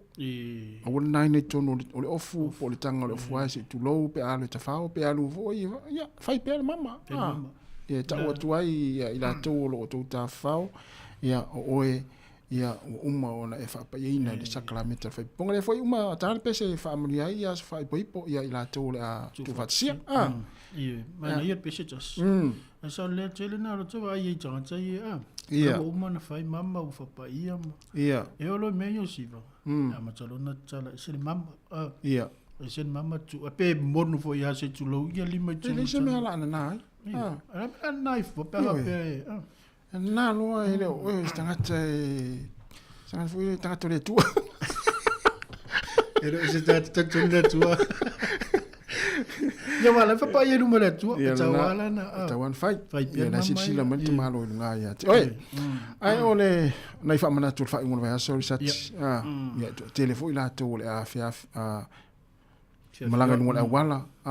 I taalonga ele ngata taalonga whanau ia meisi foi vai ngole anga ia isi tātou tinu ia ai o whamanatu lava i runga wala saunga le mu ia saunga le mu al mea tā uat whai ungal vai mo ile ia wale la amata foi ia taalonga kalapu kalapu ia pe o mea na o whautuanga ana saunga le mu wa ia o whautauta awar tulia lau sao awar tulia lau sao e tau siri whamomo saunga le mu saunga le mu mo ia wa ta ua vaenga ia o taalonga kalapu le fula amata taalonga onga whanau ia mo au tapua au tapua i la tō fo i e tau wala au tonu whaavevesi taalonga ma ia na ona tu lalo pia mwhamana tu atu ia a fia fo i langona si ua tali i po si ua fine ia pe a whaalongo mai mawa ai mai tua lai te e atu la te e atu raf se a wha pe fo lele masani ona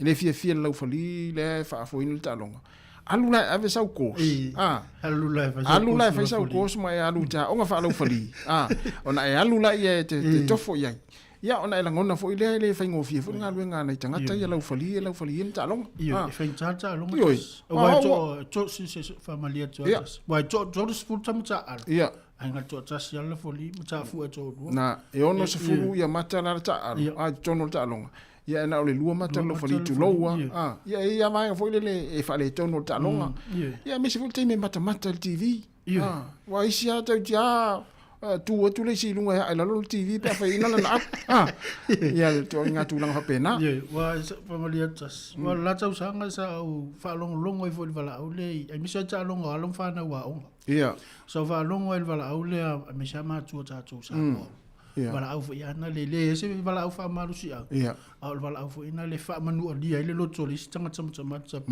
moi e le ya tu pe na ya lo fa na ta alo sa ma fa na fo ina o ta alo e mo ese a onga ai te vai masani mata matia ai fa longo mo la ta mai ti fo ile le wala au tu matua se matua poe poe le me tale wa tala na ta poe le me tale ale fa mai poe le me ngawa ya na te whaalonga fo iaso la o te taaro i sa moi to inga talai ei masata mea na maua pa wal mena upole iwa iaso la ta alo ta stero ta alo mai tuala o mai mua ia ma te whaalonga lo se leo vinga la i atu le vala o whapea tau kasi ia le whamanatu mua na mua tātou le taimia matamata tālonga matapua i tālonga le tu upea le lau whali e whai le tālonga e ua tau wala au tātou tātou i tonu pe awha pe. Ma si maenga, awha pe ano teilo ta te ta alo i sa moi ni ta alonga. Me sa laka pi. O ta te wala au i tonu i sio tata li i lai ta alo. La fui tau mwhai ia mo sona ielu mana. Ai ta wala au te lola. E fai ole fefe lo tata li. Pe fefe lo ta file. I la ta wala au le wala ua. Ia ole a fia i fui la o la tu mafo mental health. Mental health. Baal vai aso ta sina matai na u latu i la loi malaile i Keopeni. De arena le i Keopeni. O tau ngā funge lenga whai? Le i tā longa alo whana o le vori. O ia. O ngā tai tasi umasa iei. Mana ia. Uma tā longa tā tara noa o whatas. Mana ia o tā longa. E lua laso. Mas falei le mlas to na isa fa tau ina fa mo le alu fa na wa o ngai. Ila loi arena ni mana ya le fa mo alu fa na we. Ya. Na le mana ya na le fa manatu tatu fa manatu tatu matu o ta po ita longa fa na le ngata ya o ngai mesi mo kalap. E wa pe ona ta o ele fa ngofi nei lau fali. I fa foi no ta. Wasa e la foli ya so. Sa lau fali. E te lola te mino lau fali e research. Le ai ma se sina na fuli na sao ya. Ile ale tule. Fai ole wa e te mino lau fali. Nanu mai lo se sia te. Nanu mai lo se sia te o wa le e fole le complain mai lo se si au ta alo te. Au e lua. O nanu lo. A vai la le time te nanu ai. Le ai ma se to e fole le to fai mai te. Wala wala no para la nanu le fai. Wala ai kiana na fai asa la. Te vai tu lo complain mai se si po le se au va per. Na outside na sala na mo lu. O nanu lo te vai na tasi ala nanu lei ma se sinto e tali mai ya e mala la o langa la kapi ma o langa la fali e lei ma se sina lele na fis na complain na tali mai ja a te lo vita si wana le tali se si ya bo le tu fa pesta mo la tu fa tsa la foli ya ona wala al me a tali mai pa le lo nanu la fa e lo mal nanu la fa ya o fai nga fai wal ya so la tu la fangota na fa manatu pe ni fiafi ya fa pe ona te sauni la fangota nga ni fiafi la fiafi nei wale ma nei tau ni fangota ya na fa manatu pe ta to nanga ma te tua ya ta u se wa inga le taimi le o le a to tau no ma yai to fo i ma yai la wa ma ta u le nga sami ma va nga le la ya yai le la te fangota ma ta u le taimi la le te fo i ma yai fa pete ona nei te fulu le to fo i mai lova ia tau si o ainga ia te taimine te tau nu wai i le pole wafu po fia lava se mata fanga le ia e fo lele ina ia nofo uta ia ile ainga ia le taimine te taua fa pe o te ero se fulu anga su ta su luele i o mai ia e te le ia e le ilo mai e te le saua ia ona longolo le o vai nga fa pe na wal pui puinga ma le saunga le mu o ia ma taimina ta ule o nga sami pol vai ngale la fa e lo va e mo vai un fa pena wale sa ngale mu malo so fu sa ngale mu ye le taimi tupu mai pe fe e le taimi te lo fa ngot ye ma le si me vai mu tala tsa ye ma vai tala tsa singa manga manga wa o tsa si o fa no tsai o tsa long me tala tsa so tsa tu tio na e fu ala ye la o fai vai dia so mo ma na ye so vai au fa long go fa pe me tala tsa e sa fies fai vai so le sa vili to ma lo si alma na yo talo tau in le version te nei ma version ni ale sa el fanga te ale yam so tami mai tau e mai tatu i mai o era le stanga tale no tami fai no mai ile fa e meno pu ale sa fanga te le ya na ma na ya yo lima pa ua tau na ave o le to se fulu o le lima pa ua tau na ave pe al fangota pe sa pe alu te fangota ya ma le sifaenga o lo kapaka o ta vale ya o sau foi ana nafi piki atu tasi fa na ule aonga ai wa felo lisi si fa lo i atato i pakala ya na tangata foi le ya na tangata le atu to malos tu le ale tu sipaka ma fai ya foi le fai le tu si le pepa ai tu ulunga ta vale tolu le ta vale fa pe fitu se lauli ma se fulu ta vale le fitu se lauli ma se fulu ta vale le fitu se lauli ma se fulu ta wa sala na le wa ya wa si fitu se lauli ma se fulu sala o lo latu e paka na tangata ile ato to malos ya no na fa manato tu pel tatu wa tinu va fa pena ya oka va pe fitu se lauli ma se fulu ma le si fitu se lauli ma se fulu a fe lima se lau fa popo to ma le si fitu se lauli ma se fulu le tangata le wa to lu ta vale a pe oka o mo lua fe mo tu pole ale au nanga ale city council ya fa mna to pe va fa pe na ma we tu pe na lo me ton fa ya le pe fa pe lo ni tanga sa mo wa le o te fa lo mo ta to le e ta si ta vale tanga sa mo no lo ta vale tanga sa mo le ula fala tonu wa pe ta lo fa yo a tonu ola ala sa paka ya tau ona fa ali le pepa mu vo le e tau atu le autus paka le yo le o te anga va ile le paka le o wa te fa longo le to le tio e fa manato atu paka ia paka ia tanga tali atu tol malo si wa o te vai i tavali ia le pepa le tau wa lumo le fa tavali le tanga tali atu tol malo mu na ia fa manato atu vai fa pena tatu tunu ia me tau ona fo ia ona ole unha tafu ia iyo ale mo se paka ia ale chamilo na to sauto na vai ka pena ole o to lua se full fitu minuta na tale ole tu la elima sati la vatu ia te face family anga ia mo ila tau ole a fa ipo le so ta yao na fa nau ia la tu fa ta sir sakala meta ia fa ipo ponga ia na talo ole sta to pese ia fa manu ia la tu a sofia ta yao ia fa ipo ponga Vafta simula vanua ia nei tulai mola tuai ia le famanianga tatou le tio ia me se foi sio tatou tunu atoa le lo fa long mai ia long fa no sio tatou tunu ola tu fa tsia le sakarami tole fa poiponga le sota ia po na nei foi le fiafi ia fusia ile alofa mama ile alofa fuatele le niu peot fa long mai spese fu va le so ifuanga lo ia ni tatou la ia manuia tele le ngali fo ia maua se asfia man mia mai le tua mal fa manatu masani lava pe amai atatu family anga ia ale ai so tu si vala aulia a we te alu fu fa ponga yo a sawe to lua to lua yo ai le sawe to lua ai o to ono ai o mala ai na matu mfa na uma man fa ya va man sta tulo e fa to foi na la fa manatu tawa na amana ia mai na mai fa pena wai uma mai lo fa ponga ia e to ono na launa o ia mai lo fa mai ya so me wa me ana facilita to ya so va i me ai le fa ponga mai so le lava ya le lava i le to ono le na mala ulia mal to lua ai o mal to ya man ia fa ponga fa ngon so ai go fa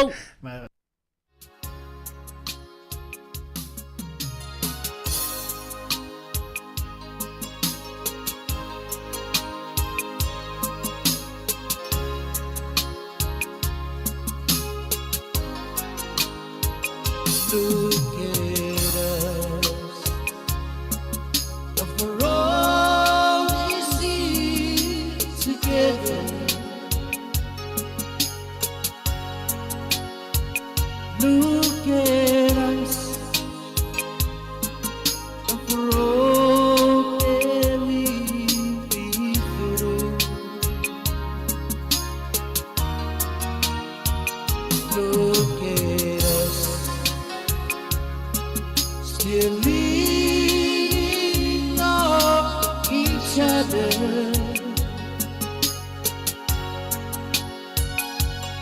If you wanna see how true love should be, just look at us. Look at you, still pretty as a picture. Look at us, still praising over you.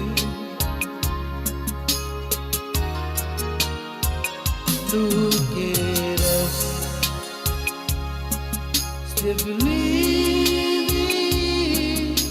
forever.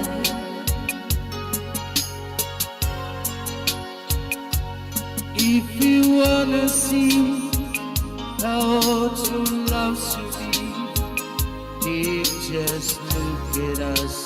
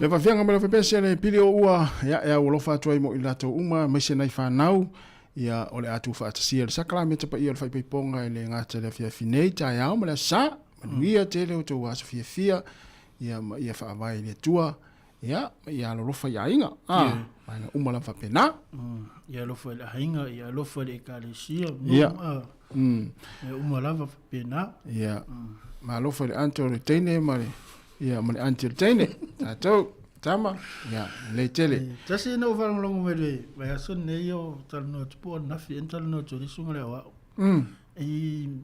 me aia tamufutanga ia alum whana wau ia lei ia onga ia na no tala no la whana ma fsili ia no fsili pe e fatu le onga me ai ia ka bisa whana we fatu ai le fia ai me le mana o la wa fatu lo la a faia tu lo le fia ai ia awore ai ia wa o titano e faia ia lancha ala whana ai lua lancha le fatu ai awore ai me ai pe a fapi e te lo fia ai mana ia te wale te loa a faia lo fia istang te lo vo ale le tu sa ma lo whana lo vinga le fia fo ia ai sa o le ia ole na ia ai mana ia foi le tala le pale mia le na fai vasun te ne ia e mo yo lai e le fia le tero tangata ai te wai ala foi mana ia tala pale mia ia a fa pe le fia ai lo walo le me ai mai le foi le fa tu pe mai le malo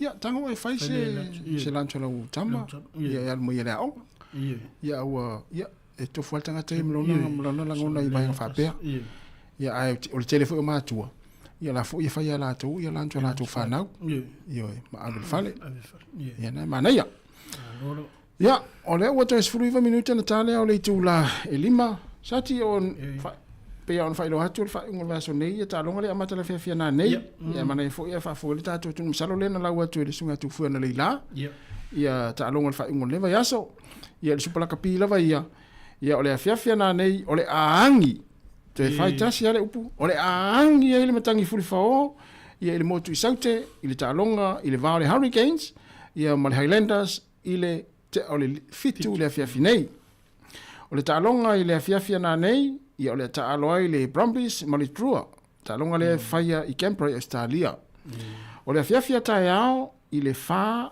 tolu lima o le a taalo ai ia le Crusaders ia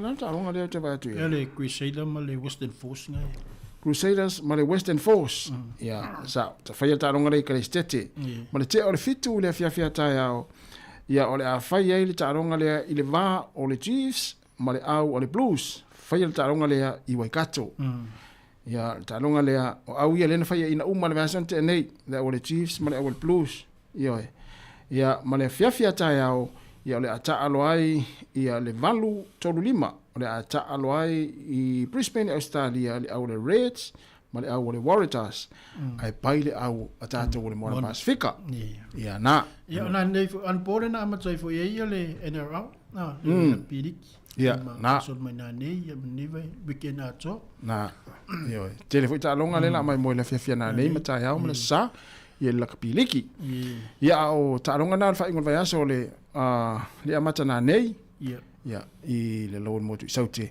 le ole a angi ole a to angi fo le moni matangi fuli fa ia i le lawn motu saute ia ai se ole son fuan fa le sta ia fa mala tu la to le amalanga sauni malanga ia pena le la malanga manuia la fa nga malanga ole a fenga i mo tou ia matau tuana fa ilonga le lau ato fa ilonga le lau ato ia i te wai mo folele mo le saunga ni mo lau ato i on mala valele tele ato le loa ta vai tau atu iai matala mai ia tele ato le loa ia i le mala valele ia tau tuana ia mana ia le fa pea wana o fa tu le siaso mana ia le fa ilonga fa le se fa ilonga lau ato i le lanu o le tumalo le te iai pila tatu Hurricanes ia fa pete la tu nei Wellington e vai se lipine sama foi lele e fulele no noi la wato ia fa pete sauma au kilani wale na fai ina version te nei ia vai lan moana ia pete lu watu fo le Chiefs lan le Chiefs le ululi ma le pe au lo fulele ia va fa pena wale foi sa fai ina version te nei le Chiefs ia Crusaders lan mumu ia fa pena ia o la lol mo tu saute lan moana fo ia sama ia le au le Highlanders mana ia fa fulele fa toi fo ia sa mana ia wai loi fo lai fa pe ia sama le loi tanile ia na le lile sama loi le stitch na ia wai lo fa pe na tanga to pe ia sama la ia mai oi Wellington ne wai le sama le ia lipine na silet no lo sta vale te ve tu ma sin ta file o ala ile fo sa mo SP me le 685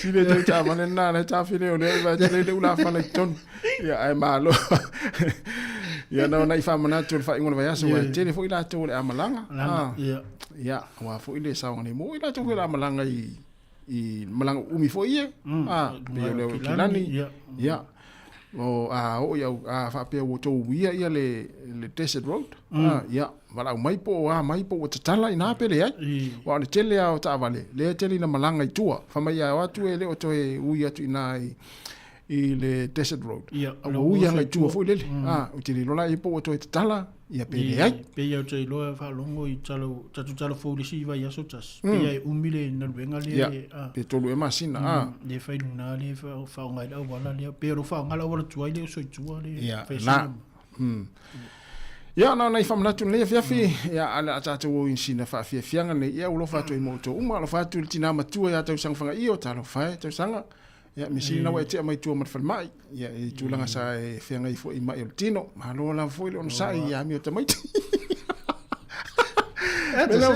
mele fa tu ai au ale mai au le tau te fa no po a tu langa tatu te vai tau fa fa fia tatu loto i lea taimi ma lea taimi wa fa pe te pole ma atu vale ona o fulele o ia tamaiti e pulanga talvau e tawa na fai mali ma wala ve ma fulele tatu te ma ia tu lo ia ma fia ai la fia ngal mafufau i vang fa pena ia na ona i fa mana tu fa pena ia ona le sa fia istina matua ia tau sang fanga io ia talva tu tina matua ia ilingi sia unu ua ma lo lava nini ia manu nei va yaso ia ole sunga ya pizza tunai fa te tele lava pizza manu ia fo fa ngol va yaso ia fa tu ia se lesa ia fat malo Malo fa tai tele lava le mafta mai ia male mai si vanga iso le vale le mati malo e si vanga tu va tu le amen mai fa pia io stato lo tu mele fa pese le tio lo tu le tio na ma na ia fa pia na te sao mai la amen ia mo te fia tele tu vanga fa pia na te amen mai te tau volele le te volele o sta tu volele te tau fa e te sau numa tami mai tu este ia na auto lo mo le fa to nga me fa pena ia le ofisina tu a mole ai tai na la pes ia le vo vai fa poi ponga ia sone ia ese vo lo vai ia fa poi ponga ia sone ma sola ia pela fa tata ina la lo sunga ia le wa sa val me le ngari mo lo show to lo tonu lo lu fa nga pese va vi fo nga le siva mai mau mai la so va ye just si de tu la ia pule ale a inga ia ma me fo ye fa na u me se ya ta fo ye wo sili ma au me mai pule ai paule tu ala lo ma fa manatu tato ia pule ale a inga ia mai paule fa manatu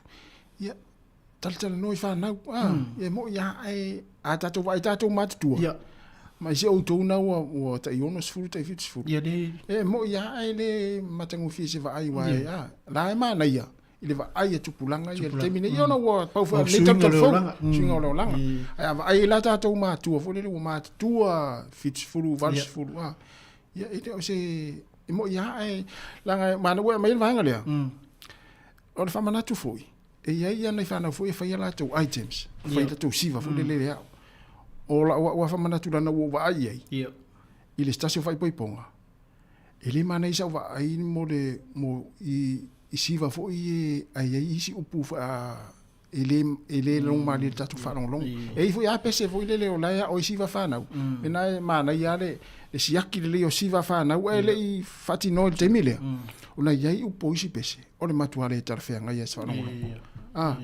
ia na i famana tu langa mana wa mai vanga le ia e langa o tupu pe mo te vai na i fai ponga no vai ia ele ma tango fie se va ai ia se tua fine ma se tama ia si va mai le tama vo le pole le tama mo na non to lo fai ia ai si va foi na le mana se va ai ia vanga fa pena ia na e mana i famana tu vo le wa mai na ona i fule le famana tu tatu tu vai fa pena sa vai ia le walo si do si go no vai so lai ma malu ye pe a tsar de pese fo inga le ia isa ma vali mai lai de unga li fo alo vai ni so ia o fai ia se tu lo wa te vai ia nunga ia si tanga ta fo ina le fie va pe bo ia si va ia se tu lo wa si o tatu tu i bo si va fo ina le fitau vi ma le ai tanga ta ma pe mena lai fa no i tanga ia pe ia bonilo so no ia e pule ale se tu ala lo ai me fa mana tori tatu ni tio ia pule ia sa fune ia la lo na sa na ana ia na fa mana tu ai langa tupu fa ngo va yaso mi fa ponga va fa pena ia sunga Andy Tom ia lo fa mai lo tala ia le wala le ai le anil tayau ia lo nga lo tala te na Andy ia fa te la va le longo mai tatu tino manu ia foi le anga ia tu fai ngon mas o le la tata to peselia ia o lo fai mo tata o fa fonga ia me foi la to lo fa long mai tasi on tesi mai tasi fa mo tali mai fa mai ele o tata proclame mo le to tu si fonga lo mo le foi fiafi ia o lo fa tu mo to uma la foi vai por le kuka le fiafi ia le la tata peselia ia fa fai ngo fi foi la kuka ia matua se eu lunga i mule ulo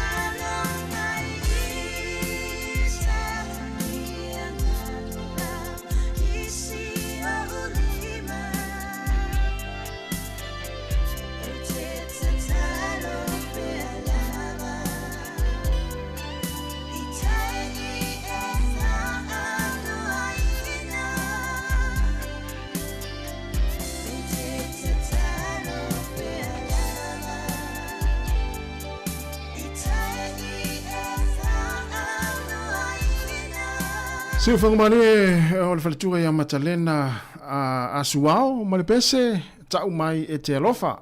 Vai atu ai lau puno ila no sa ti taimi tai ta pese pe se mele te mafau ai. E toi mafau ai aso lau tu fatu ia mamusa to watas. Oh, oh. E mo malo do tumlo o fo se to do taimi lau wo le di maso to. E alo masa va vina le. Kapa ia mo. Alo. Mena le toi fa so da mafau ai. Ya. O le tau fo ina o lo sau. Ia si fa ali le tu le tatu te no ia vai nga yo lo e fo le no fa.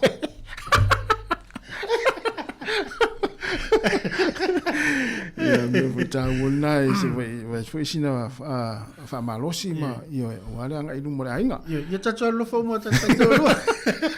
Sati. Ia. Wa mai al tatu programe ia e tu atu te fa tatu fa tatu te no. Ia on tai on tatu pese. Mai al tatu tu ne yaso. Ya, just ya ve ne July. Ya masu yo tatu ofisionei sa mo Capitorelo mo le toile ngal fa tai mal fa malo si yo tatu tunu lo fa fonga mata mai mo mai lunga tatu wala leone. De tau tua mo la unanga lo de tione ne va yaso ato. Le ase se o le ase ang sala wa fo ni upu wale tau tamali fa fonga si yo tatu tunu. Ya malu ave fale so to fina ngalo ma joje matua tu ina ya ave nu ele yantanga to ya ya mawa pe to le felfani mawa pere no fu felfani ya mawa to le jo ya ona to pe so to tunu ya wala vali long puya di so to tunu melo tu mela tupu ne yo langa to ti so ifum to lai ya manu ya tele fa unga neva yaso ifu fuanga ya malana ya tu sapat ilmalai ya mau pele weekend so ifu malau le tua ya le tula ya fa so fa so ifu atu si malu so tatu tunu so ifu ya Samoa familia le tua